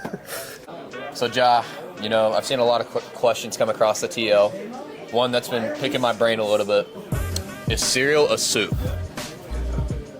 Oh man, I mean, like technically it is, right? Because it's a liquid and it's substance, right? But I feel like it's wrong calling it a soup. I feel like it's its own category. It's like one of the goats of food, so I think it's in its own realm. Own category, huh? Yeah. Well, what's your favorite cereal? It's for sure like, it's a crazy shout, but I think it's Frosted Mini Wheats. Frosted Mini Wheats. That's a first for me. That's the first I've heard. Yeah, if not that, then it's definitely Lucky Charms. There you go, folks. So, Joe, a lot of questions have come across my mind. Talk to me. Is cereal a soup? Cereal is not a soup. Why's that? Milk is milk, soup is soup. But isn't milk a liquid like a soup form? No. You eat milk with cookies, you eat soup with soup. I mean, cookies is a solid just like chicken noodle soup. Yeah, but okay, you eat milk when it's cold and soup when it's hot. They're not the same. Know what I mean? I kind of get what you mean. I kind of get what you mean. It's just stupid. It's stupid. With that being the case, what's your favorite cereal? What's your favorite soup? Favorite cereal, Cinnamon Toast. Okay. Without a doubt. Soup. I would say, what's like the little macaronis? The little macaronis, you know what I mean? Oh. Yeah, the little, huh? No, not the raviolis, the little macaronis, like the... SpaghettiOs? No, like, bro, my Mexicans will know. It's like the little macaronis. It's like, but the little they'll know. That one. All right, chat. They'll know. Anyway, so Perp, I've had a lot of questions come across my TL. It's picked my brain a little bit, so I want to pick yours. Is boneless wings just nuggets? I'm gonna have to go with it. Yeah, I think boneless wings are nuggets. All right, break it down for me. Well, I mean, it's just not a wing. I mean, you could eat it with a fork. Like, wings are supposed to be eaten with your hands, I feel like. Like, you eat bone-in wings, you eat them with your hands. You don't eat it with a fork. I feel like that's what you get a wing for. So, I mean, I don't know, I feel like it's pretty valid on a nugget. All right. I'd give you that. What's your favorite wings? Dang, this might come out crazy, but mild boneless. Mild boneless, no spice, nothing, just regular degular? I mean, like some BWs, mild. We're cooking. Blue cheese or ranch? Ranch, obviously. Okay. I can't do blue cheese. Nah, we're not doing blue cheese. All right. Well, you heard it here first, folks. No Prep blue agrees. cheese. No blue cheese. Wing. Well, we're back into the action. We get a full reset here at Blackheart. Might suit Carolina Reapers here straight off of the rip. We'll wait and see if that was heating them up and warming them up in this. But so far, it's pretty dead in the fade here. Zoned out.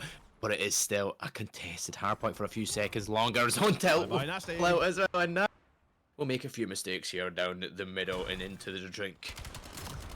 Yeah, not exactly a great start there. I mean, Zoned Out doing once again a terrific job to maybe get a chance to get through onto that point, and then sacrifice their life just like that is going to mean CRG have complete control of this P1, and unlike the last time around, Zoned Out are so far nowhere near P2 controllers. They're starting to edge around towards that side, good to go for the cut into mid to child the P1, but it's not going to go their way. A little flank around the back where the timings aren't going to work out, and Prod shooting some bodies in the process. Your controller's working now, bro. Is it tweaking a little bit again there, shooting bodies, but 30-1 here in complete control as they set up for P2. Yeah, the controller might not be tweaking, but he's tweaking around the bodies. For sure, this is an interesting streak of 2 so far. His teammate was on a streak of 4 before being shut down. Now Booker is on a streak of 3 before being shut down. But you know what? They're in control of P2. They're in control of this map. They're 46 points and more accounting here as we take control after 2 hardpoints already. A bigger difference we've seen already in our first start off of this map beforehand. Yeah, waves with 2, Booger with 1. This is a complete control of the map in the ascendancy, completely dominant. Cinco 8 and 2, Booger 7 and 3, just continuing to slay out, refusing to be stopped. Already rotating all the way over towards P3, leaving Booger to hold the scrap. But Zoned Out aren't going to go for it. They are going to play the rotation. They are in the blender right now, coming out, and what must be said is just a smooth consistency that has to be said. I mean, that blender is working well.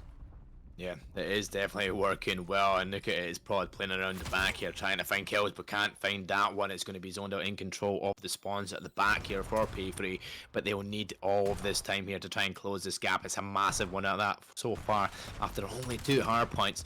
You don't want to be so far down against this Carolina Reaper sides because it's a very hard hill to get back up here. But Shinto keeping that contested, Nasty will challenge and get that gunfight win. They stay control, but Booger on the rat from behind finds one, can't find a second. It's still going to be Zoned Out in control. 30 more seconds remaining. Can they keep this control? Can they stay in control of P3 for as long as this time? Unless this contest comes in, it's just going to be a very difficult task. And Cinco, oh, nice 2. Nasty and Josh combining. Yeah, and we got the comms in the ear from the producer that the Prod the player was actually yelling that everyone is profanity ass, shall we say. Out telling it, yeah, exactly. Coming in with the hot words. I mean, we can see in the chat, Grandma Prod is watching. I mean, do you condone such foul language from your little darling Prod? I mean, this is just absolutely outrageous. But 6-4, he is contributing, and he did start off on an absolute heater. Combined with the rest of his team here, it has just been an immaculate performance here. Is now 1-1-2 to 22. Prod on the 5 spree before getting dropped. They look like they can't be stopped. Yeah. Bigger and Cinco, they're doing great work, but Cinco is 15-7, double positive. They've all shared the time on the hard point as well, almost equally across the board, other than Prod. But you know what? They're just wiping the floor with Zoned Out so far in his kills. I've not seen a purple in that kill feed for some time now. We're over a 100-point gap. Josh finally stops it from being all yellow in the feed. But look at that time. All of the hard point of P4 is gone the way of CRG, and they are now fully in control. Fully in control, and we have it on good authority that Lando's going to spawn in any moment now. It may not just be right this second as he drops again. Oh God, I haven't even noticed that. That is not what you like to see here, but it's nice to know that at least my KDs wouldn't look too amiss in a lobby just like this, as now CRG continue to dominate, continue to be in the ascendancy, 130 points in the difference as Zoned Out desperately trying to get some time. Lando desperately trying to double his kills for the game and does so exquisitely as Blur comes through with the help. Zoned Out, they have a mountain to climb. I think if you're Orlando, you'd be shooting walls and say that my controller's tweaking. Can we get a full restart here? Because that is. But would you want the full restart? You don't want to go through this again if this is how it's going to be. I don't know. I'd rather have a few more kills than 2 at this stage in the game, if I'm honest. And here comes a score streak coming. Josh kills his teammate as well and makes mistakes again. Maybe he's jumped down into that drink. He just gave up. He's committed, but it's a 100-point to 110-point gap here. Is P5. He's got 10 more seconds of scrap before we head back towards P1. It is very much a CRG map dominance in this one so far. Lando has at least got to 3 kills, but I don't see him ever getting close to positive with the time remaining in this matchup. But as long as you can try and get it back. It has to be said, the Lando conspiracy theory is that he's actually swapped his controller with Prods since the previous map. So he's taking the burden onto himself this time around. But I mean, look, all jokes aside, CRG.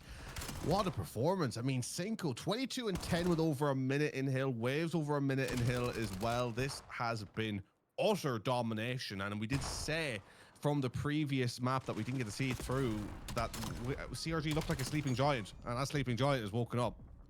Yeah, this is a very much a reminder of what happened in their series before between these two sides, where it was just absolute domination. It's actually going to be a bigger scoreline here as well. They just keep control. CRG a way to get past that 200-point mark, and Zoned Out yet to get past 60 points. They got to 85 last time in their first point in the first series they played. They are not looking anywhere close to that this time round. It looks very difficult for them to deal with anything that Carolina Reapers have here in this hardpoint. Waves fighting for his life though. 4 players in and around him, so Zoned Out will get control of P2. Might actually get past this 80.5-point mark now if they hold on for this first wave of attack from Carolina Reapers. It seems the case that it will work out, and Lando is finding a couple more kills. And Cinco will fall as well. So there you go, 69 points. My favourite number they end on potentially here, but Waves makes a break. Well, my favorite number is 67. I'll have you know, I've grown up and I've matured, so we dropped it down 2 numbers. But now getting more than that on 76 and counting. Zoned Out. Just again, you know what? I gotta give respect to them. It's like at this point, this map is gone. Get as many points as you can. Make life difficult so that when you go into that map number 2, you're not completely down and out. You push this opposition back a little bit, because if CRG go into map 2 with the confidence of a dominant scoreline from this map, it's going to be game, set, and match early on. Zoned Out need every second they're getting right here. Yeah, exactly. And they get past that 100 points, so they're not 100-point clubbed either as well. So a bonus for them in going into that next matchup. But yeah, you almost feel like CRG shouldn't really lose it from here on out. A massive margin it is, but the gunfights are still going back and forward, but they're in control. So CRG have that hard point under wraps, and Prod will challenge it, but get gunned down by Blur. And Booker's the only player in and around that hard point, and guess what? He's shut down as well, and obviously I've got the shell flowing. Yeah, I mean, look, Zoned Out have really found a little bit of momentum here, which they'll be so thankful for. I mean, Lando 11-24 is now only just about double leg, which is, night and day better than where he ended up at the beginning. But Josh also, trying to pull back the numbers just a little bit along with the rest. Look, it hasn't been a great performance, but, if you can improve a little more from here, then you're giving yourself a chance in this series. But with CRG getting another wave of 3 on that P3, they've surely gotten themselves over the finish line by the time this P4 rotation comes through. Yeah, exactly. We'll be within touching distance here, 10 seconds or less. Well, just a wee bit more maybe because they've gave up that time early, so they're going to head towards P4. They're going to have one player in the back. That's Waves. He wins the first gunfight on towards Lando. Almost a given at this point in time with the Lando's performance so far, but he is starting to get a little bit better in terms of his kill and power. But Blur, he can kill the player in the back. The chances, he almost jumps into the war as well to save his life, but there we go, we're 9 seconds away, and CRG are gonna take map number 1, but Zoned Out still fighting for their life and get the break. Yeah, getting in for one last break, one last chance to get in and get a couple of more points to get the scoreline ending up a little bit closer. But CRG as a 4 are in the ascendancy, all positive KDs, over 20 kills, nearly everyone over a minute in the hill other than Prod, only sitting at 50 seconds. This is a dominant performance across the board with Zoned Out. I still think doing a great job of just making life a little bit less difficult for the foreseeable future, but difficult nonetheless, as we're still 100 points down, and they will know off the back of this map 1 how in the blender they were. They cannot afford to let that happen again for the rest of this series. Yeah, no, definitely not, especially if Prod's been speaking a lot and shouting around. That's what he's been doing all weekend. They're 4 points away from taking map number 1, and if he wins that gunfight, which he does, his teammates win the rest, and all of a sudden the time is done. A 250. What was it? A more respectable scoreline than I was expecting it to be. They were down at 60 at one point. Felt like it was almost over before then, and they got themselves in a wee flow. Got themselves a few good hardpoint controls. Obviously, the time that they'd given away already was far too much to amount to. And it was only a few bits of scrap time here and there that CRG needed to pick up to take that W. But if you're Zoned Out, you'll be happy that you got it back a little bit because you've still got plenty of games in this series. A 149 ending, considering isn't a bad script, and Lando obviously getting herself back to just double negative instead of what would have been 4 or 5 times negative at the start of it. Yeah, look, I have to say they've done a terrific job. I think all things considered, you know, when a game isn't going your way and you know that you're going to lose, you need to fight the battles that are in front of you, right? And the battle that was in front of Zoned Out is a battle that they had ultimately lost. They knew that they were going to lose. They had no chance really other than just softening that blow. The fall, they were in free fall. They just made sure that there was at least a couple of pillows at the bottom of that fall, you know? So, you know, credit to them for that. They made of the situation what it was, but also the bed that they lay in, they made to begin with, right? They weren't able to keep up with CRG. They played immaculate across the board. I mean, every single one of those players just, you know, absolutely dominating. And we also, as well, the Prod telling us even, you know, more of the comms that are coming through in the venue. And I mean, it just goes to show how loving Call of Duty players really are just the creme de la creme of knowing what to say and when it has to be said. But look, terrific performance. CRG, they're passionate and they are feeling the heat right now. Yeah, in that venue, it must be loud. If Prod's anywhere near you, you're no what it is. Maybe be the explicits, all the explicits under the sun. You forget their ages, but you know what? It is the passion that comes with playing Call of Duty competitive, right? You just get so hyped at the moment. You're overzealous and probably overconfidence just shines through so much that it has to come out your mouth, right? You just can't help yourself. But we've seen it last time round. They got a little bit loud. Team against them. They decided, you know what? We're just going to do the exact same in the venue. They shouted back to kind of tweak out a little bit. So if Zoned Out, get into a zone, get into a passion, maybe do the same back. Might put CRG under a little bit more pressure as they find the first blood though, and it is going to be Prod finding 2. It's a bit choppy on our end. I don't know if there's the screen's a bit choppy for us. I'm assuming you guys are getting a better performance, but it's 3 rounds to 2 for CRG in control of the search and destroy just now. But Zoned Out, I think I'm about to regather this take because it's the B bomb that's been pushed. Yeah, I mean, Zoned Out, not in a terrific position here as they try and kind of collapse in. It could be a good position to collapse in from as they're going to try and push through, but Booger keeping the angle watched. Isn't able to pick up the kill though, so there is an opportunity, but now all up to Nasty. 2 versus 1. Cinco and Prod going to lock it down. Prod, I believe, in the end up with the ace as they pick up the first round. No way he gets all 4 as well. It was so crazy to see back and forward fights. He was taking all of the opportunities possible. Nasty being the final etch in that chalkboard there as he adds the 4th. He's going to keep the streak. Hopefully, he'll definitely be shouting after an ace like that as well. just only imagine. Yeah, I mean, if I was in that venue and he was given any more abuse, I'd be filing a claim. I mean, this is I'd be feeling very upset. But look, he's earning the right to give the abuse left, right, and center right now, or well, at least some would say. I wouldn't argue that. But alas, what do I know? I don't matter. So we go to round number 2. Prod continuing to try and keep up this score streak of now on a 4. I mean, terrific start from him as it is zoned out on the offense, and so far playing it very passively in the offense. Already strike me as a team that aren't really sure what to do here against the CRG side who are completely dominant. Yeah, the CRG as well. They push up all through B, so they'll know fine well that it's a push over this side towards the outer roof side, which is easy enough to plant. But as soon as you're there, it's trying to think of where you're setting yourself up for that retake. CRG are going to have their options open here. They obviously can't go through mid-map. The only way is a full wrap around, and there's nobody doing that. There's a wall bang coming out here, though, from Booger. He maybe knows certain positions through that center map, but it's going to be a 4v4 with 28 seconds on the clock. Prod's going for the cheeky little defuse as well, and they're going to have the control over the bomb site. Waves with the snipe finds 2 as well, and all of a sudden, zoned out. Look like they're down and out in this round. Waves, unbelievable. Yeah, this is a really, really dominant performance here, and that was a round for Zone that they got in, they got the site locked down. It was super important for them to try and see that out, but it is just not working out for them. We're seeing a CRG side who is, with the greatest respect to Zoned Out, at least at this moment in time, they seem to be levels above the competition here as they take a second round, and if Zoned Out drop one more, you're running out of time to find an answer back against a team who's going to continue to grow in confidence. Yeah, definitely. You've got 2 players on streaks. You've got 2 players that are just doing the rounds for themselves, 4 and 3, respectively, from Prod and Waves.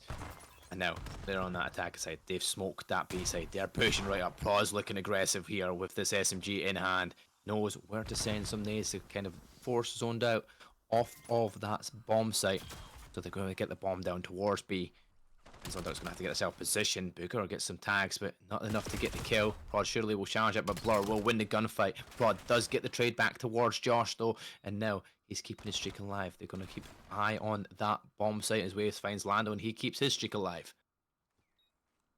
Yeah, continuing to play immaculately well here. CRG locking down the side. Zoned Out are running out of time. They have pushed in. They are trying to get it locked down, but CRG are just happy to rotate back as long as they have control of the bomb. And Prod now, they are either side, just be able to pick their fights. Prod eventually gets dropped, but the trades in there mean that CRG continue to be in the ascendancy.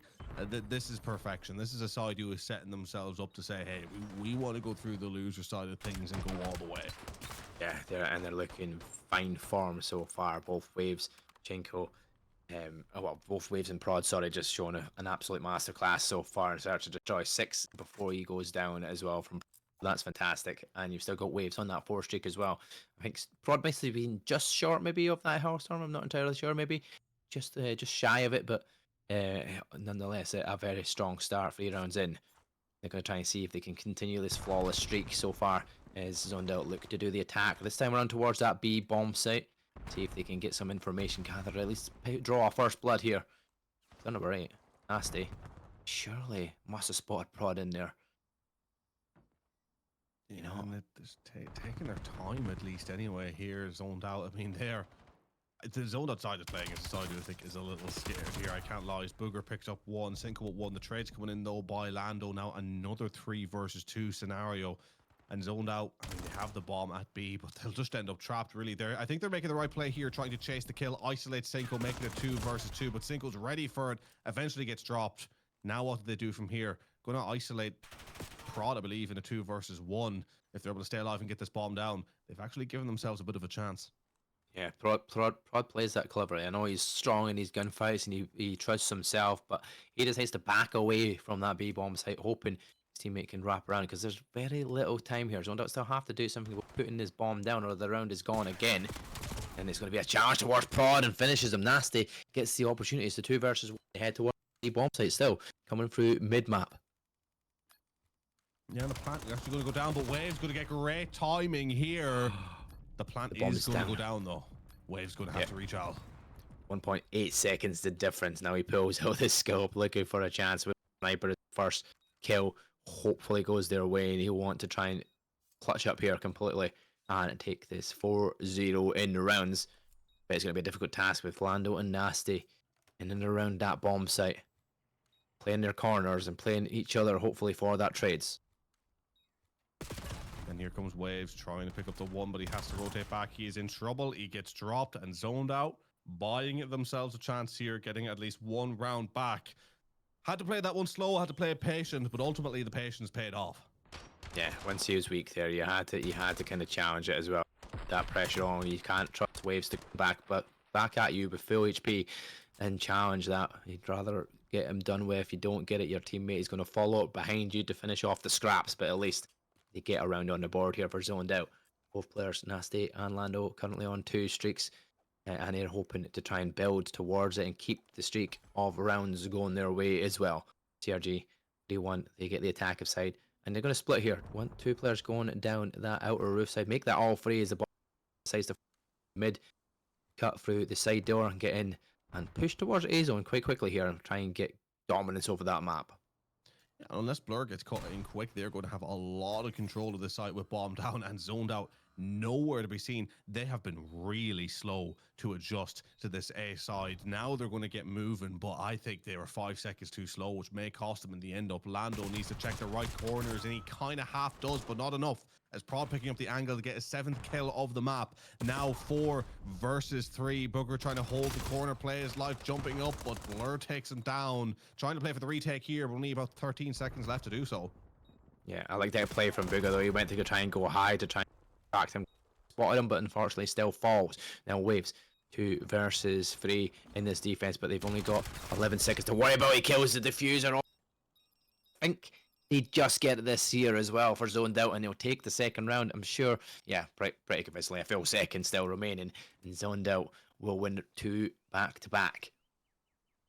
Yeah, great play from Zone Out in the end up. I mean, they left it close. They were a little slow in playing through the rotations. Once Prod got that original kill, I thought they had done enough to take that round CRG, but credit to Zoned Out. They bundled up together, got the kills, got through with that defuse, just about. This is what they need though. They need momentum to keep going their way. If you're zoned out, you want to progress this search and destroy and try and get it in your favor. Try and take a map away from them. This is what they did last time in the winner's semi-final. They took the search and destroy, and it wasn't too convincing, but it was convincing enough to win it. 6-4 it was in the end, but at times it was back and forward for quite some time, just as it has started this time round. CRG is slowing down a little bit here as they're waiting on the attack of Zoned Out, who have been very slow pretty much in attack and defense so far in the search and destroy. Just worried about where they're going and planning of their attacks here, but Nasty opening up the first blood is going to give them a little bit more leeway. Josh will pull the sniper and finds Booger, but Prod will tie one up here by finding Blur. Yeah, and look, it's been a great readjustment here from Zoned Out, who I think are playing in such a way to catch CRG out on wrong timings. They are just trying to make each gunfight a little bit more awkward, which is the right play to do here. They are going to get the bomb down, and there is such a wide split between where the CRG players are, and Prod's going to have to go a long way to get himself back into this action. Or sorry, I mean, Cinco has to go a long way. Prod's pretty close, but he is also pretty dead, as it's now just up to Cinco to try and clutch the 1 versus 3. Yeah, I thought it was going to be the player we were watching that was going to get the kill, but his teammate finds it. Instead, it was Nasty. They get it, and there you go. Cinco will fall. 2 zoned out, find 3 rounds in a row to tie up the search and destroy. And very much what they need to be doing here is the slow pace. Yeah, it might not have worked out for a couple of rounds, but you know what? It's starting to come to fruition here. It's starting to catch CRG off guard. They're not expecting it. CRG are very aggressive, very fast-paced side. They get to their bomb sites really quickly on their attacking side, but they just don't know what they're doing from here because they don't know where Zoned Out are coming from. Yeah, they can't get the reads, right? Because Zoned Out originally were playing it pretty quick by the book towards B. CRG had the reads and were able to deal with that. But once they start playing it slow and then slowly rotating over to the site, again, not doing everything instantaneously, they're catching CRG with the guns down on rotation at these kind of off angles, which CRG have struggled to kind of adjust to, but they still have plenty of time to do so. It is only even and even 3 rounds each, these players. There's a lot more room to maneuver as they now get the first blood once again against Zoned Out. On the defensive side, they will struggle here as that bomb has made its way up mid. Yeah, Josh finds another with a sniper, though. He does pick off Waves to make it even here. challenge from Cinco. He gets the stun through the window. He challenges that instantaneously, knowing he's stunned. It might be easier gunfight to win that gunfight, but now it's a 2v2 scenario as Cinco does eventually find Nasty, but they get the bomb down towards B to give the time in their hands, and Josh gets the timing on Booger with his back's turned, but it's going to be Cinco 1v1 up against Josh with time on hand here for CRG. He can play the time, he can wait for the player having to go for that bomb. Well, I think Cinco's going to try and play for the timing here throughout mid, and I think it's going to work very well for him. Only 20 seconds left to go here. He's slowly wrapped around Josh looking for this kill. Josh is not going to want to hop the bomb until he's guaranteed it, and he's not going to. Cinco has taken a huge risk here, but it has paid off. Josh isn't going to hop. He spotted Cinco, but it's going to be too late, and that is bottle from CRG. There is nerves there that they were able to hold on as Cinco in a 1v1 happily played a slow rotation through to mid, waiting to get the peak on Josh in the end up. You gotta love it. Yeah, definitely. Must have seen. You can see it from that angle there. You just see the head sliding back and forward. He maybe caught that at one point, realize he's not on the bomb yet because he's not ducked below. And that's the opportunity for CRG to take the lead once again. Josh pulling out the sniper once again this time around to see if, well, I take that right back because every single time I say it, it changes up. So there we go. He's put it back. He's put back the M15 into his hands. And let's see, he's zoned out a little bit faster pace this time as they rush towards B. But Cinco will find Nasty. Gets tags on another as well. But doesn't get that kill. And that's now going to be, wait a minute, did we go a little bit too fast as Josh does find Booger. And now the chance for him to kind of even up into this gunfight. Zoned Out have had a lot of success from like initially pushing towards that B, acting as if it's a B push, and then pulling back to hold mid, which is what allowed them to pick up that first kill against Booger. And now with the streak coming in, will they be able to utilize it? Josh pulls out the Hellstorm looking for the picks left and right. Is he going to be able to pick up one around the back? He isn't, but he gets the knowing he's there. But now Prod going for one of his own. You got one, I can do one better. Not able to get the kill either though. 3 versus 3, 30 seconds left. You know, what it's done though is it's slowed it down. Now it's put the time to only 30 seconds remaining. Cinco's going to get the stun tag as well, and he's going to challenge it. But no, instead his teammate does it. Waves gets a snipe kill, and all dead. And the B bomb has plenty of time for defusal. This is just two wasted Hellstorms really, because nobody getting any tags or information. It kind of slows everybody down, but it means people can push up the map. If you have got CRG pulling out a Hellstorm, everybody else is going to be taking cover inside a building, so it kind of gives you a little bit of information because they're going to be in a building somewhere in and around that area. Yeah, I mean, look, it has to be said, CRG once again doing a terrific job there of that round. Prod now 11-5. I mean, the way that they maneuver together as a team is really good, but Zoned Out also do a great job, I think, of counteracting that from time to time, of stretching them out of positions. I think a lot of Zoned Out's success, you know, to go against their success in the previous series they played, instead of playing these picks against players bunched together, they're catching players on the off angles. They're catching players playing the wide angles away from their team to even up those numbers enough to give them a chance to then force their way through. Yeah, exactly that. And when they force their way through, they do a good job with it as well, and they know exactly. Like, Prod looks at the angle mid-map and finds the head of Lando and gets the rest of the tags in the body to make sure that he is down and out as the first blood. Now, this is map point as well for CRG, and they're already at the man advantage now, or heading towards a bomb site. Cinco finds Blur, and all of a sudden it's a 4v2. Zoned Out really need to clutch up here to try and stay in the search and destroy, but unfortunately Booger will fall. Josh will fall in regards to Prod, and now it's all down to Nasty. Yeah, Nasty. The last alive and not alive for long. Carolina Reapers take your map number 2, 6-3, to go 2 up in this series. And Zoned Out have had their moments, but moments are all they have been, and they have not been able to make those moments count for much, as CRG are consistent, lethal, deadly in what they do, both on an individual level and together as a team, with Prod going 14-5 in the end up. That was a clinical performance and a damning one for potentially the rest of this series as we go into an overload where Zoned Out, we see them play very well in the overload before, but I think in terms of consistent output, they've not been able to touch the CRG side for the entirety of this series, and it doesn't look like that's going to change.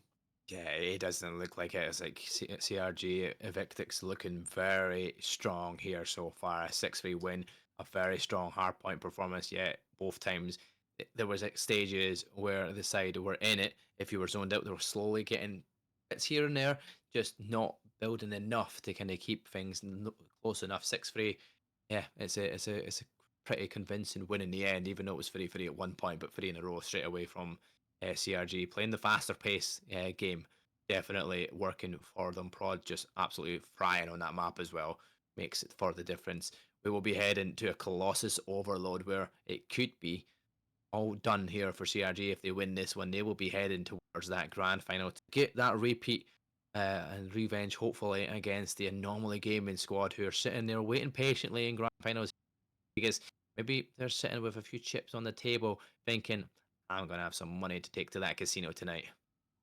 Yeah, maybe. I mean, look, it's very hard to say where the rest of the evening could go, right? I mean, the side you have waiting in the grand final, of course, they are a top tier side, but you know, I have to say, I think in what we're watching here from the CRG team, they're a team that is looking to do a lot of damage going into the grand final and looking to brush this zoned outside to the side to say, like, hey, listen, you know, with greatest respect, we shouldn't be here. We shouldn't be coming from the loser side. It is a mistake that we're here, so we are going to deal with you because it's time for the big dogs to play in the grand final. They're setting a tone. They're setting a pace that they'll be looking to keep up going into the grand final, because zoned out are fighting for scraps. They're trying to hang on. They're trying to claw their way to a grand final. CRG are a side that are trying to set themselves up for the grand final. You can argue with the way that they're playing that they are looking at these 3 maps that they're playing, if it is only the 3 in the end up, as the warm-up to send them high-flying into that grand final. So they can't afford to take their foot off the gas pedal. They can't afford to slow it down, because slowing it down, patting yourselves on the back off what would be still a very good win, is what slows you down enough for the winner side of the grand final to come through and be like, hey, we're in the winner's side for a reason. So it's important that they create momentum to carry through to the grand final if they're able to do so after this map. Yeah, exactly. And as we get confirmation, we're loading in to that map on Colossus for our overload. They're going to see who's going to be playing their cards right in this one. And if it's zoned out, they'll at least take it to a map 4 potentially. They will need that to try and stay in this Vegas major. If they don't, it is going to be CRG with Evictix heading towards that grand finals to try and get the revenge on them. But it's all down to the overload. Anything can happen. Straight into that action. We're looking to see he's going to find the first blood is going to be in favor of CRG, finding one on towards Nasty. Prod finds Blur, but then Lando will get Booger back, but nobody's picking the EMP up here in mid-map yet. All about trying to gain control and a few kills going their way, but it's a checkerboard, so nobody's going to really get a full control of the map and the mid-map here. With Nasty in 2, it is still stalemate. Yeah, a bit of a stalemate towards the mid. I mean, arguably CRG had a bit more of the control. Then it went back to zoned out, moving up. But then as soon as they move up, CRG getting a wave of kills of themselves. Booger picking up a 3. Now they virtually have complete control. They are just trying to clear the lane up towards B. You're having Booger sort of acting as the lane clearer, for lack of a better term. It wouldn't come to my head. I couldn't think of anything better to say. But he's playing in such a way where he's trying to get around, make sure that lane is clean, and then pinch in behind the player still trying to make their way through mid, as he now is on a 5 spree. I mean, this has just been a dominant infiltrator performer from Booger, eventually getting taken down, but he's opened up so much of the map now for this CRG side, who, I mean, look, it is a stalemate at mid, but you look at this map positioning. CRG, they're just playing to clean out B right now. They're playing to clean out that B angle, but because of these waves of 3, all of a sudden that has left to the middle of the map open for zoned out to push through and get a counter-attacking first tap over at A. Now that is how you fight through the mid. Yep, catch him by surprise as well and take control. First detonation, and Josh coming in with Prod, takes the knife to the neck. 4 are dead in the feed as well. Zoned out, looking here from that next one and hopefully push it through to another counter. Look at this. Player number 8, Nasty, has been sitting on that A zone for some time. He eventually gets picked off, Booger and Prod, so the rest is zoned out. Have to back off a little bit. EMP will down as well, and it is going to be CRG down that A side, looking to try and get one of their own. Is if they can win that gunfight in the back, there's a chance for A, but zoned out. They all spawn close, so there's a chance for that defense. Yeah, the wrap going through from mid here, but you've Josh that is going to have it watch, but not even needing to, because Nasty's going to be able to pick it up. Josh eventually getting taken down by waves, and they're kind of just happy to dance around it once again in mid with a little bit of a stalemate. CRG trying to get it picked up here, but it's not going to happen. The angles are being watched. Shinto will pick up one. I'm going to move her towards the EMP now, which spawns over towards the B side. Shinto is now slaying out a couple of these kills he's picked up as lovely. Gets dropped eventually. And Zoned Out are going to be happy enough at where they're sat so far, but CRG are still looking very, very dangerous. Yeah, definitely very dangerous. But yeah, it's Zoned Out. You know what? They're getting what they need to do. They might not be getting waves and waves of kills, but when they are getting brought down, there's obviously somebody there for the trade to at least keep control and make sure that nobody is gathering that EMP getting a move for that detonation zone. Now they decide to pick it up, and as they do so, it's 4 dead in the fade. Guess what? And they're going to get the pause nowhere near. Surely the detonation comes in. Slide on in. He does. He gets it. There we go. Zoned Out 2-0 up in this overload. And even though they're not out slaying completely, when they do, they find 4 dead to get the EMP, and they're doing what they need to do to get that detonation done. That's 5 in a row as well from Nasty before. Oh, this is looking good for Zoned Out so far. This is the map they need to do. This reverse sweep, it starts here. Yeah, they're arguably playing in sort of almost like a counter-attacking system, Zoned Out, where it goes into a bit of a stalemate. They look like they're on the back foot, and then all of a sudden a 3-4 down to completely sort of flip it on its head. Because it's CRG that's kind of dictating the lanes, right? CRG kind of try to play through A as of first, and they try to play through B, right? But, you know, once the lane is dictated, Zoned Out then just decide, well, are we going to play towards that lane, or are we going to go around it? They're letting CRG make the moves, and then maneuvering themselves around CRG versus trying to force it themselves. No. And now they're going to potentially force it through on A here. They just about don't get it, or do they? He does. One, slide through for 3. Oh wow, my. they're a great overload side. They are playing overload to perfection. They are baiting players. They're getting players wrapped around. Players are killed from their spawn side as well and gain control of that map. And even when they get the trades back and forward, there's just one more player remaining from Zoned Out to finally slide it on through. But that's an opportunity now. CRG, 26 seconds remaining, heading towards B. But you can see on that minimap, Zoned Out trying to get coverage completely around the map. They're going to be able to stop this surely from CRG trying to get a detonation here. 3-0 up, going into halftime. You'll be happy with that if you're Zoned Out surely as well. Be even more now if you get first gunfight, but no. Prod takes out Nasty, the EMP carrier. 6 seconds, surely the time will count down unless they can pick it up just before. No, they can't. It's going to be halftime. It's going to be Zoned Out. 3-0 up.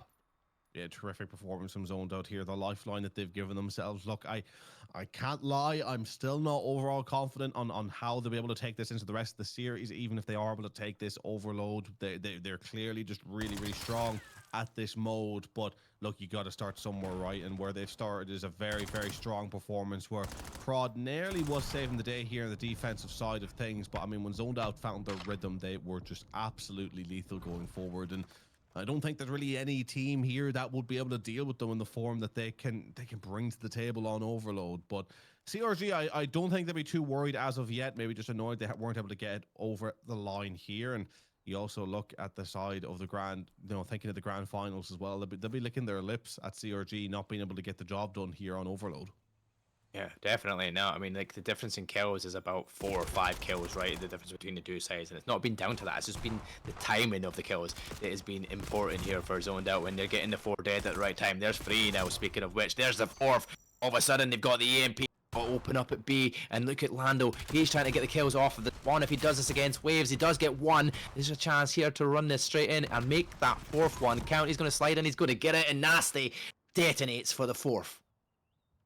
Clinical, clean. They open the lanes, they know where to go, they go there with enough speed, and they keep CRG pushed back just enough so they can't play that last-ditch defense. It's almost very, very basic, but they just do it well. It's an easier said than done style of play, but in saying that, CRG surely going to be able to answer back with an overload of their own now that B lane, they continue to clear out as Shinto picks up 1. But the spawn going to the other side here, this is maybe going to favor Zoned Out, who have control of the side. They are going to wait for that pickup. They are going to get it, but how quickly are they going to try and run that straight to A? I mean, they don't have the luxury of the X-ray, but the gap was there to go. They're playing a little bit too passively now, means that CRG potentially are going to have control of the site themselves. Yeah, it's unfortunate waiting for your teammates, knowing that fine well some of them made the breaks but didn't manage to get the gunfight wins. Booger from up top there inside the cargo container does find 1, doesn't spot the player that was beside him, but they are going to get a chance to clear through here as we're seeing Booger pushing up into the spawn of Zoned Out, trying to get the kills that they need, like the 3-4 dead that we've been seeing Zoned Out do, but they're not managing to find it, and the EMP gets reset. Yeah, and 4-1. CRG, they have time, more than enough time really, with given how well that they can play to pull themselves back into this one, but zoned out.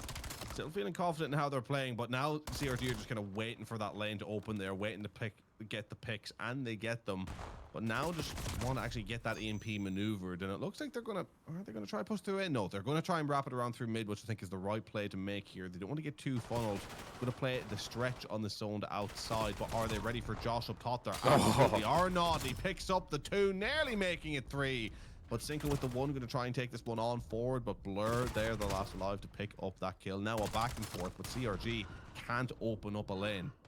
Yeah, almost stretched him enough to make it, but Josh just comes up with a massive 2. Stop them in their tracks. Look at this now as well. The kills going in favor of Zoned Out here as they start to up towards this B site. 4 players dead. Make that 3 players. This is going to be an opportunity, but it is Booger that finds the massive 2 that will slow Zoned Out in their tracks. They're not going to find a 5th yet, but they're wasting time as well, you know what I mean? As soon as you die with that EMP further up on their opposition side, they're not going to gather that EMP and try and run with it because it's so far further to go than where the reset position was. And now the reset goes to the very bottom of the map, and it is going to be CRG's Booger that is sitting there, so he pushes up, knowing fine well he could try and get some coverage, but instead, all 4 players have zoned out, have spawned there, and are right ready to deal with him. Yeah, and once again going for this wrap towards B. Actually, they kind of maybe fake it to go mid. They're not entirely sure of where they want to take this CRG. They're kind of just trying to pull Zoned Out into these positions so that they can then work around them. But this B lane has opened up to go on now if Waves can cover the flank, but no flank coming through. It seems there's going to be a direct hit front forward with the kill coming through by Prod. He gets the cap. 1 minute 25 left on the clock. There is time. Yeah, that was crucial for Blur to try and win that gunfight. At least one of them to slow them down, but CRG win the fight. They fight on in. They get their second detonation done, but look at where the position of the map. It's entered down the middle. You're going to see player number 5 of Josh trying to go through. Prod shuts him down. He kind of backs off a little bit. Booger's coming from behind as well. He's going to jump through to try and get that, and there you go, 2 dead in the feed. Now they've got to go back at it, heading towards B site. Zoned Out, all getting back from that respawn. Have to try and stop this tracks. 55 seconds remain. Still chance for CRG to get one in, and they do that. So it is an opportunity. Now CRG 1 behind now, trailing from what was a 3-point gap. Oh dear, if CRG manage to do this, Zoned Out, you will never hear the end of it. They have nearly pulled themselves back in. They will need to get on that EMP one more time, but they have control of the site here unless Nasty can pick up a 2. Josh with 1, Nasty though, Prod managing to stay alive. Prod on a 6 spree, 29 and 19, desperately trying to stay alive around this EMP site, but Josh has gotten towards the site, gotten control, and is just trying to get this clock wound down. It's down to the wire, 16 seconds. You need to gather this. You need to get some kills to give yourself a control of this map. But unfortunately, that's the kills that they need. There's only one player to deal with. They've got it. The flank is done. Player number 4 has to stop.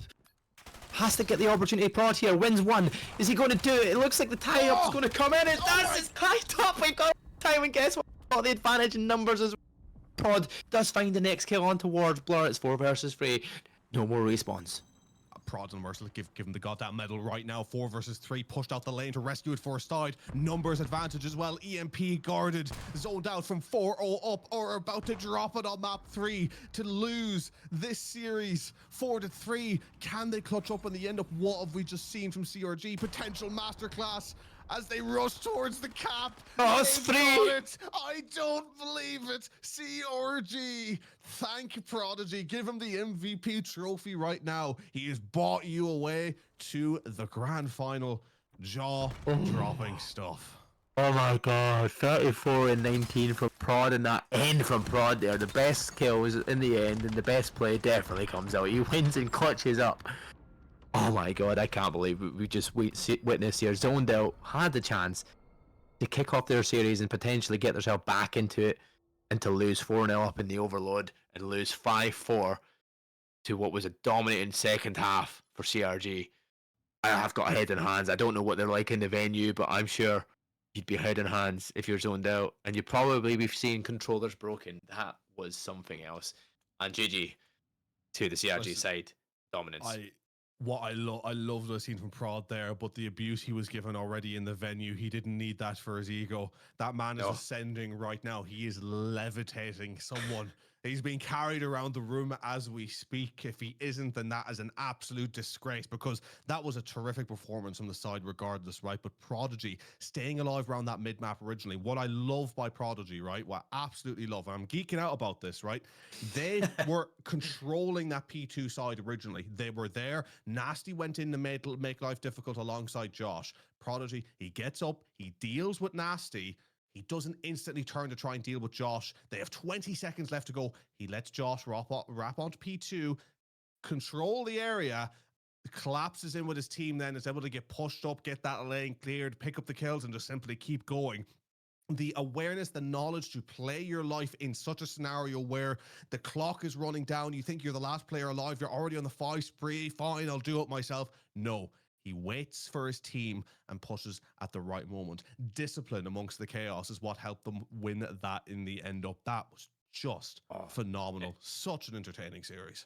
It was a phenomenal ending as well. Like, this is why I love this game mode to Black Ops 7 here. It's bringing an absolute life compared to what we see Control. You don't see endings like that. You don't see clutch ups like that in a game of Control in comparison. Overload is just a different kettle of fish. It's unbelievable to watch, and Prod has done exactly to cross the line, to get that final opportunity to clutch up and take the W. In the end, a solid second half performance from them. They pretty much outslaying in that second. If you see the kill feeds differently, it was massive in comparison. They turned things around second half, take the victory head on to go play against the number 1 seed anomaly in that grand finals. Up next, we're going to head it to an interview, but Zep, this is our last one of the evening. It's been an absolute pleasure once again. Some great matches we've casted over here in this Vegas Inferno Major. We'll be heading it to Shifty and Bezo as the casters for our grand finals. Zep, any final words before we head to the interview with none other than the MVP of Prod? Absolutely no final words here other than that was a stunning series to watch. Tantrums is at the ready with the interview. Give so much love over to them. Tantrums, take it away with the interview with your MVP. Ladies and gentlemen, boys and girls, I have got the MVP of the series. The man, the legend, the man that's not a fraud. It is Prod. What's up, everybody? Put on for my city. Put on for your city, indeed. You know, you guys obviously win the series in 3-0 fashion. Dramatic fashion. I mean, absolute. The craziest overload finish I think I've ever seen. Oh, God, though. But tell me, after that map one, you know, we saw the controller tweak. We saw the game crash out a little bit. You know, before that reset happened, tell me what was going through y'all's mind. Okay, so here's what.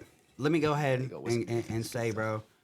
Josh, you're fucking weird. All right, you're weird for that. I'm sorry for cursing, but dude, No, you can hear it. So I'll tell you what happened. So they heard us in we're Discord rotating. still. It's 125 to 80. It's you know, we're playing map 1. It's going P5 to P1. So let me tell you, we got 2 in P1. I go wall run. I shit on someone front. My game instantly lags out, right? And I'm screaming, whatever. So and then they get broke, whatever. We end it, and I'm like, okay, so what's the ruling? I'm like, yo, like, look, we have P1 control. I rotated. We had numbers. I got to pick. I'm out. Like, give us the 50 lead. And they're like, no, you're weird for that. You're weird for that. And then so, you know, the ref went through it, whatever. And they're like, okay, it's 40 points. And then my team's like, I don't care what we do. And I was like, you know what? Just because I hear them over there like, oh, you guys are weird for trying to get 40. So I'm like, you know what, bro? These guys are so shit. And I want to let them know they're shit. Let's go ahead and full replay it. So then I'm like, hey, you know what? I'm going to be. So I turn around. I say, hey, I'm going to be nice. We're going to full replay it. And Josh is like, oh, you're going to be nice? You're going to be. Well, didn't you get fired from your job? And I was like, okay, listen here, fat ass. You want to take that shit out of the game? You just started something. You better fucking finish, buddy. And I mean, you guys saw what I did. I turned up for my team. Even in that motherfucking overload, when we're down, I said, guys, don't even sweat it. That's our bad side. And I was like, we got this shit. Lock in, bro. That's just what happened, bro. That's just. And I mean, brother, the whole series, not just like one map you went negative. You went positive every single map, statistically dominated the boards, obviously made the plays. Tell me, going into the end, you know, it was 3-4. There was 30 seconds left on the clock. Your team drops. You're the only man up. In your mind, in that scenario, what was going through it? What was the play? How did you make that merciless streak happen to call game? Let me tell you something. First off, I appreciate, you know, I appreciate the gas and everything, but y'all was watching the POV. Ice Prod, that's what I do. I said, team, I said, stay alive. I'm flanking. Just stay alive. You know, whatever happened front, I get 2. We go inner. Waves grabs ball. I said, Wave, trust me. Do not stop running. Run that shit. Run that shit. I got you. And you saw what the fuck happened. I got 1. I got 2. I got 3. And then low key, but what Waves was like, yo, it's S&D, S&D. Because I was about to go crazy. I was going for 3 more. And he says, S&D, S&D, S&D. I was like, okay, I was like, yo, I got to get the hell out of here. I got to run. I ran. I called on string. I was like, wait, I only see 1 red dot.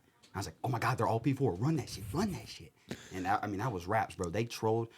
I mean, they were fucking nervous, bro. I'm not even gonna lie, bro. I don't know what the hell. No one's watching Flame. No one's watching Flame. No one's counting names. But I mean, hey, that's what I do. That's what you do. But hey, before we hop into the grand finals, of course, congrats to that too, by the way. You got anything you want to say to the viewers, everybody out there? Again, man, I appreciate the support, y'all. This is what I do. I love everybody watching.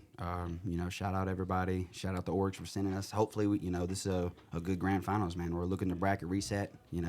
Obviously we want to take it home, but this is going to come down to whoever plays better. And I just hope we have a good game and have some fun. And that's it, man. I'm just out here to shoot my gun and have a good time. Indeed, but hey, ladies and gentlemen, boys and girls, it's your MVP from the losers finals, Logan Pride. We get the rematch from the winners finals, Carolina versus the boys at Anomaly.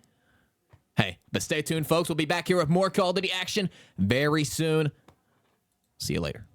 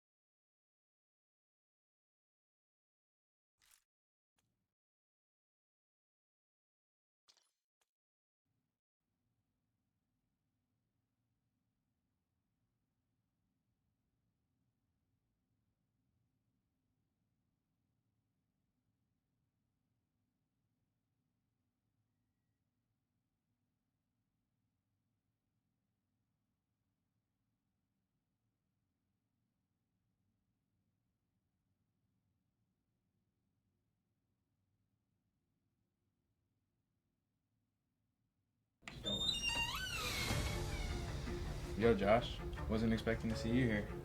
It's a nice hoodie. It's alright. Just alright? Not great? Heard you. Where's Lando at? He's been frying this event. Yeah, I'm very lucky to play with him. Oh, well, I can't wait to spawn in against y'all, bro. Hold that thought.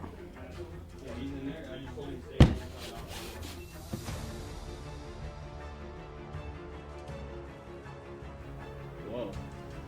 Yeah, it's made out of polytheratheracotone, straight from the Chinese factories. That's really super.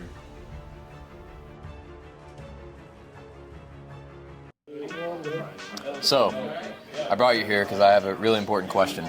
Okay. Is cereal a soup? Maybe, yeah. I'd consider it a soup. Why? How? It's like a liquidy, I don't know, meal. So that's pretty much all soup is. If that's the case, what's your favorite bowl of cereal soup? Cereal soup. Big Fruity Pebbles guy. Big Fruity Pebbles guy? Yeah. Damn. Alright then. Well, cereal's a soup in this case. So, a lot of important questions, but this one being probably the most important. Is cereal a soup? No, cereal's not a soup. Can you tell us why? Because like when I think of soup, I'm thinking like, you know, like brothy stuff, like a meaty broth or something, you know, or like a vegetable broth, like milk. I don't think it's a soup. You don't think it? Even if it's a liquid? No, because it's like it's like kind of sweet with like the cereal. Nah. Well, if that's your case, what's your favorite cereal and what's your favorite soup? Shoot, okay. My favorite cereal is Cinnamon Toast Crunch, easy, okay? And then soup, I'm Filipino, so like my mom, like we have like a dish, it's like called sinigang, but it's like a sour soup. I don't know how else to explain it, but yeah, it's fire. Okay. Well, there it is. Appreciate it. Yo, Josh, I got an important question for you. Talk to me. Is a hot dog a sandwich? Keeping it real, probably not. I'll say nah. Why not? Bro, like, the way the bun is just like, it's curved, like, I don't know. Sandwich, you put something in between. You're like a chicken sandwich, ham sandwich, cheese sandwich, you know what I'm saying? Like a hot dog, like, you know, like, you're not putting, I mean, you are putting it in between, but like. It's on bread, though. It's not being like, it's not in the middle. I mean, I don't know. It's not like, I'll say.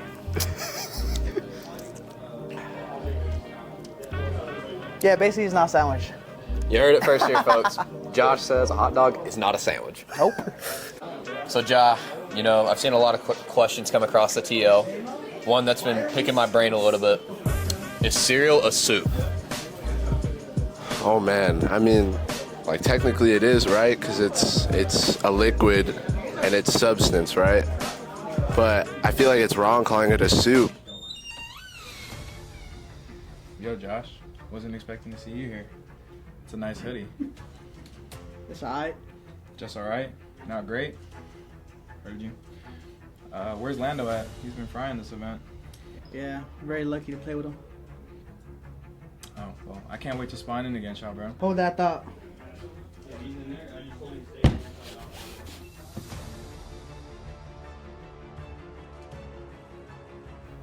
Whoa. Yeah, it's made out of polytheratheracotone, straight from the Chinese factories. That's really super.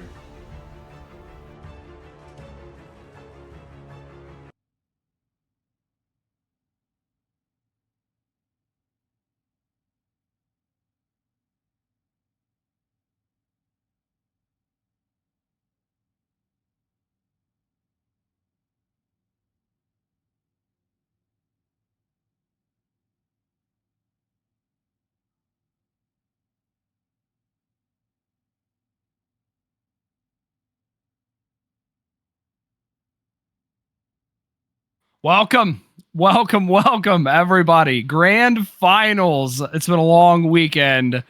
I'm Shifty here, joined by Bezo. How are you doing? Are you excited? Are you ready to go? This is going to be a crazy potential double best of 5 series here between Anomaly and the Carolina Reapers. Welcome, Shifty. Thank you for having me back on again. And of course, thank you to Zepp and Mark from before as well. Absolutely incredible casting. Amazing duo. But yes, very, very excited. It is grand finals time. Anomaly and Carolina Reapers. And what could be, as you said, a double best of 5, depending on how the first goes, of course. But man, I mean, I'm not super caught up on how the games have gone over, the last couple of matches, but quite a bit of a shock for me personally with the way I saw Carolina. I thought, maybe this team, has a very good run throughout the tournament, but at one stage knocked down into losers. And Anomaly have given them a very good matchup here in the grand final. So it'll be interesting to see how this first best of 5 goes.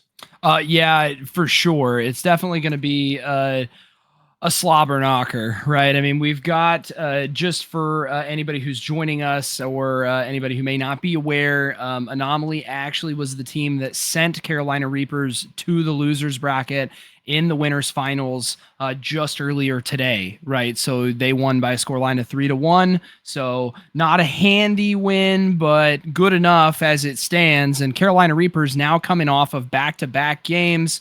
Them hands got to be warm. They got to be warmed up. They got to be ready to go. I know Anomaly is going to be a force to be reckoned with. We've seen Highs and company do some fantastic things over the course of this weekend. One of the craziest 12-0 starts that I have ever seen, ever. That clip is on Twitter. You should go look at it.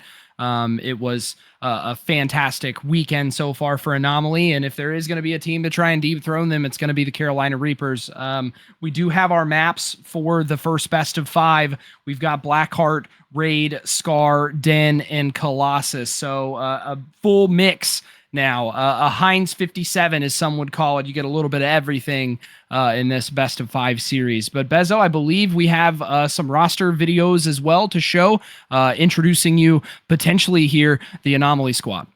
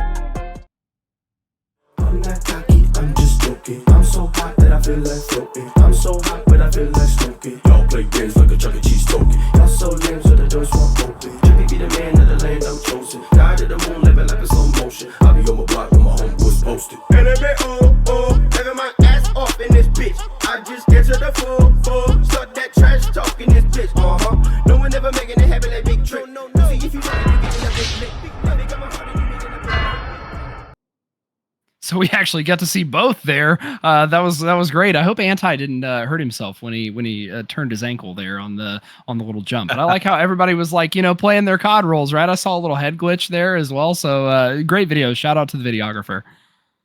Absolutely. Some of those intros always get me. But look, I'm excited for this best of 5. Of course, as you pointed out before, we will be starting on Blackheart for map number 1. And I was able to watch a incredible Blackheart earlier in the start of the tournament. So I'm expecting something similar here, but we're going to open it up and see how we go here in the first hill. Of course, very, very chaotic. Yes, always chaos right from the jump here on Blackheart. It's obviously so centrally located, so many different attack points, as obviously this is going to play more so into can you get the rotations for P2. CRG starting off hot and heavy, 3 straight kills inside of P1 for Cinco. He's doing big things in and around that objective as Carolina Reapers here off to a hot start. First 21 seconds go in their favor as now they may be in a potential rotation position for P2. Yeah, Carolina on the favored side here with the good spawns. So all they're going to do is just maintain, win a couple of gunfights, and they'll be able to secure what they have here. But unfortunately, a late flip, and they'll try and work through the half-wall side. And Prod's going to be that one trying to stop whatever hits through the front of P2. Of course, he goes down, and the late pressure comes in from the sides. And now the spawn flip.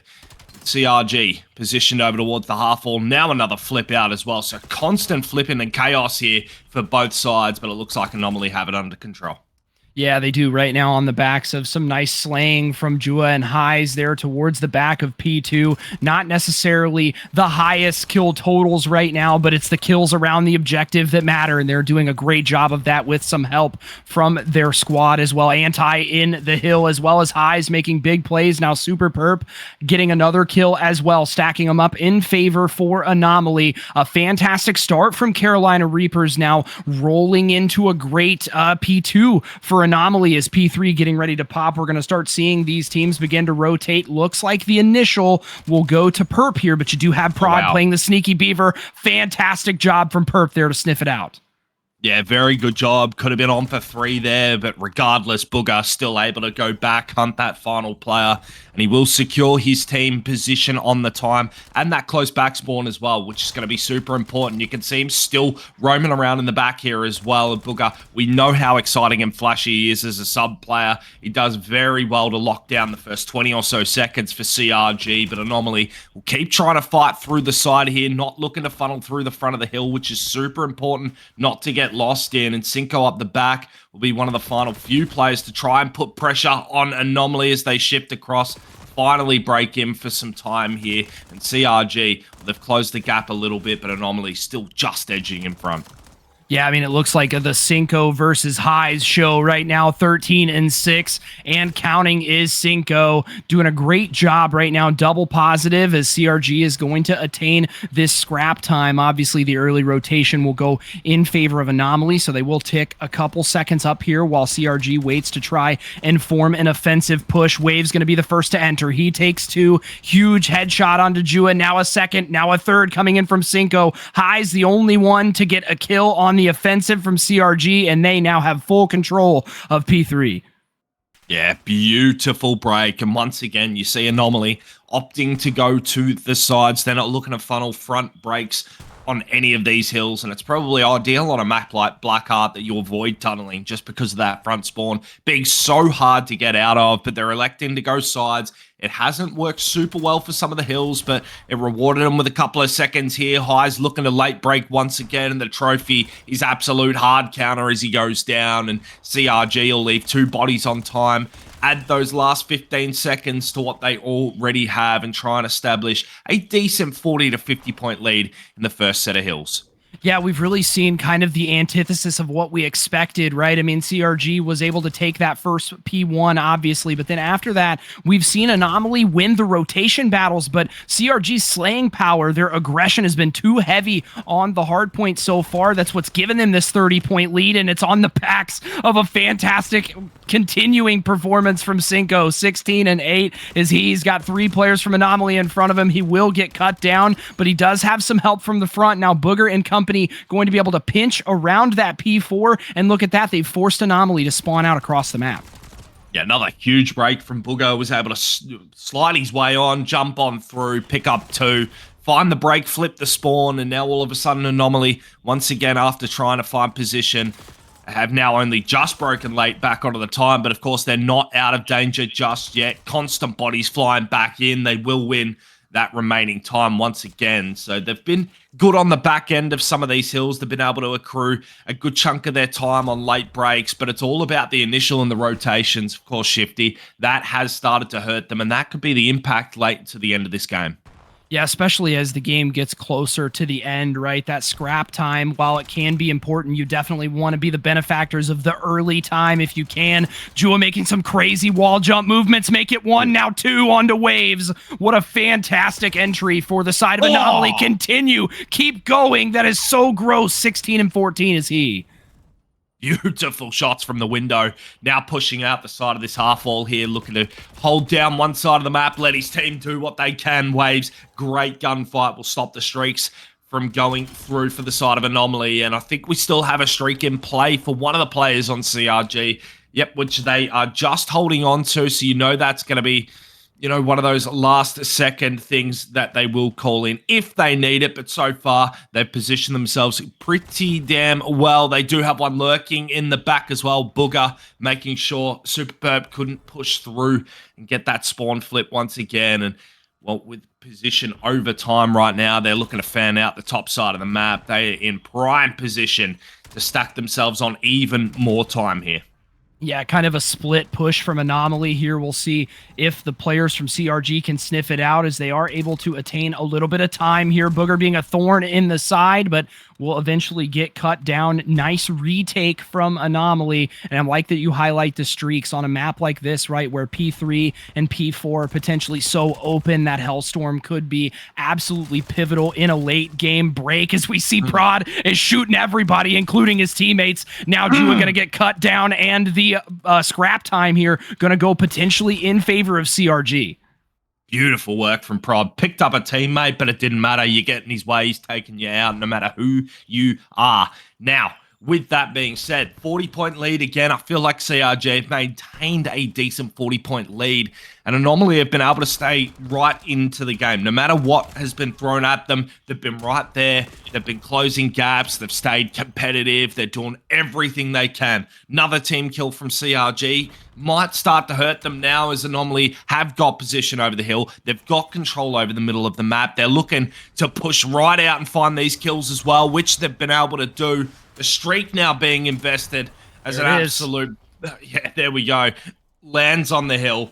Picks up a couple of kills as well, Shifty, and you see that lead starting to squeeze back.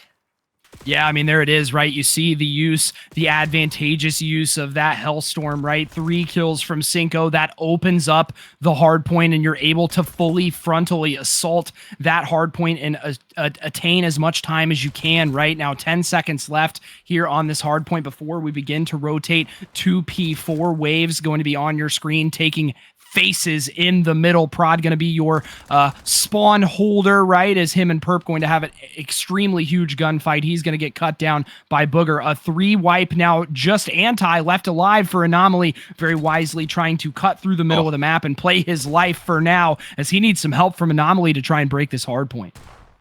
Yeah, and if he pushes out quick, he can stop the spawn right behind the hill, but that's not the case. The CRG in striking distance now have taken map number 1, and it's guys like Prod laying down the beams, trying to secure the win for his team. Booger now trying to put an end to it, but Heist comes through with Anti, and they stop the potential win. And there's still a chance here as Jua fans out, goes back onto the hill to try and help his team lock down what remains. The CRG break comes back through late, and with that 15 Shifty, that puts them very close. Not winnable on this hill, but very close to winning on the next hill.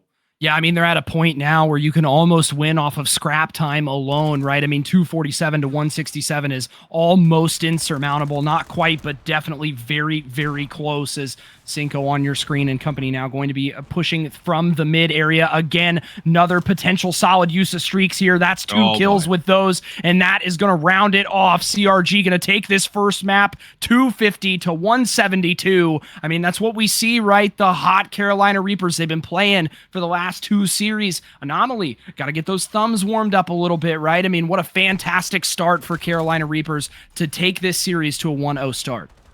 They just looked fluent, man. They looked absolutely beautiful. Transitions across the map throughout most of that game were always favored towards them. We felt like we always saw them on the front foot with rotations. Initial time usually went their way in almost 80% of those hills.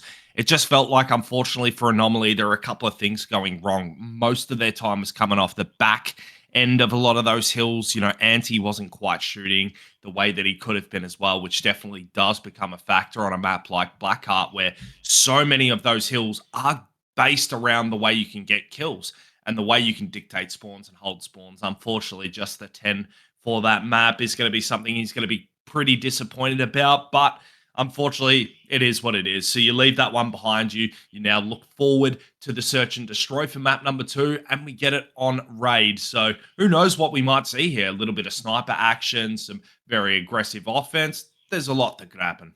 Yeah, I hope so, right? Raid, obviously a fan favorite. Everyone knows how to play Raid. You've got your certain play styles, and everybody has an understanding of how the map plays. It's been in the game so many times now. So this is going to be a good opportunity to get their get back for Anomaly, if you will. I have seen both teams play S&D, both squads. Very solid in S&D. So I've got a feeling that this one really could come down to a potentially round 11 scenario. And if that's the case, then I'm excited for it. I'm excited for it. I want to see a round 11 S&D. I haven't had the pleasure of having one yet so far throughout my commentating this weekend, and I really want to see one. And we may be primed and ready for it, especially on a map like Raid. So I'm excited, man. I'm giddy. That was a great first map to watch.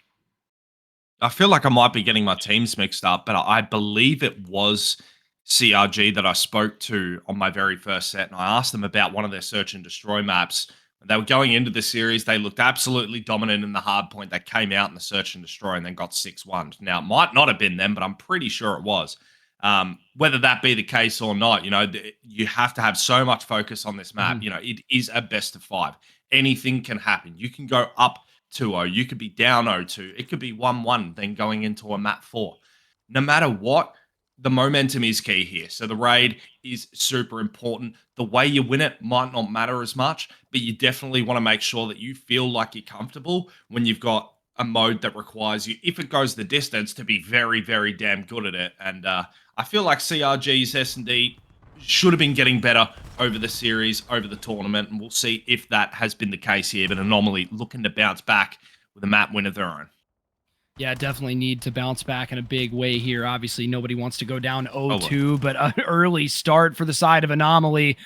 2 kills very quickly. Anti and High is going to take the first 2 bloods. Now a 4v, now 2v2. Very quick 2 kills answered in return for Carolina Reapers. Now this bomb kind of stuck over towards the A site, so we'll see what ends up happening. Oh my, and a bit of a battle over towards Betty as well, as it looks like Waves has just decided to redirect and reposition. That's led him straight into the trap of Highs, which unfortunately for him is not going to be beneficial. And Cinco left to 1v2, and I mean, wow, just like that, very uncomfortable position. First 2 kills went just as quick as that. The next 2 came quick after, and Highs is the one that will secure the round, find himself 3 as well, just to top off all the good and hard work that they found. But interesting round, a lot of aggression early from both offense and defense there, but Sniper already in play, Shifty. We'll see how big of an impact that does make over this map. Yeah, it can definitely be huge, right? I mean, obviously the quick plan at A there, the last round working out in Anomaly's favor, and being able to have that sniper and immediately put that lives number in your favor, get that first blood if you can from these angles in mid as Wave gets an unfortunate hit marker here. CRG trying to make an offensive push over towards A. Yeah, I think his next shot's not hit markering. You give him a chance to line it up this time, it's going to finish with a lethal kill. We'll see what happens here. Pistol going to be the election of choice there. And Super Perp forced to back up, turns his back, gets caught. Highs, last person up. Will just simply be outnumbered, and there's nothing he can do in that situation. So getting the round back under their wing there, a very strong round displayed up through ringside. It's good to see even the sniper pulling out the secondary, getting aggressive on that laundry player, just goes to show the type of pace they're looking to set and the precedents they want to apply on their opponents this map. Yeah, I mean, especially with winning back-to-back offenses in the game here, it may come down to who can win a defense here on this raid S&D. We're going to see, obviously, Anomaly back on the attacking side. We'll see if they elect to try and do a quick hit over towards A. It looks like Highs is going to be your designated demolitions expert, as, again, we're seeing that play favor over towards this A site. We know that that is a favored site here on raid, as they love to be able to try and get the bomb down quickly in that area. Booger going to take 2 huge first bloods. Now he's in the spawn trying to run amok, and an huge win for the side of Carolina Reapers. That defense very well may be the difference as we go on. I feel like they just got super aggressive. The offense kind of just stagnantly stood inside of red, though. I feel like that's the first take of really passive gameplay we've had so far in the first early few rounds, and the defense really took notice to that quickly. Just collapsed in very fast, very efficiently, made very good work of it. But yeah, it's going to be one of those things where you have to find the fine balance between passive and aggressive gameplay, especially on this map. You know, it is a fan favorite and familiar, but just like that, anything can happen. Waves is going to open up with a beautiful first blood snipe on the highs in kitchen, and that already given them the man advantage. Hey, he didn't get a hit marker this time, right? That's what he wanted that last round to look like, as Perp will be able to even it up at 3 apiece. Booger now on your screen trying to make some noise over on the back side, as Jua over in mid as well, overtaking the A bomb. It has been put down, and he needs to try and work a defuse. Now a 2v2 on your screen. Jua going to get behind Waves, and we'll take out one. Now Prod last alive in a 1v2 scenario, but that bomb has been planted. He just needs to try and play his life here. The beat down and the shots come in. Now a 1v1. Perp, he's running out of time. He will be able to get the trade. Is he going to be able to make it in time? Yes, I think so, by about a half a second. We're going to see a win from Anomaly here. That's a big defensive round to answer back with. Yeah, huge. Absolutely beautiful work from Superperb. Was in trading, striking distance. You needed to as well. I mean, that reverse Black Ops 4-esque shot punch, you know, the punch shot. I don't know what that was.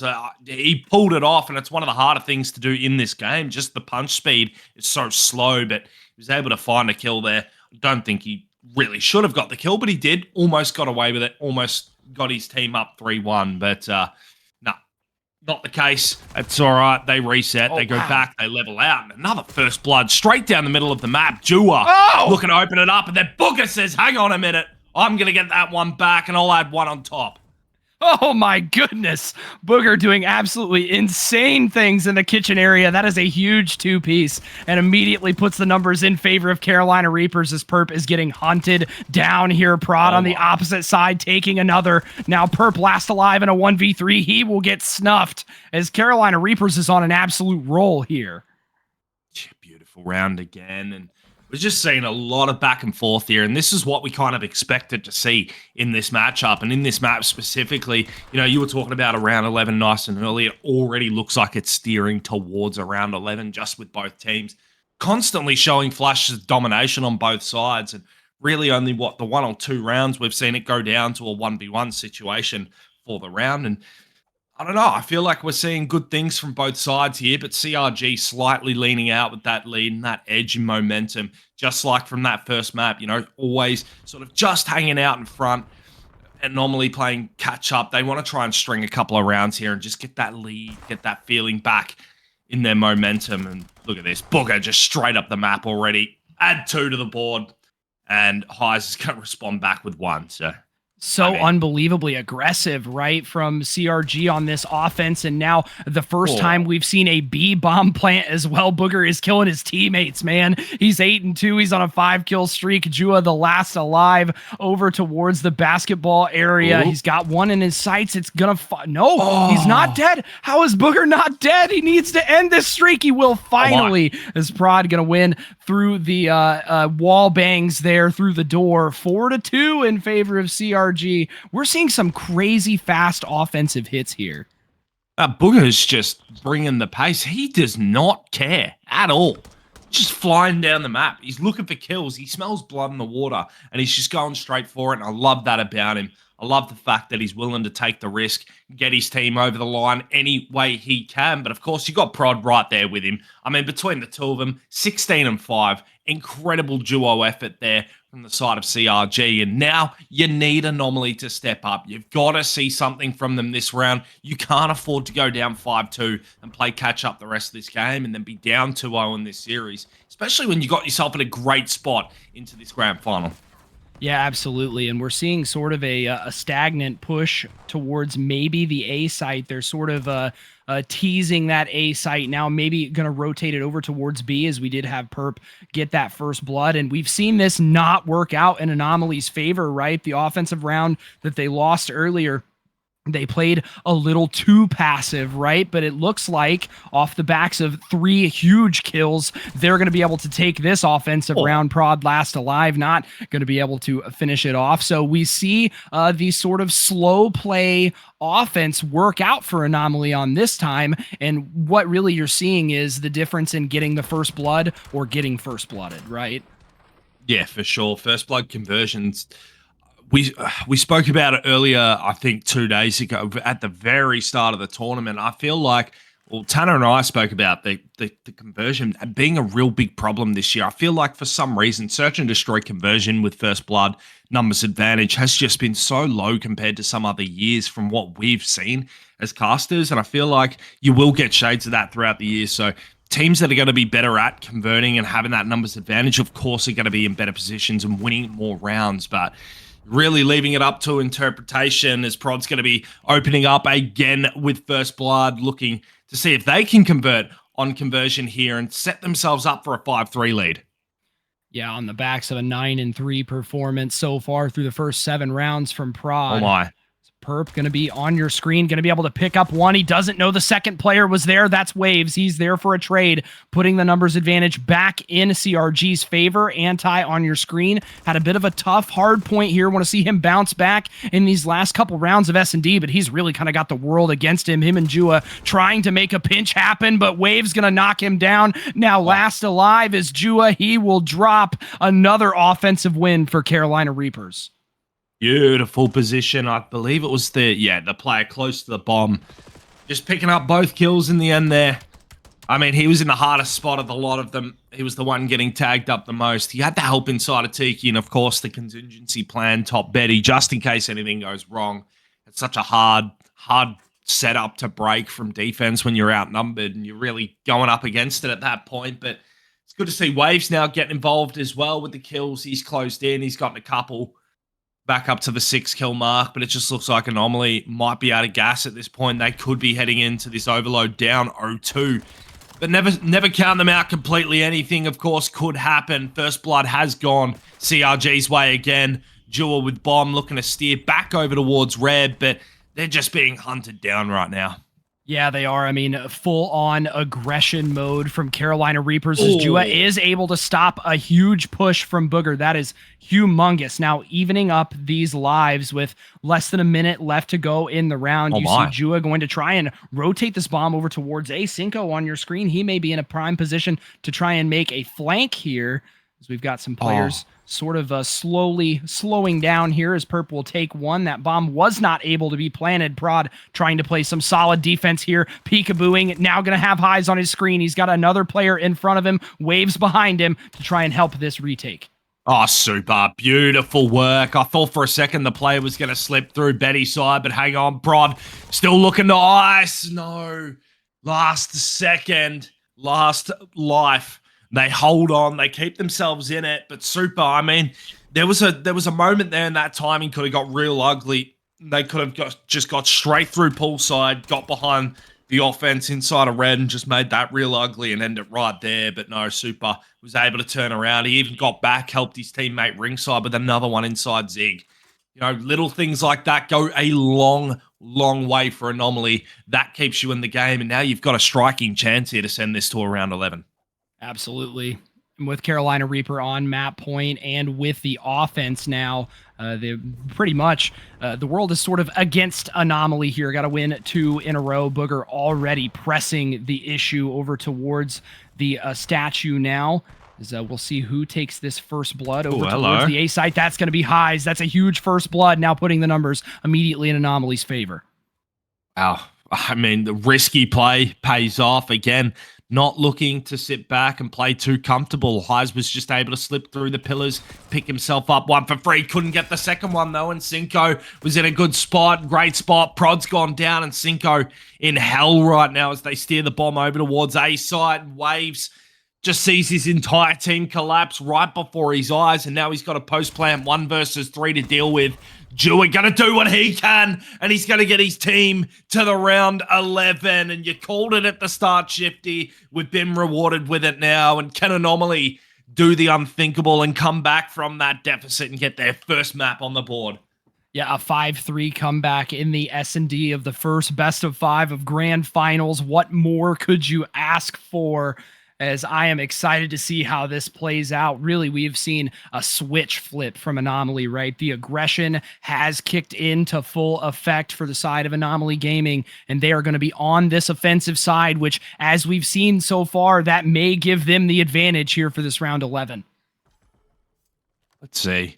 What will round 11 hold? Perp going to get information off the wall peak.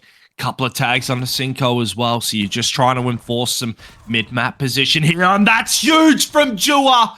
Booger has been the playmaker for CRG. Will now no longer. He will be on the bench for the rest of this round and can Anomaly convert on first blood as they do lose Anti.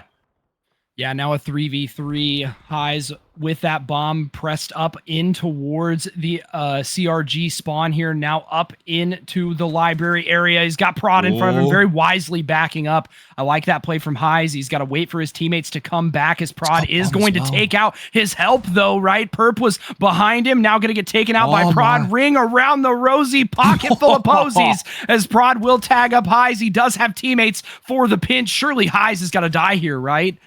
Oh, Jua again. Massive kill from Red. I was just about to say, I feel like he's too far away, but this has actually worked out absolutely perfect. Can he read this play and Zig? No, he's going to run right past him. Bomb player in the middle of the map's going to get picked up. And an unfortunate situation where Anomaly were right there and just late round things going wrong. And it'll be CRG getting the round 11 win and a 2-0 lead in the series. Shifty, what a map we've just seen, and especially from the CRG duo. I mean, look at those numbers. Waves stepping up huge late. Yeah, really Waves coming alive in the second half of that map, right? I mean, we saw Booger come in, start 6-2, I believe, and then really cool off towards the end, finishing 8-8. But when he cools off, Waves checks in, right? He had those sniper kills, those huge first bloods early in the game, then transitioned back to the M15 and was making huge plays happen, including the final kill at the end for round 11. Nice little two-piece towards middle. So Carolina Reapers up 2-0. Bezo, they're a map away from forcing a second best of 5 here.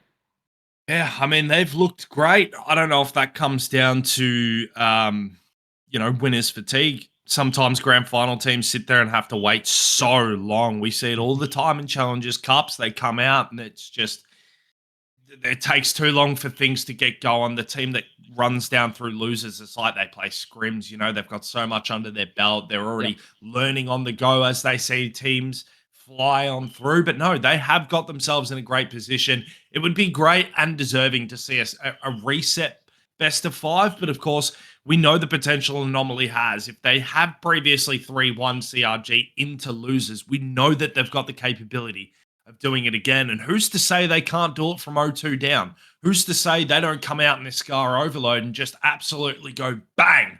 And all of a sudden CRG are looking at a map 5, Colossus S&D and going, what the hell has even happened? How did we get in this position? Yep.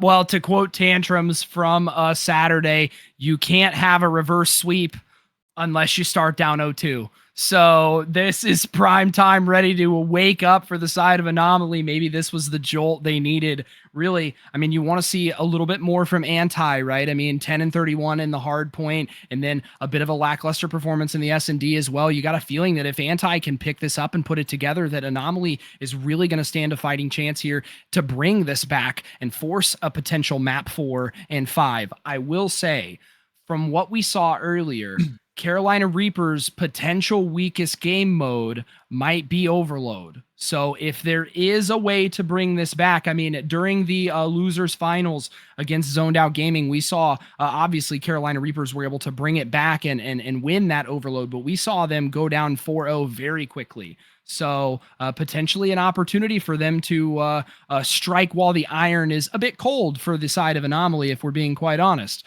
But you're going to have to start it here. So we do get a Scar Overload coming up next, and I'm excited about that. I feel like Scar Overload is one of the more evenly distributed maps. There is maybe less of a bad side as opposed to some of the others, so you've got plenty of opportunity to try and bring this back.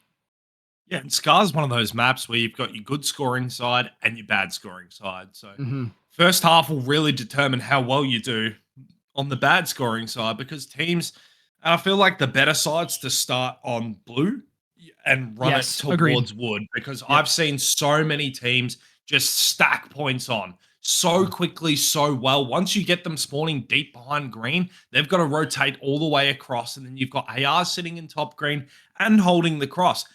The defense just can't do anything about it. So, you know, for either one of these teams, especially Anomaly, if you're on that side, we know they're going to attack that site. They have to be efficient on it. They've got to get, you know, minimum 2-3. They've got to play good defense. It's then got to transition to the other side as well. No point starting good if you're going to fall and fail miserably in the second half. So both teams have a big expectation for that side. But who knows? We could see a really low-scoring game. We could see a medium scoring game or a really high scoring game blowout for either one of these teams. It's so hard to call down the line. Yeah, and I mean, when you look at the slaying numbers being fairly even, minus one outlier from the side of Anomaly, right? That really lends itself to this potentially being a barn burner of an overload game as we are loading in Jua and Cinco, starting off things hot. Cinco continuing to go in waves, taking 2 as well. Immediate EMP possession for the side of CRG, and they're going to score this here. I mean, wow, what a 12-second capture from the moment of hitting mid-map. And that's the point. That's the one that I just highlighted. That B site is so dangerous, so hard to hold, but it is the favored spot on this map. And you know that the team that starts on this side is going to look to attack that. But I wasn't expecting a 15-second capture. Yeah, not at all, right? I mean, CRG coming out swinging for the fences as they're getting ready to put a second score in here. Potentially High's the only player to try and make a stop. He will, but they do have some help. That was, I believe, Prod who put that score in. So great job from Carolina Reapers to continue to apply the pressure, and that's the difficult thing, right? You get stuck, just like you highlighted, back behind green. Your spawns are so far away from that B point that really all you have to do is continue to press the issue, and we have not seen CRG not be on Anomaly's half of the map the entirety of the first minute and a half. Yeah, and they've got ball spawn as well, which just puts them in a more dangerous position as Anomaly now brute force their way to the middle of the map. They lose a couple of bodies here through Prod and Cinco, but it's alright. They transition up. Anti's just going to have to stay alive on the stairs here and wait for his team to get back across. Cinco gets aggressive up towards green, and a third capture already in 2 minutes, Shifty. 3 captures come through, and CRG looking real hot. Yeah, we're getting ready to hit the mercy rule here for the first round, and there's still 3 minutes left to play. Anomaly can barely move out of their spawn. We are seeing absolute domination from the side of Carolina Reapers off the backs of an 11, now 12-6 start from Cinco. Oh boy, Super, you can only do so much! And Booger getting 2 at the end of the round. They'll get their 4th in the half early. Jeez, what a first half of Overload that we've just seen. Oh my goodness, CRG are looking good to set that best of 5 back to 0. Yeah, they heard me talking between this map is what happened, and they said, oh, you know, Shifty said that our worst game mode was Overload. Well, watch this. Watch this. And they're going to hang 4 in just over 2 minutes. That might be the quickest round of Overload that I have seen so far.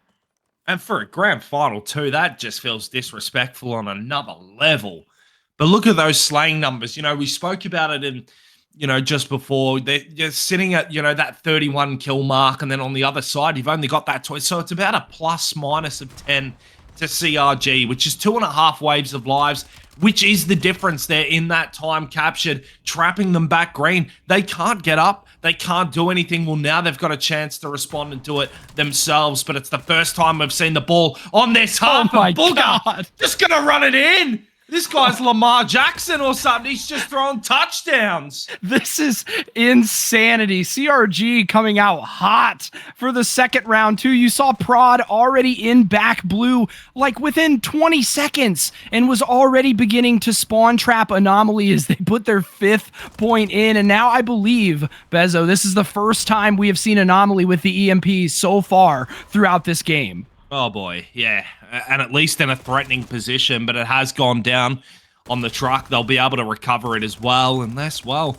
who knows? Anti might be able to make a play up here, but ball might get reset. No, they'll get the capture just in time, take it back into their hands, and look to steer it through the middle of the map through highs. He does well to get two, and finally a bit of momentum here for Anomaly as they try and position over mid-map, but they're trying to get through Prod. It takes a couple of people to get that EMP dropped, and Anti going to be the final player up with stuns hitting. Tough position to be in right now. That EMP few seconds away from getting reset back to the middle of the map, and CRG, even on defense, looks so damn dominant. Yeah, they really do. And that was the best play that Anti could possibly make there, right? As Booger turning and burning onto Perp, sending him back to the respawn screen. Again, Anti trying his best there to make some forward pressure happen with the EMP, but had to back up. The CRG counter slaying has just been too strong so far, as Perp winning a big one, though, over here towards the EMP. Prod last alive in this area to try and make something happen. He's now getting some reinforcements from Cinco. Huge 3 straight kills for the side of CRG, and Booger trying to make some plays in the spawn. We will get some kills back and forth, so now Anomaly spawn has been cleared for the moment, but this EMP going to wrap towards mid. Yeah, no, patient play with the EMP. No real need to do anything reckless at this point. You've got 2.5 minutes. You know you're pretty close to just having the map here covered, well, truly done at this point. You almost shouldn't be able to lose in this position. So the pressure with every second that goes by is getting heavier and heavier on Anomaly. And Cinco just making sure they cannot get through that jet area whatsoever. And Prod now will progress forward, look to get himself a few. Anti, unfortunate run of the ball, won't be able to get it very far. And Booger, as dominant as he's been through the first couple of maps, has had, not the most statistical impact on this map, but boy, he's been bringing the heat. Bringing the heat indeed. 5-0 so far, as Bezo, we're getting dangerously close here to calling it, right? We're getting to a point where it's going to start getting dangerous, mathematically impossible style, as Cinco on your screen trying to take 2 down with him. Booger will finish that and now try to make it a second onto highs. He will stay alive, but the EMP stuck in a precarious position. If you're Anomaly and you want to try and bring this back, it's pretty much got to happen within the next 10 seconds.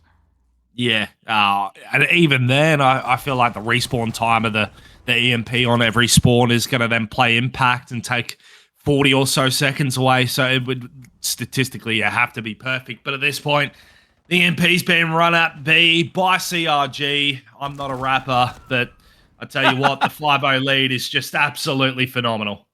Yeah, we're at a point now where at this point CRG just, can play defense, play TDM at this point, right? There's no sense in even picking up the EMP for the rest of the game. 45 seconds and counting down. We are going to have a full bracket reset. I am so excited for this second best of 5.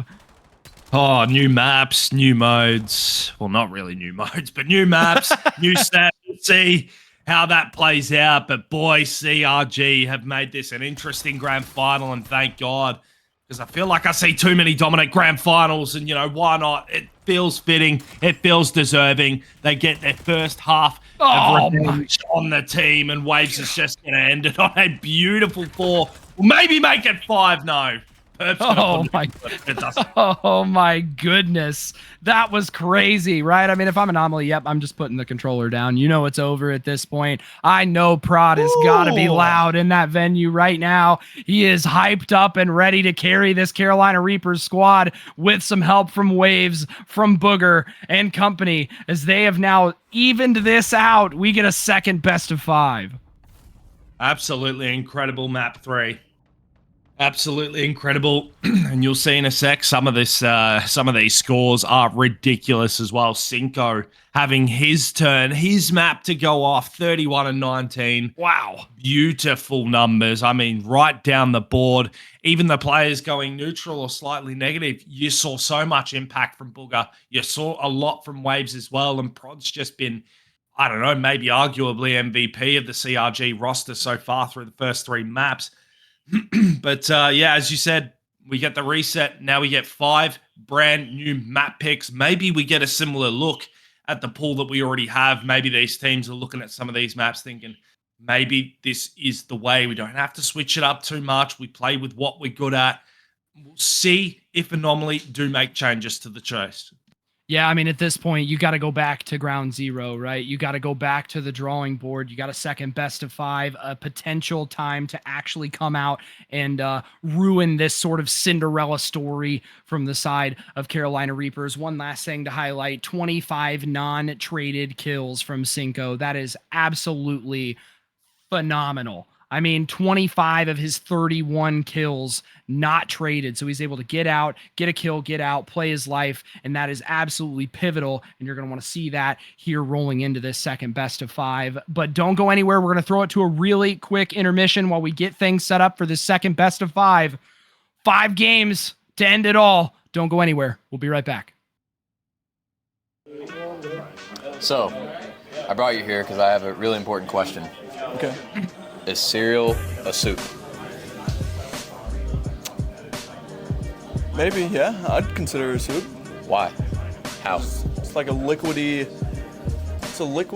I don't know, meal. So that's pretty much all soup is. If that's the case, what's your favorite bowl of cereal soup? Cereal soup. Big Fruity Pebbles guy. Big Fruity Pebbles guy? Yeah.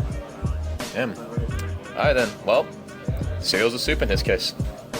So, a lot of important questions, but this one being probably the most important. Is cereal a soup? No, cereal's not a soup. Can you tell us why? Because like when I think of soup, I'm thinking like, you know, like brothy stuff, like a meaty broth or something, you know, or like a vegetable broth, like milk. I don't think it's soup. You don't think it? Even if it's a liquid? No, because it's like it's like kind of sweet with like the cereal. Nah. Well, if that's your case, what's your favorite cereal and what's your favorite soup? Shoot, okay. My favorite cereal is Cinnamon Toast Crunch, easy, okay. And then soup, I'm Filipino, so like my mom, like we have like a dish. It's like called sinigang, but it's like a sour soup. Yeah. I don't know how else to explain it, but yeah, it's fire. Okay. Well, there it is. Appreciate it. Yo, Josh, I got an important question for you. Talk to me. Is a hot dog a sandwich? Keeping it real, probably not. I'll say nah. Why not? Bro, like, the way the bun is just like, it's curved. Like, I don't know. Sandwich, you put something in between. You're like a chicken sandwich, ham sandwich, cheese sandwich, you know what I'm saying? Like a hot dog, like, you know, like, you're not putting, I mean, you are putting it in between, but like, it's on bread, though. It's not being like, it's not in the middle. I mean, I don't know. It's not like, I'll say.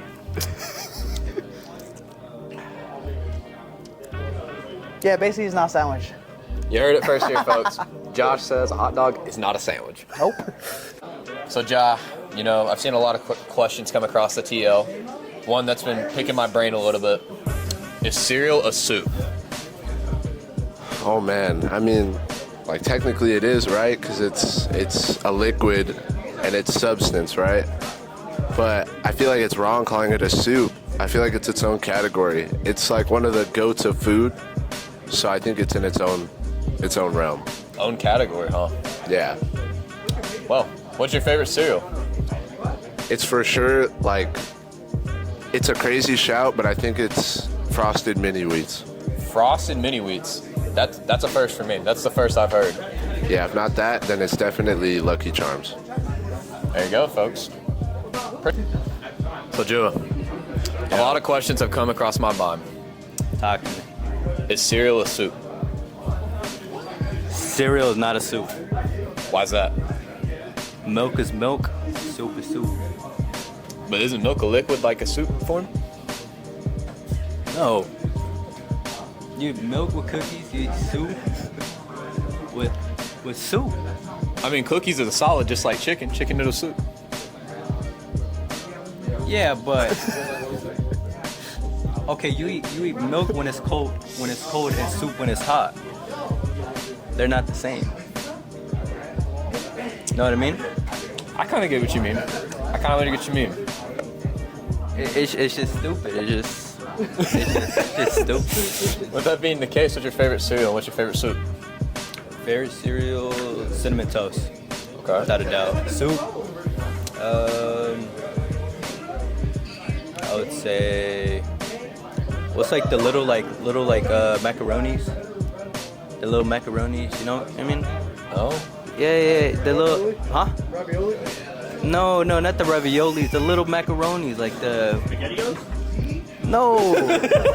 No, like, bro, my Mexicans will know. It's like the little macaronis. It's like, but the little they'll know. That one. All right, chat. They'll know. Anyway, so Perp, I've had a lot of questions come across my TL. It's picked my brain a little bit, so I want to pick yours. Is boneless wings just nuggets? I'm gonna have to go with it. Yeah, I think boneless wings are nuggets. All right, break it down for me. Well, I mean, it's just not a wing. I mean, you could eat it with a fork. Like, wings are supposed to be eaten with your hands, I feel like. Like, you eat bone-in wings, you eat them with your hands. You don't eat it with a fork. I feel like that's what you get a wing for. So, I mean, I don't know, I feel like it's pretty valid on a nugget. All right. I'd give you that. What's your favorite wings? Dang, this might come out crazy, but mild boneless. Mild boneless, no spice, nothing, just regular. I mean, like some BWs, mild. We're cooking. Blue cheese or ranch? Ranch, obviously. Okay. I can't do blue cheese. Nah, we're not doing blue cheese. All right. Well, you heard it here first, folks. No Perp blue agrees. cheese. No blue cheese. Wings, just nuggets. Yo, Logan. Yo. I've been having some stuff pop up on the TL. Some questions. One's been picking my brain, but I kind of want to pick yours a little bit. Is boneless wings just nuggets?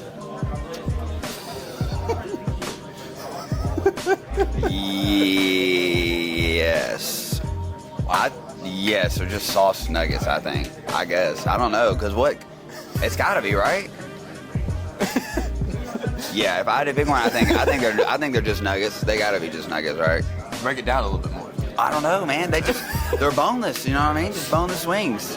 But why don't we call them? What classifies a chicken nugget? You know, why don't we call it? Why don't we call it one name? Wait a minute. No, because what is a chicken nugget? Is it just ground up meat? Is it just ground up chicken? I don't know. Wait a minute, because now we're cooking. Because a boneless wing, is it all wings? Do we know it's all wings? Who knows? Maybe it's the same thing, bro. Could be. I don't know. I think in theory.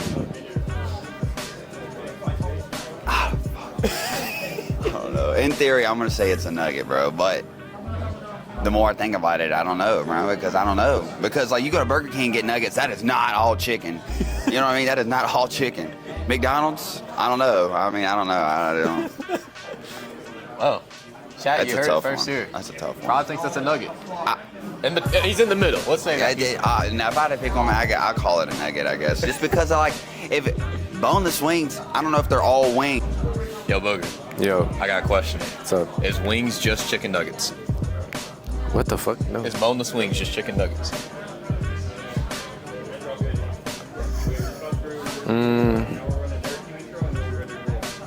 Nah. Yeah. Yeah. It is just chicken nuggets. Why is that? I don't know. There's no bone. There's no bone? Yeah. What's a chicken nugget? It's just chicken. Should they just call it one thing then? Instead of boneless wings and chicken nuggets? Damn. They got different sauces though. It's built different too. One of them is like stars and dinosaurs. That's true. That's true. If you had to pick though, what's your favorite wing flavor? What's the best wings? Probably mango habanero. Habanero? Mango habanero. Blue cheese or ranch? Ranch. All the way. I'm a ranch connoisseur. Ranch connoisseur? Yeah. What's the best wings at what place? Welcome back, and here we go. We are at grand final time between Anomaly and CRG. And if you are just tuning in, first best of 5, CRG from the losers have forced the second best of 5 with a beautiful 3-0 victory. And between those three maps, Shifty, we saw a 250 to 172 win on the hard point on Blackheart, a round 11 victory on Raid Search and Destroy, and then a 5-0 in the final map on Scar Overload as well. So an incredible first best of 5 from CRG, and now Anomaly looking to bounce back in this next. Yeah, got to bounce back in a big way, right? I mean, going down 3-0, especially when you already have the first best of 5 as some sort of cushion here, right? I mean, you got to bounce back in a big way, as we did just find out the map pool for this second best of 5. So it is going to be Scar, Raid, Den, and then Colossus squared. So you're going to get Colossus twice, both for the 4th hard point, the 4th map hard point should we need it, and then Colossus S&D as well. And to be honest with you, I kind of like this map pool, right? I'm excited about being able to see Den. We were supposed to see that potentially in the first best of 5 in a hard point. I like Den. It's one of my favorite maps, not only to play, but also to commentate. So I'm excited that we're going to guaranteed get a Den. It's unfortunate that it's on overload, but you know, it is what it is. So I'll take it where I can get it. But again, Scar, Raid, Den, Colossus. So, I mean, I feel good about that best of 5. It's pretty spread out. So we'll see a little bit of everything here. Yeah, and we get 2 of the same map picks as well. So Raid Search and Destroy map 2, Colossus S&D map 5, which we didn't get to, are still in the picks. But those other 3 maps we've swapped around. We're going from Blackheart to Open now to Scar, Den Overload for map 3 instead of Scar, and then Colossus Hardpoint instead of Den Hardpoint if we do get that distance. So again, nice little change up in the map pool. We at least see 2 new maps in the first 3. But if you are joining us late, we do have some team intros. If you don't know who the players, well, now you're about to know.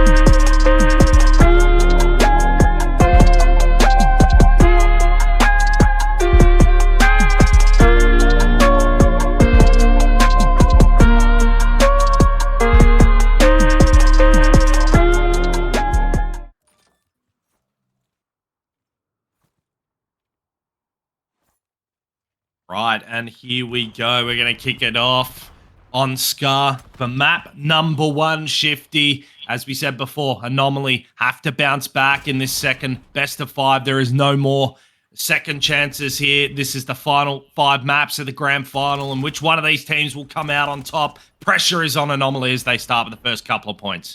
Yeah, and we know this P1, typically P1 across most of these maps is pretty scrappy, but on this one you can actually get a pretty solid hold if you're set up correctly. So Anomaly able to take the first 11 or so seconds, and now the slaying has come back in favor of Carolina Reapers, forcing that spawn out with 15 or so seconds left before we start traversing towards P2. We're going to see who can attain those early rotations. It's looking like Carolina Reapers are going to be able to be set up over in this hotel area. Prod holding a huge power position here, gonna take one. He's got some more players to contend with. Nice kill from the side of Anomaly. Let's see if that can break them. Just kidding. Booger's gonna hold it down for Carolina Reapers.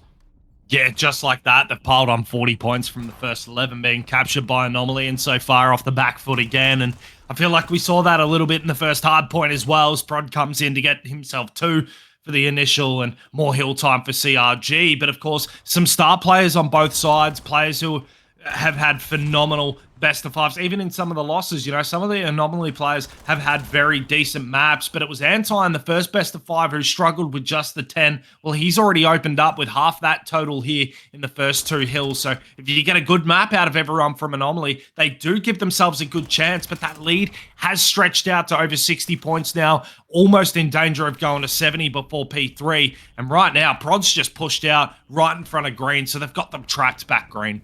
Yeah, it's a fantastic spawn trap there as Prod here going to be on your screen. Going to watch the initial push. That's a huge kill, huge entry from Jua, as now Booger left alive by himself on P3. Anomaly with a very quick retake. Let's see if they can string together multiple points here. Nice nade from Jua as Booger on the backside going to be able to hit a flank. That is absolutely huge. With some help from Waves, they're going to be able to take some time, as that is 4 dead for Anomaly. My God, he's such a star with a sub or an AR in his hand. He can do it all, but focal point to look at for this map. It was Anomaly in the first hardpoint who trailed for pretty much the entire game, but they couldn't get time off initials at all, and they really struggled and got a lot of their time on the back end. Well, we've seen them now on 2 hills start the hill, but they haven't been able to accrue much from it. CRG have just been absolutely unloading on them with waves. Getting another 2. Heist will be there to pick up some much needed time, but it's not much of it. And even looking at that map there, you see CRG ready to go, poised for P4. And Prod has that side of the map locked. Double positive is he through the first 3 hard points. P4, you know this is a money hill just like I know it. And then being able to get the initial time and then some. They had some players over towards the front that were trying to stop the front push. Now the back push is getting ready to come in, and from the top, Anomaly going to be able to successfully break this. But they gave almost 30 seconds right from the get-go of P4 to Carolina Reapers. They're going to have to start winning these rotation battles if they want to climb back from this deficit. Yeah, they will, and Jua's starting to step up as well. We've seen him a few times in the kill feed getting multi-kills, which has helped his team find a little bit of time, and you just add pieces here and there over time. Still 4 minutes and 23 seconds of time to work with as well as we move over towards P5, which we know is a very chaotic hill. This is one where the spawns will matter, and you can see CRG again, first to rotate, first to set up. They'll be the ones here looking to stop Anomaly on this rotation across, get those cutoffs, and they've got prime position over the front Godheady, top green, and the back. Yeah, Shinto here going to be your player to watch. He's going to be the person to hold the spawns. He will unfortunately get pushed out by Highs and Jua. Now the pressure coming in towards P5. Booger last alive up at the top now with waves, giving him some help with the trophy system on hill, as we do have CRG again with the initial 30 seconds of that hill, right? Every single hard point, that is disgusting. Every single hard point we have seen so far. Carolina Reapers have had the initial, had the rotations, and had full map control. This second set of hard points for Anomaly is going to have to be something special. Yeah, you got to find momentum in kills. You've got to play waves. You've got to break as a team, and we're seeing a few times things like that. Anti, you know, he's playing for scrap time. He's going on his own. That's not much to really think about, but all these other hills as well, it needs to be team orchestrated breaks, because right now, guys like Booger are just flying around the map relentlessly, and you've got to get a hold of them very quickly. You do there if you're Heist. You look to P1. You've got Super lurking around Milk here as well with Anti in the hill, and you've got that pressure coming through the mid-cut. So Jua, he's been big for multi-kills. He has to make sure they don't slip through the back and get freebies, which he's got eyes on Booger right now, and will find that kill. Yeah, that was a huge kill for him, not allowing Booger to get in and start influencing that spawn, as Prod was the only player from CRG to try and make a play on that hill. Anomaly bouncing back in a big way here. They're primed to potentially get almost a full 60 from P1 here on this second set of rotations. Taking a look at our scoreboard, Prod 19-5.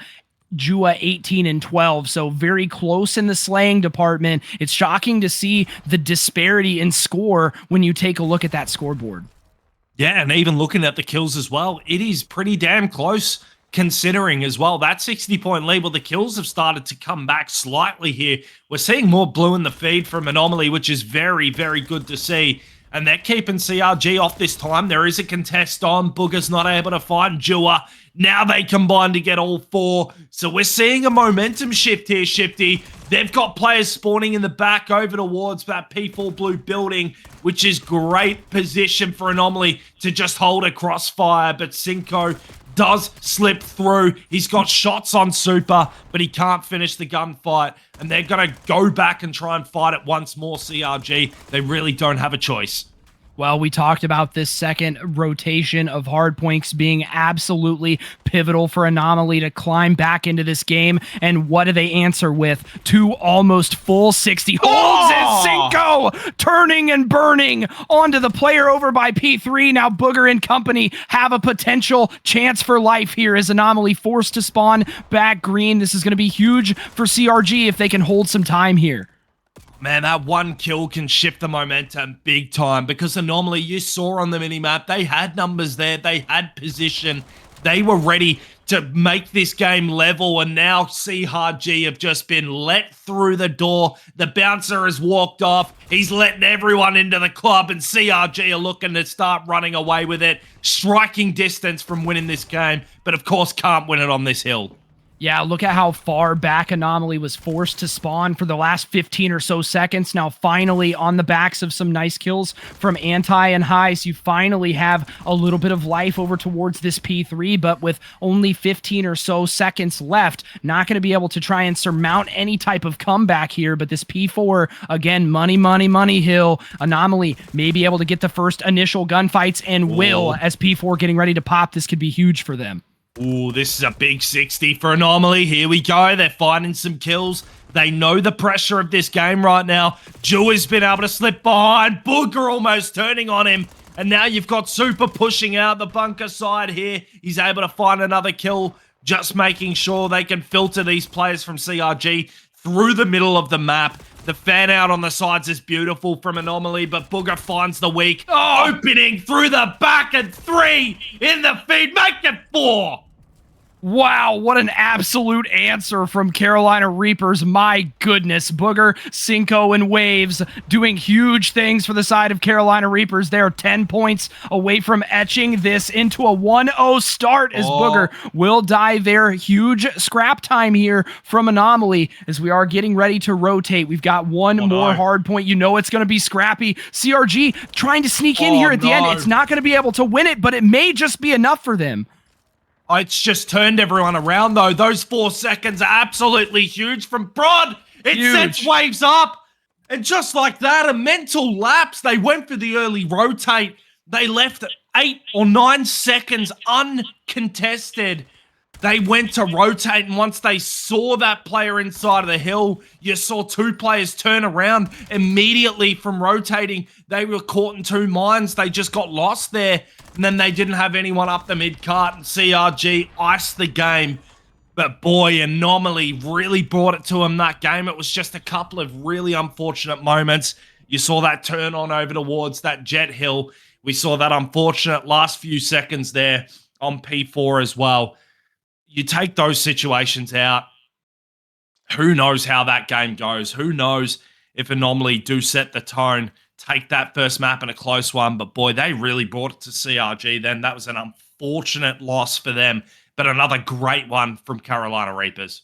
Yeah, almost a tale of 2 games entirely, right? I mean, we had an unbelievable start from the side of Carolina Reapers and then an unbelievable second half of the game from Anomaly. So a bit of a tale of 2 sides here. Is that was a fantastic hard point. I mean, 250 to 195, that's pretty damn close. And obviously the heads up play by Waves, I believe it was, to sneak in at the end and, like you said, divert the attention of everybody from Anomaly. I mean, it speaks volumes for the mental stability, right? And the mental plays, the heads up to be able to try and force that time away before it rotates to P5. Fantastic finish, and Carolina Reapers have now won 4 in a row.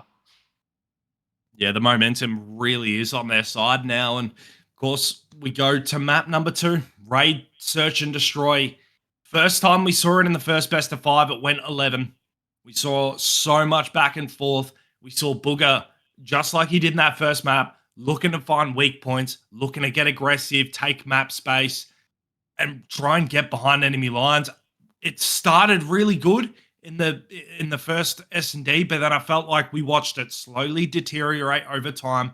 They were able to mitigate Booger. They got a lot of rounds back under their belt. When they were able to do that, they pulled themselves right to the end and just fell short. If they can do the same here, if they can stop players like him taking space on the map, they very much could rectify that first mistake from losing that round 11 and possibly get one back on the board here and then send it to Colossus for another hard point. This is a do or die map. If they go down here again 2-0, you'd hate to think what the potential is here going into the overload. Yeah, you really do, right? I mean, especially with how fast that overload was in the last best of 5. And I have been corrected. The play towards the previous hard point was Prod. So big shout out to him for making such a heads up play. We are back on raid. We did have a round 11. And what we want to see, I think, for the side of Anomaly is a fast and aggressive offense. We've seen them struggle a little bit when they sort of play for picks over towards that A site. And Highs trying to answer with some aggression. Him and Anti trying to immediately push in towards the CRG spawn and put some pressure on. Waves with the first blood with that sniper rifle, though. Yeah, great first blood. Anti out of action. Bomb has gone down A as well. And Heist, who was the man running point in the ringside here, has got a little bit aggressive up towards top laundry, and he's been isolated out on his own. So a bit of a heat check there from him. That's going to leave Super ringside on his own, can tuck and bob and do whatever that was. It won't work in the end. And Dua going to be the final player alive in a 1-versus-1 against Waves, as Waves goes on the hunt, spots him inside a gym, massive kill, and he should have plenty of time to get the defuse off as well. Yeah, that's a great play there and a huge 1v1 win from Waves. He was the MVP of that round for sure. Not only etching the first blood with that sniper rifle, but being able to appropriately chase down Jua and get the defuse. That's a good answer round for CRG. Way to set the tone here on defense. And we talked about that fast and aggressive offensive play. If Anomaly's going to do that, they've got to lean on those first bloods. They've got to lean on being able to get in, get aggressive, and take advantage and take control of the bomb site. CRG answering back with a perfect defense. And I don't think we've seen a counter snipe from them in the first set either. I don't know if Anomaly that's a good point. had a I think that's sniper, true. so Yep. That could also play a part here. I think it has been put away from Waves right now on their offensive side, which I don't mind, getting very aggressive up poolside. But at one point, you've got to think that there has to be a countermeasure in place for that. You don't want to be trying to chell that with an AR across the map. But here goes Dua down the open stairs with help. Waves now in trouble inside of Tiki. His Anti was the one who picked up 2. Now they've spotted Super back Tiki. It's just all happening right now. And Prod drops down to the 1v3 with absolutely nothing he can do with Bomb down. Anomaly with a great bounce back round. Yeah, absolutely. And we see 2 defensive round wins, right? The first S&D on raid, we saw back-to-back offensive wins. So a potential flip of the script here. Obviously, both of these teams well aware of how to play raid S&D. So coming out fast and aggressive here on these defenses. I liked the play from Anomaly there, pushing straight into mid. They had one player for information over at B and then just collapsed around that B bomb site. So a fantastic defense from Anomaly. They are back on the offensive. Anti going to be carrying the bomb over towards this B site. Waves is huge here too, and of course defense sniper comes out. How has he stayed alive there? That is incredible. 17 HP, got out with his life. That is huge. You don't give them the trade back and the opening blood as a response, and now Prod's going to follow up with another one, finding Anti in the middle. Bomb has gone down open stairs. They're going to pick up Super and Jua. Just like that, work the pinch. Now he realizes he's on his own. He's being hunted from kitchen. Pistol out. No issues at all. Another round on the board from CRG. And it starts with that snipe once again. So they've got to have an answer on their offense. If Waves is just going to lock them down with a sniper on defense, you're not going to find much hope. Yeah, and that's really the thing about raid, right? Both of these bomb sites are in kind of precarious positions. There's so many different angles that Waves could be defending from with that sniper rifle. So he has been a tone setter for the side of Carolina Reapers, especially on those defenses, and have definitely led them to this 2-1 lead so far. Cinco going to be carrying the bomb in a straight mid push here from CRG. They're willing to get busy with it straight from Jump Street. Wow, and smoking off kitchen and then taking ringside as well. This huge booger. Aggressive once again, like we know he's good at doing. Bomb goes down A side. One less player on the defense to get this defuse off. And that was a beautiful call to get that smoke off front kitchen. Back down those players, and they found the weak spot ringside. But now, 7. Cinco was able to slip through. I don't think him and Jua know that each other are there. Well, Cinco slips up and finds him now. Now the numbers advantage starting to slip away. 3 versus 2. CRG with the numbers, but hang on a minute. Heist comes through, picks himself up one with a pistol, but not much time left on the clock. Yeah, High's giving him the whoop-de-wop there as he was able to get that kill with the pistol. Obviously going to have to try and force the defuse here. Not going to be able to get it. Waves staying alive just long enough with the wall bang shots onto Perp to put him down. I saw there High's doing some crazy movement tech in and outside of that laundry building. What a fantastic round from the side of Carolina Reapers to answer yet again and continue to try and stretch this lead off the backs of some really nice play from Waves here. Yeah, and again, it was CRG with first blood. Highs did everything he could that round. I almost feel like you should have tried or attempted to body block the guy defusing the bomb as well. Just really, play that angle to the best of your ability to stop him from getting a free kill, but they can only do what they can do, and although Highs is now on a 4 spree, you're down 3-1. You've got a way back into this game. It might start here. There you go. You find the sniper in middle. Your hard counter is now the smoke against the sniper, and that is the play call.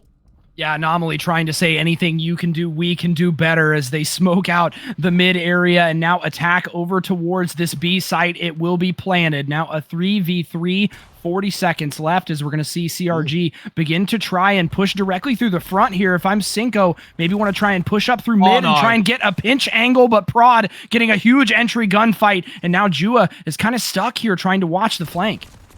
Yeah, no, that was just really unfortunate. That situation there. Prod's pinned out a Tiki. You've got a good angle to take the shot, but he went for the slide cancel. He had no information on money. He had no information on cutout. He just goes for the gun. I don't think that's really the best choice there when you had an angle inside Tiki to get that gunfight. It is unfortunate now because that 4-1 deficit now sits in front of them, and it is not looking reminiscent to that first raid search and destroy we saw in the best of 5 in the first set, Shifty. This is quite the opposite. CRG really putting their foot down.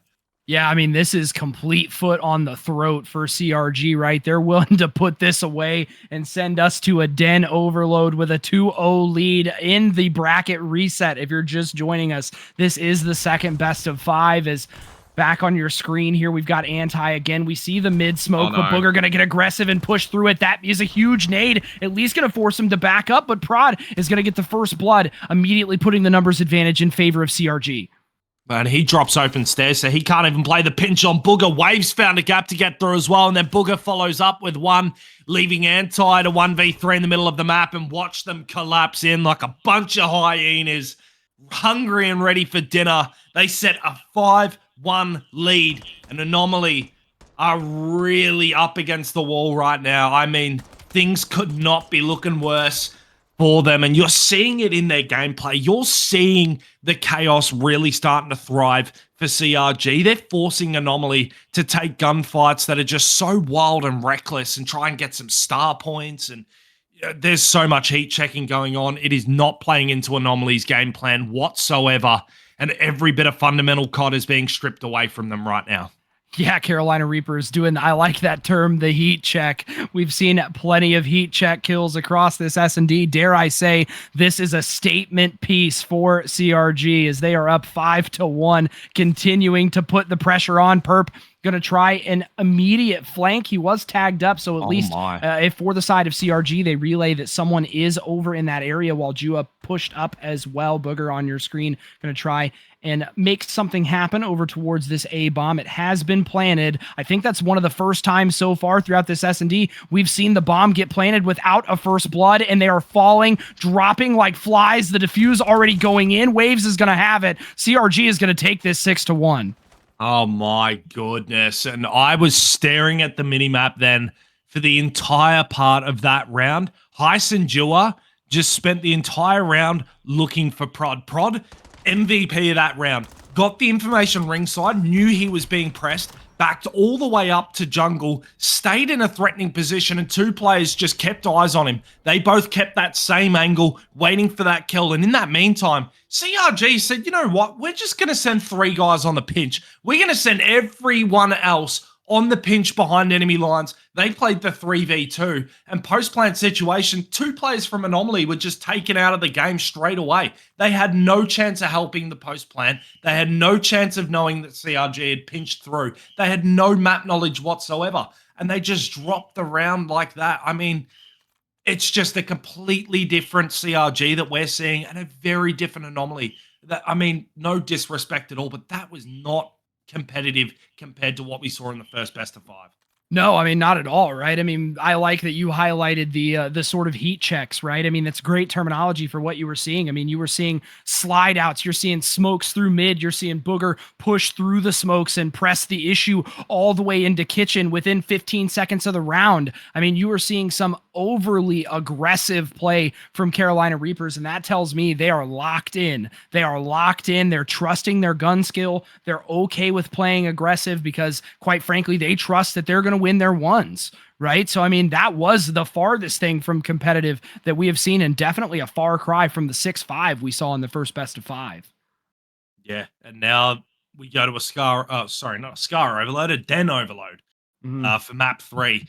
And if there was going to be a map, I know you and I were sort of talking about it off screen before, but I feel like if there was a map you had to take from CRG, it had to be the S&D.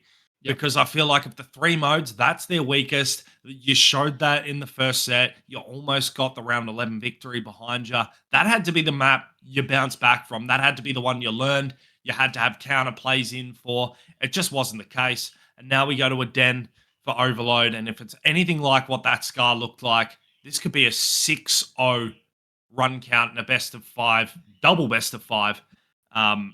And a ridiculous win from CRG. So now backs against the wall. It is a full reverse sweep situation for Anomaly.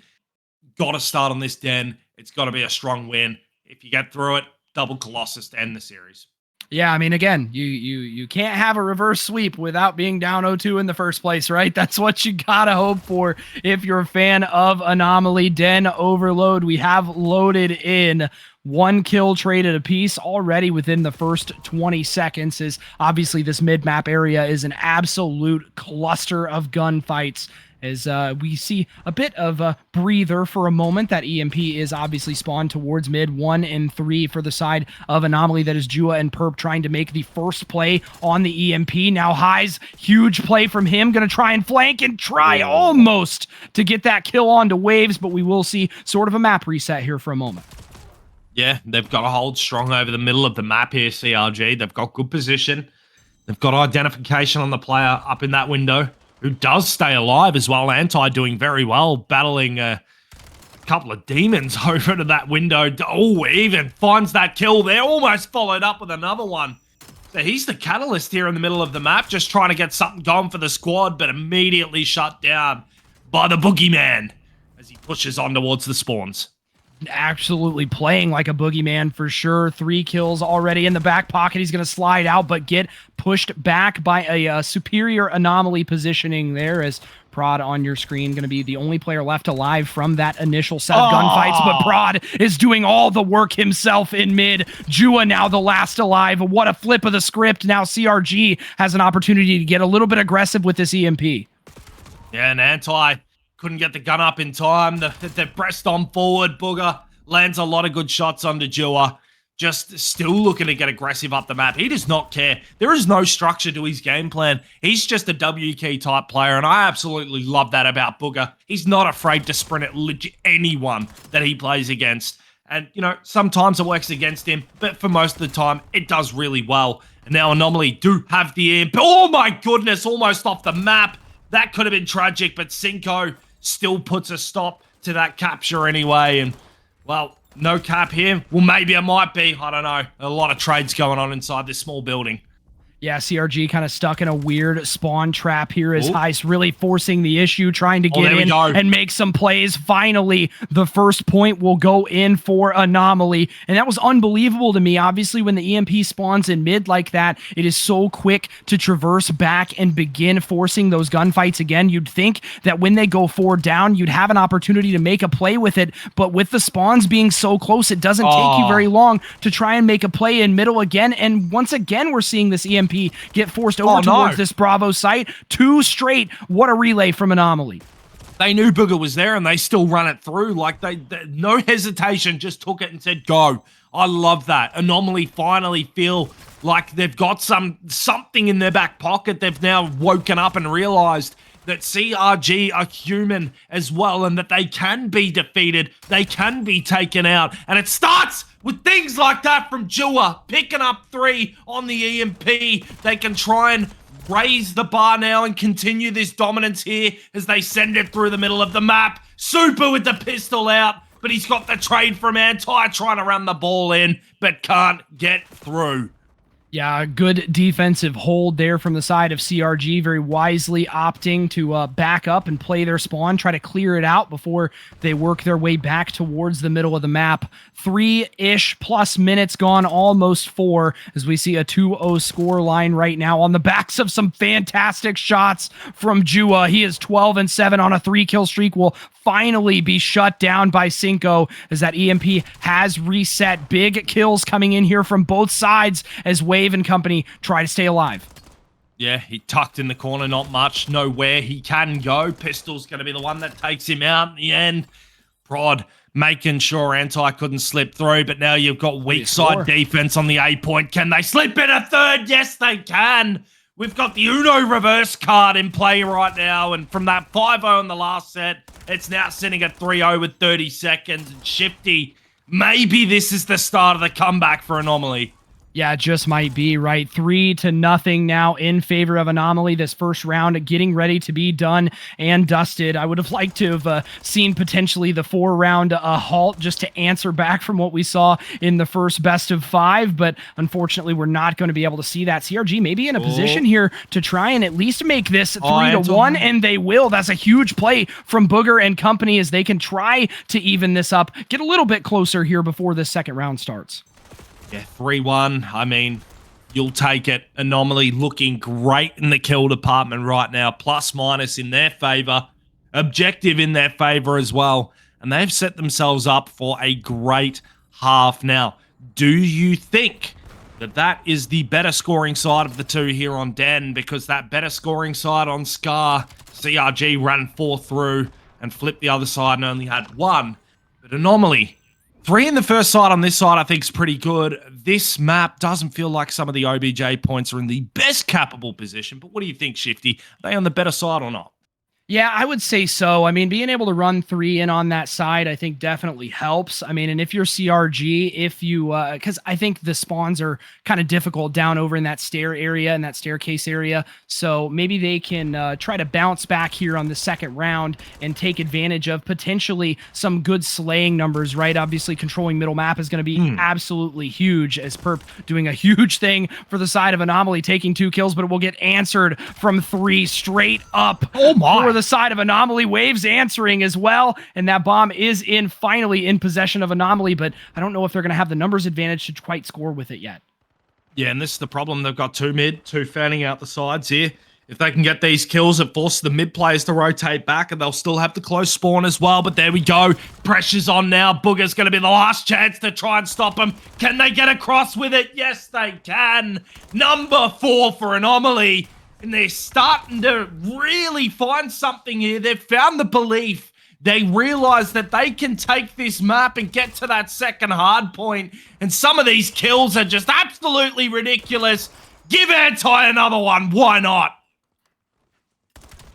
Anti absolutely running amok in the CRG spawn. That is a second relay for the side of Anomaly. Now 5-1 as Jua hitting some really nice shots onto Waves there, as it looks like they may be in prime position to catch another relay. Look at that mini map. They are fully converged over towards that EMP spawn. Well, hang on, and here comes Booger. Read like a picture book.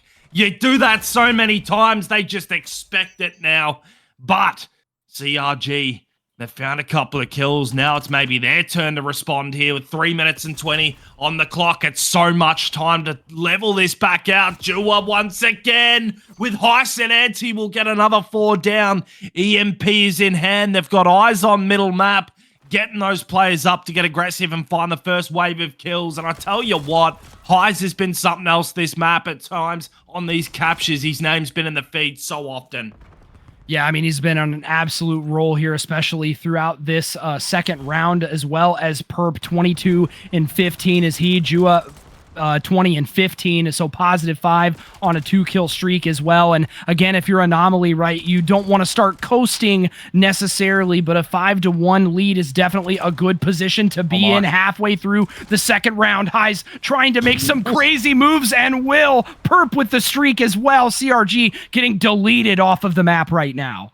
I mean, this is just another great scenario once again. CRG, you look at the map presence, they're going to send a third back. He's going to get caught on the pinch by Stooper, who picks up another one in the middle of the map, and now immediately straight onto the spawn. Prod's going to be there. He plays good defense. He takes both out.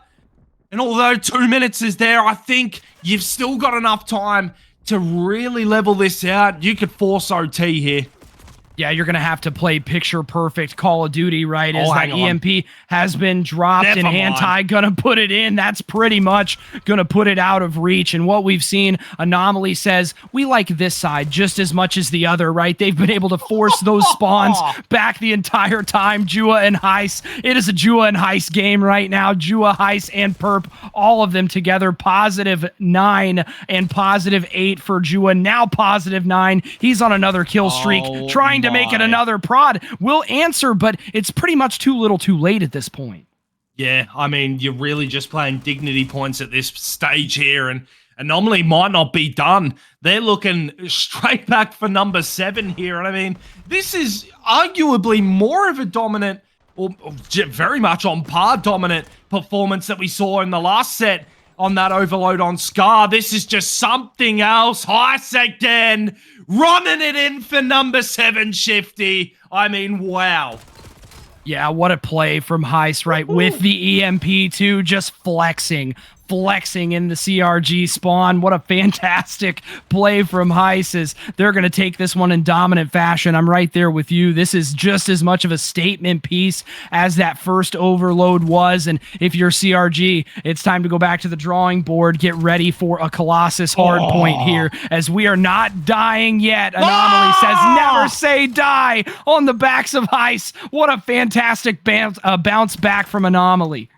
Oh, this kid is it Super Saiyan from out of nowhere. They said, you know what?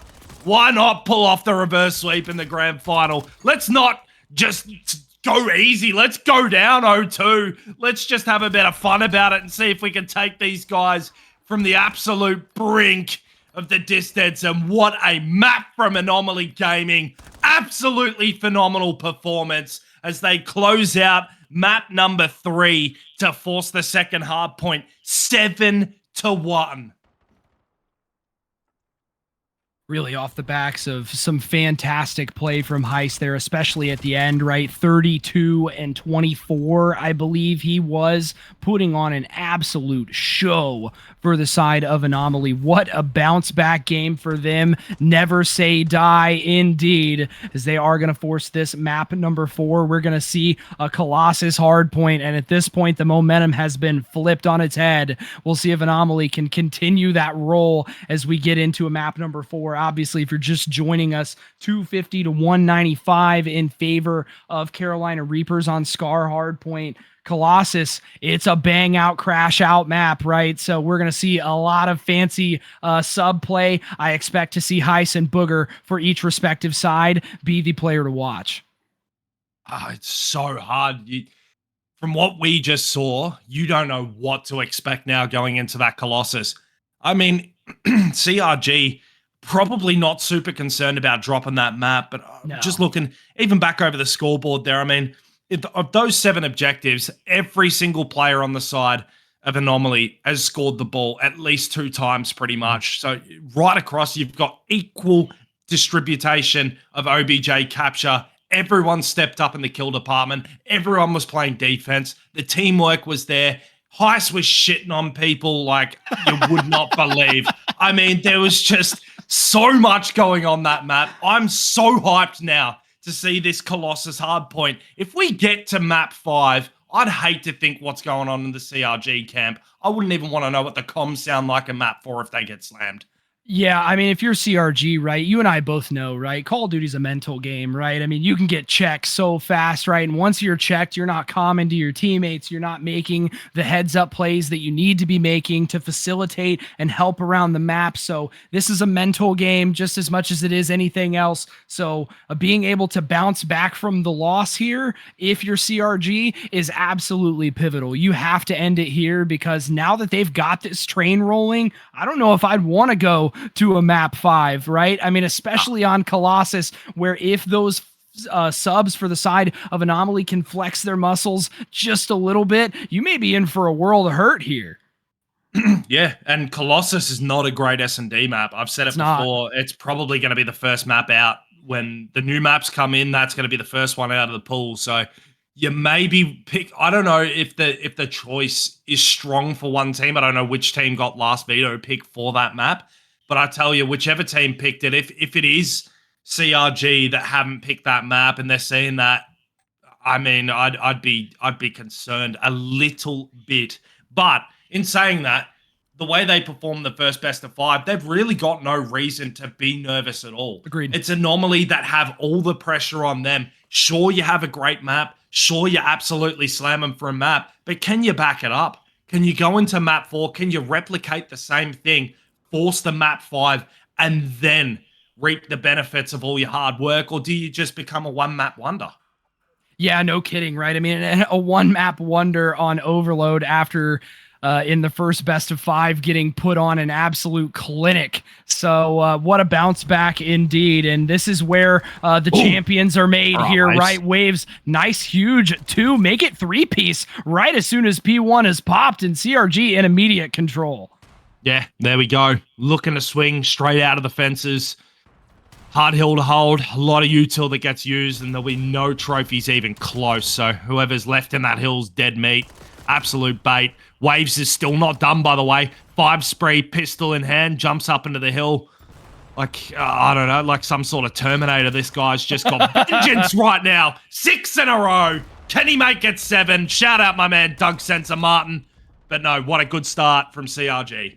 Yeah, and to take 30 seconds on P1 here is actually really, really impressive. You know, that's a knockdown, drag out kind of hill, really easy to contest. But when you're shooting laser beams like that, it makes it a whole hell of a lot easier for sure. P2 is popped. Prod going to be the first player for CRG to help, as well as Booger. We're seeing full P2 control here for CRG as well. Booger on your screen going to try and force the issue, get aggressive. Unfortunate team nade there, though. That may hurt them here as P2 is getting ready to potentially be broken. Just kidding. Cinco gonna hold it down by himself. Yeah, nah, here we go. This is the CRG of old that we were expecting to see into this map for Anomaly so far. Just can't get their footing, can't find the momentum behind them right now. Just running into brick walls after brick walls, and it's not anything against them that they can do right now. It's just CRG have woken back up, and even then with that spawn out, 15 seconds will go Anomaly's way. That's the start. Those few scrap points that you need to see them getting more of, but we need to see them winning the rotation as well, and already you have CRG members poised and ready to go. Yeah, I mean, that was the tail of the tape for the first hard point in this second best of 5, right? We saw through the entirety of the first rotation, not a single initial second went to Anomaly. They have finally changed that here now, as you and I both know, P3, extremely scrappy. Those spawns are pretty much equidistant from both sides. What a turn from Prod, as Anomaly going to take a little bit of time here off this first 30 seconds. And Jua was huge there, was able to find... well, 2 on the rotation over towards New. In fact, it was Heist that slipped through, almost caused the spawn flip, but he did have teammates spawn up and block that natural back spawn, which is very lucky because that could have turned out very bad. But anyway, the natural flip will still come in regardless of what I say. Caster Kirsten to the grave. Booger slides in, picks himself up another 2. And, wow, CRG. Have a look at the minimap again. Positioned over P1. They've got players spawning on New. It's Anomaly playing catch-up once again. Yeah, it's honestly kind of insane that Anomaly was able to get the time that they did over at P3. They saw a very weird, if you were looking at the minimap, a very weird split spawn there. So good for them to be able to take some of that time at P3 and now win the initial rotations over to P4. Anomaly clawing their way, scratching, clawing, fighting their way into this game. They have now eliminated a 60-point deficit, but Booger has something to say about it. Anti will be the benefactor of some trades there. Another nade from Waves. This hill is getting scrappy for sure. Oh my. Waves again picking up another incredible 3. Booger flying through the air to find himself 1, and Prod trying to work this side door here. My God, even in the loss, Prod was absolutely phenomenal for CRG as well. Statistically, has been the guy for CRG throughout most of this. Captain consistency himself. But the Anomaly lead has now been found. They've found the lead change shift here. Maybe a start of something really good here. Yeah, what an incredible bounce back from Anomaly, right? Holding that P3 and almost all of P4. Now we are through to the second set of rotations. That P1 has popped, and Heis is feeling himself. First to 20 kills already. Are you kidding me? The first rotation is just now over. 20 and 14 is he, and he is a big part of why Anomaly was able to climb back and then some, but Booger has some things to say on a multi-kill of 3 himself. My God, the potential in this lobby for a 2 or 3 piece is absolutely phenomenal. It is crazy to see, but Anomaly have done a great job to be able to force their way back into this game. 10-point difference is all that sits between them right now, and you know CRG are nowhere near done or satisfied with this result, and will fight back multiple times to try and get this lead back in their favor. But right now, Anomaly have fanned out the sides. They've got the rotation and the spawns on the better side, and Jua has started to step up like his teammate Heis as well, looking to set a precedence to get to this map 5. Yeah, look at that phalanx that Anomaly has over towards the right side of your minimap. They have full control of the map. Player number 4 going to be the one to watch. He's got Booger. He is getting ready to try and hit a flank here. He's got some help from the front with Prod. Now some aggressive push from CRG, and what a fantastic textbook break from CRG. I thought for sure that Anomaly was going to be able to string a little bit more time onto that P2. Yeah, and they're going to brute force the front here, unfortunately. They had a real tiny window to force that and maybe have a chance to break it here, but now they've got control over the side door. They've got control over the front. Waves, the guy who started off very well there, unfortunately runs out of ammo. Anti finds 2, and Booger again. We've said it so many times. He's just a walking 2-piece on the map. Whenever you need him, he steps up. He's there to deliver. Pistol, sub, or AR, it does not matter. Oh my God, Booger is doing insane things. If you were watching with us on Saturday, we had an interview with Prod, and one of the things that Prod said he loved about Booger was that he was a young gunner. He will just fly, and we're seeing that here. 7 kill streak, as that is another multi-kill for him. But unfortunately for the side of CRG, these map spawns just benefiting Anomaly too much. That player in middle holding down some pivotal angles, as they're going to get some really good time here on P3. Yeah, I like this from Heist. Go early, catch the defense off guard. You know, they're trying to play the break. They've got their eyes focused on the front. Here he comes from the back, but he's now the last player alive. He knows his team's going to spawn out now, and unfortunately loses that to Prod, but Super was already in P1 and ready to go. Now he's got the reinforcements running on through, but they all get cleaned up by CRG on the rotation again. So massive key highlight moment to look back on there. CRG, massive hold on the rotation.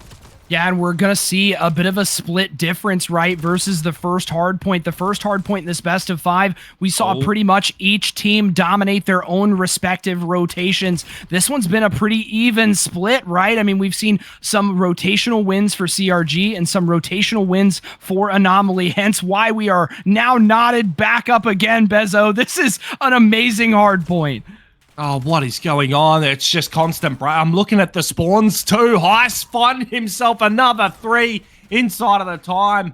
But you keep an eye on the minimap, and you see some of these spawns, they were splitting on this hill 20 seconds to go through middle. Anomaly didn't look like they were a chance to break into the time, but they've still found a way to go back through, take a couple of seconds. But these CRG seconds that remain on this time will get them the lead, if not level it out, as we go back to another P1. Yeah, this P1 has been so pivotal for CRG and Anomaly both. We saw CRG hold the overwhelming majority of the first one, Anomaly hold the overwhelming majority of the second one. That's the thing about this P1, right? If you can get eyes down the middle of the map and onto the bottom level, you can really try and string some solid time here together, but Anomaly able to break in immediately after the initial hold from CRG. Now trades back and forth. Wave's going to tag up some players. Prod getting a sneaky two-piece over down low, and CRG in a good position here with about 30 seconds left on this P1. I feel like Booger is taking so much power away. Oh, that is tragic. That is absolutely tragic. The only good thing is 3 players will spawn on the good side. Oh, in fact, all 4. I didn't think the 4th guy would have spawned there. He should have flipped out, but Treyarch gave him an absolute lifeline, and Heist has moved on through. They find 3, 4 in the feed. CRG spawn out, immediately resort to the streak here, and I wouldn't think this is the type of hill you'd use it on, but Booger must know something that I don't. Here we go. What? Curving around. He's found the gun, picked up 2.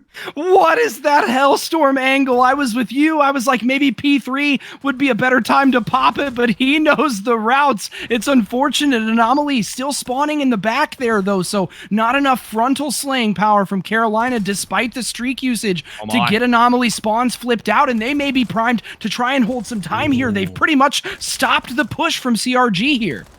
Yet have to nullify any attempt here, and they've done a great job. Heist at 41 fucking kills. I mean, he cannot be stopped. Booger is right behind him, not too far away. But right now, Anomaly, they've done the hard yard, Shifty. They've got themselves in the game. Waves is trying to stop him on the rotation, but there's the flip. Anomaly race over towards New. They have a player on hold with old time, and now the rotation kills come through. Anomaly have gone down, and they spawn out. Oh my god, that spawn out is crazy. Prod gonna be a huge player to watch here as he's holding down the mid. Perp and Heist pushing together. Perp gonna take 1, take a second. 2 huge entry kills. Can they sort of pinch here around this P3 as Perp is kind of stuck in a tough spot? Gonna get cut down by Waves. What a fantastic rotation from CRG. Now they're lining up. No. Cinco got so excited he jumped off the map. 14 seconds left for CRG. Can they get it done? Anomaly only have 1 player on the pinch. Super's going to pick up 1, but here they go. Anomaly do find the break. Anti, last player alive inside of the hill. He's got teammates closing in, and they're going to crossfire Cinco to lay down. He's got no other choice. The util usage is great from Anomaly, but the rotation is going to be more important. This is huge. Deja vu. This happened last time on the Scar. Prod, no. Goes down, and Jua keeps him alive. Oh my god, I thought we were going to see a potential rerun of the hard point earlier at CRG. They have the rotations, they have the slaying numbers. CRG is 2, now 1, now done. 250 to 210, I believe, for the final score. 215 potentially from Anomaly, and CRG going to be your Las Vegas champs with the bracket reset. What a hard point. Oh, wow. Holy shit, what have we just witnessed?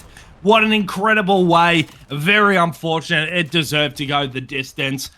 But man, some absolute star power on both sides. I mean, 3 players on the side of CRG cracking mid to high 30s, and Heist did absolutely everything he could with 44. Man, I feel lightheaded right now. I'm not gonna lie. Dude, I'm so glad that I got to commentate this with you, Bezo, because I'm so happy that somebody gets hype with me and matches the energy. What a hard point, man. Holy cow, that was unbelievable. If you're sleepy on a Sunday night here in the US, if you're in Eastern time, you are awake now. Oh my goodness. Oh man, shout out Carolina Reaper Gaming. I mean, incredible team right from top to bottom. I mean, we saw all 4 guys step up multiple times. I know we don't do MVP awards, but I mean, between Booger really did put up a big campaign at the end to put his name in there. But I feel like Prod, captain consistency, as I called him in that map, just shown right throughout, both best of fives. Super consistent, super reliable, absolute phenom on the map. Was doing what he needed to help get his team over the line. And Booger, of course, I mean, who knows where we're going to see this kid at some point in the future. I mean, there is just an unreal amount of potential behind him. But Anomaly Gaming, I mean, you couldn't really ask for a better competitive team to be in this grand final against them. Very unfortunate best of five to start the series, but boy, from that Den overload right through to that map then, they showed why they deserve to be in the grand final. A few little mistakes here and there did cost them along the way, but it's a learning curve for them. They'll look at that. They'll learn. They'll find out how to bounce back from that at later stages if they do decide to stick together. Man, what a grand final, Shifty. An absolute pleasure to have you on with me as well to call that one. That was unbelievable, man. I mean, and we talked about it, right? We talked about the sub players are going to be huge, right? Booger making some huge plays in and around the hard point highs with 42 kills for the loss. It's unbelievable. I mean, we couldn't have asked for a better map number 4, and I couldn't have asked for a better co-caster to enjoy it alongside me. So what a fantastic best of 5 series. And thank you to everybody at home who's watched. Thanks to everybody, Las Vegas Inferno, everybody at the Premier Circuit, Cheeto, Tantrums for doing the production. You guys are awesome. Thank you to all of the sponsors and partners that helped put this together. What an incredible weekend of Call of Duty. Yeah, absolutely phenomenal. Could not thank everyone that is involved enough. Las Vegas Inferno Major 2. It's been another great success. Of course, shout out to every team that came along, to all the sponsors, to all the major teams, to all the production crew, to everyone that gets the venue ready, packs up, gets ready, all the players, of course. Tanner right now rocking our production.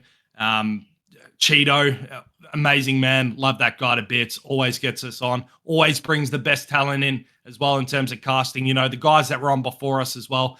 Mark, Zeppa, I mean, right down the board, everyone is absolutely incredible.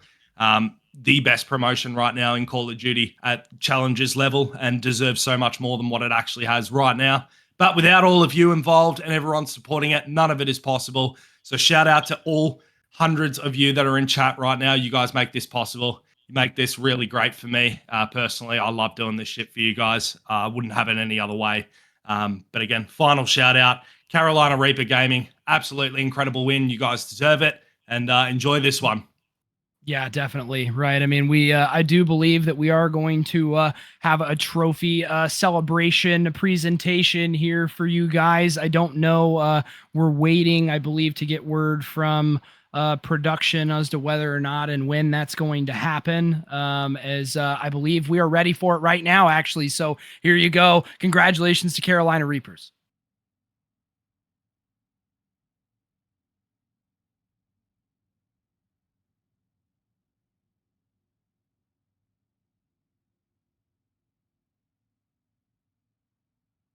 One. Ladies and gentlemen, boys and girls, I'm here with the champions of the LAN, the Vegas Inferno Major 2, presented by Shinto Circuit. We have our trophy presenter here, the man, the legend, the only Dreamer, here to give the trophy to the Carolina Reapers. Evictic Squad, here we go. Yes, sir. On behalf of Vegas Inferno and everything Las Vegas, we appreciate y'all for tuning in. Appreciate the fans because it's not possible without y'all. And we appreciate all the competitors that came out. Whole lot of good orgs, a whole lot of good players. But overall, shout out to our guys over here from Carolina Reapers, ex-Evictus, our Vegas Inferno Major 2 champions. Here's the trophy, man. Y'all go crazy. Come on, Get up in here. Get up in here. Let's go. Yes, sir. Baby. Hey, y'all deserve it, man. Y'all played out of your mind, bracket reset, turned around and made it happen, man. I mean, what was the secret here, Prod? Listen, man, there ain't no secret to it, bro. We had it in us the whole time. It just came down to everybody locking the fuck in and playing together. Like, I mean, shout out to the team, bro. Everyone did their part. Nobody got carried. Nobody was carrying. I mean, I went crazy that one losers finals, you know what I mean? But besides that grand finals, everybody was doing their thing, man. Like, shout out to the other team for being competitive, being cool, being respectful. Hey, Josh, fuck you still. I'm just kidding. I'm trolling. But anyway, bro. I appreciate y'all hosting the event, Cheeto, TPC. Love y'all, Tanner. You know, shout out y'all, man, everybody. Y'all got anything y'all want to say, bro? Nobody, nothing, man. Hey, at the end of the day, it's all love, bro. We out here just having a good time, man. I needed that one, bro. Fuck, bro. We're going to let y'all celebrate, man, but we appreciate y'all to the fullest, you know what I mean? Appreciate y'all, man. Congrats. Yes, sir. My guy. Damn, man. What's next? Hey, I mean, what's next? What's next, bro? Where you going? Dallas, bro. The major, the first major. That's what's up next. What is that? The 29th? Hey, look out for us there, man. I don't know who I'm gonna be with, but we gonna. You might have to. Oh God. Hey, appreciate everybody. Mom, grandma, Jalen, Chance, everybody watching. Love y'all, bro. Shout out Carolina Invictus for sending us, man. Huge love to them, bro. Shout out my fucking team, bro. Come on, bro. We locked the fuck in, bro. And GG's everybody we played, man. It was a good event. All right, man. Hey, well, y'all go enjoy the win, man. Show them the trophy one more time. Get it. Yes, sir. Yes, sir. All y'all watching at home, we appreciate y'all. Thank you for tuning in all weekend. Y'all know the motto, man. Dreams are only dreams until you make them a reality. So go make that shit a reality. We'll catch y'all on the next one.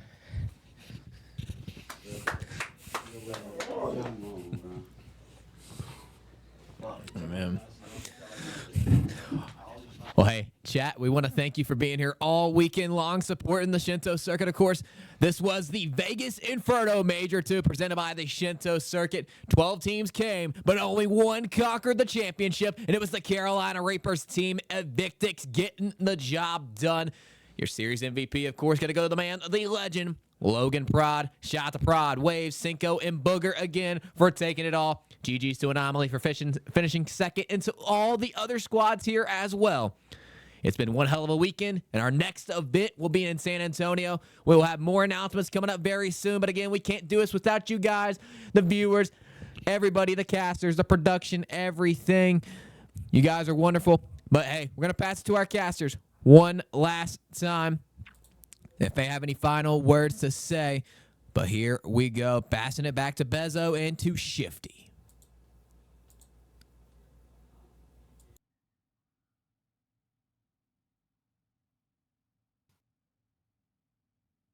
Absolutely. I mean, having a chance to watch that back on the other monitor there. That's what I'm working on too myself. That's what I'm working on too. I couldn't hear Tanner. But okay, so we are getting it passed back to us. So thank you guys for joining us and rocking with us all weekend. Thank you, Bezo, and thank you everybody who has made this weekend possible. It was a great time. I'm just really glad I wasn't like picking my nose or anything while we were, while you passed it back to us. Oh, no, absolutely phenomenal. It was good to hear from CRG there. A lot of passion there. You could tell they wanted that. They needed that too. So it was great to see. They finally get one.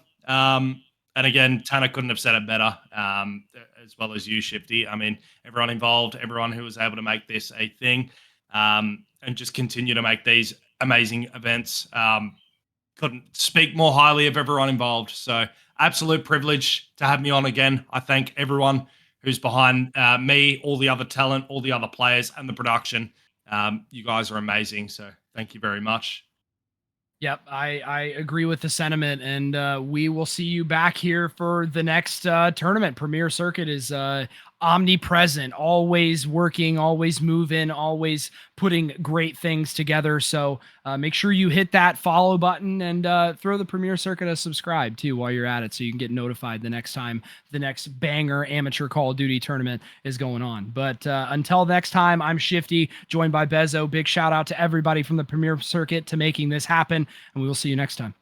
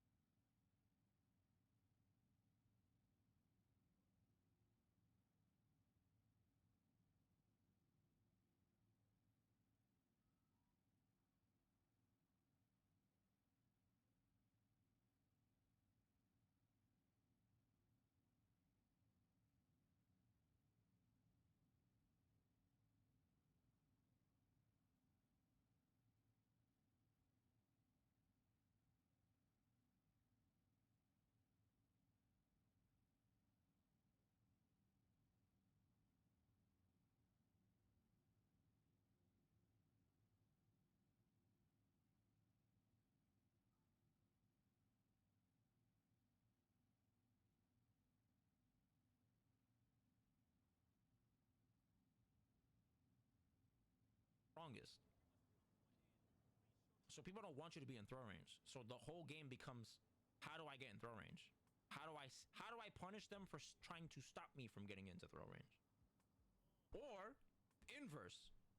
They want to be in throw range. How do I punish them because they're so desperate to force throw range? Okay.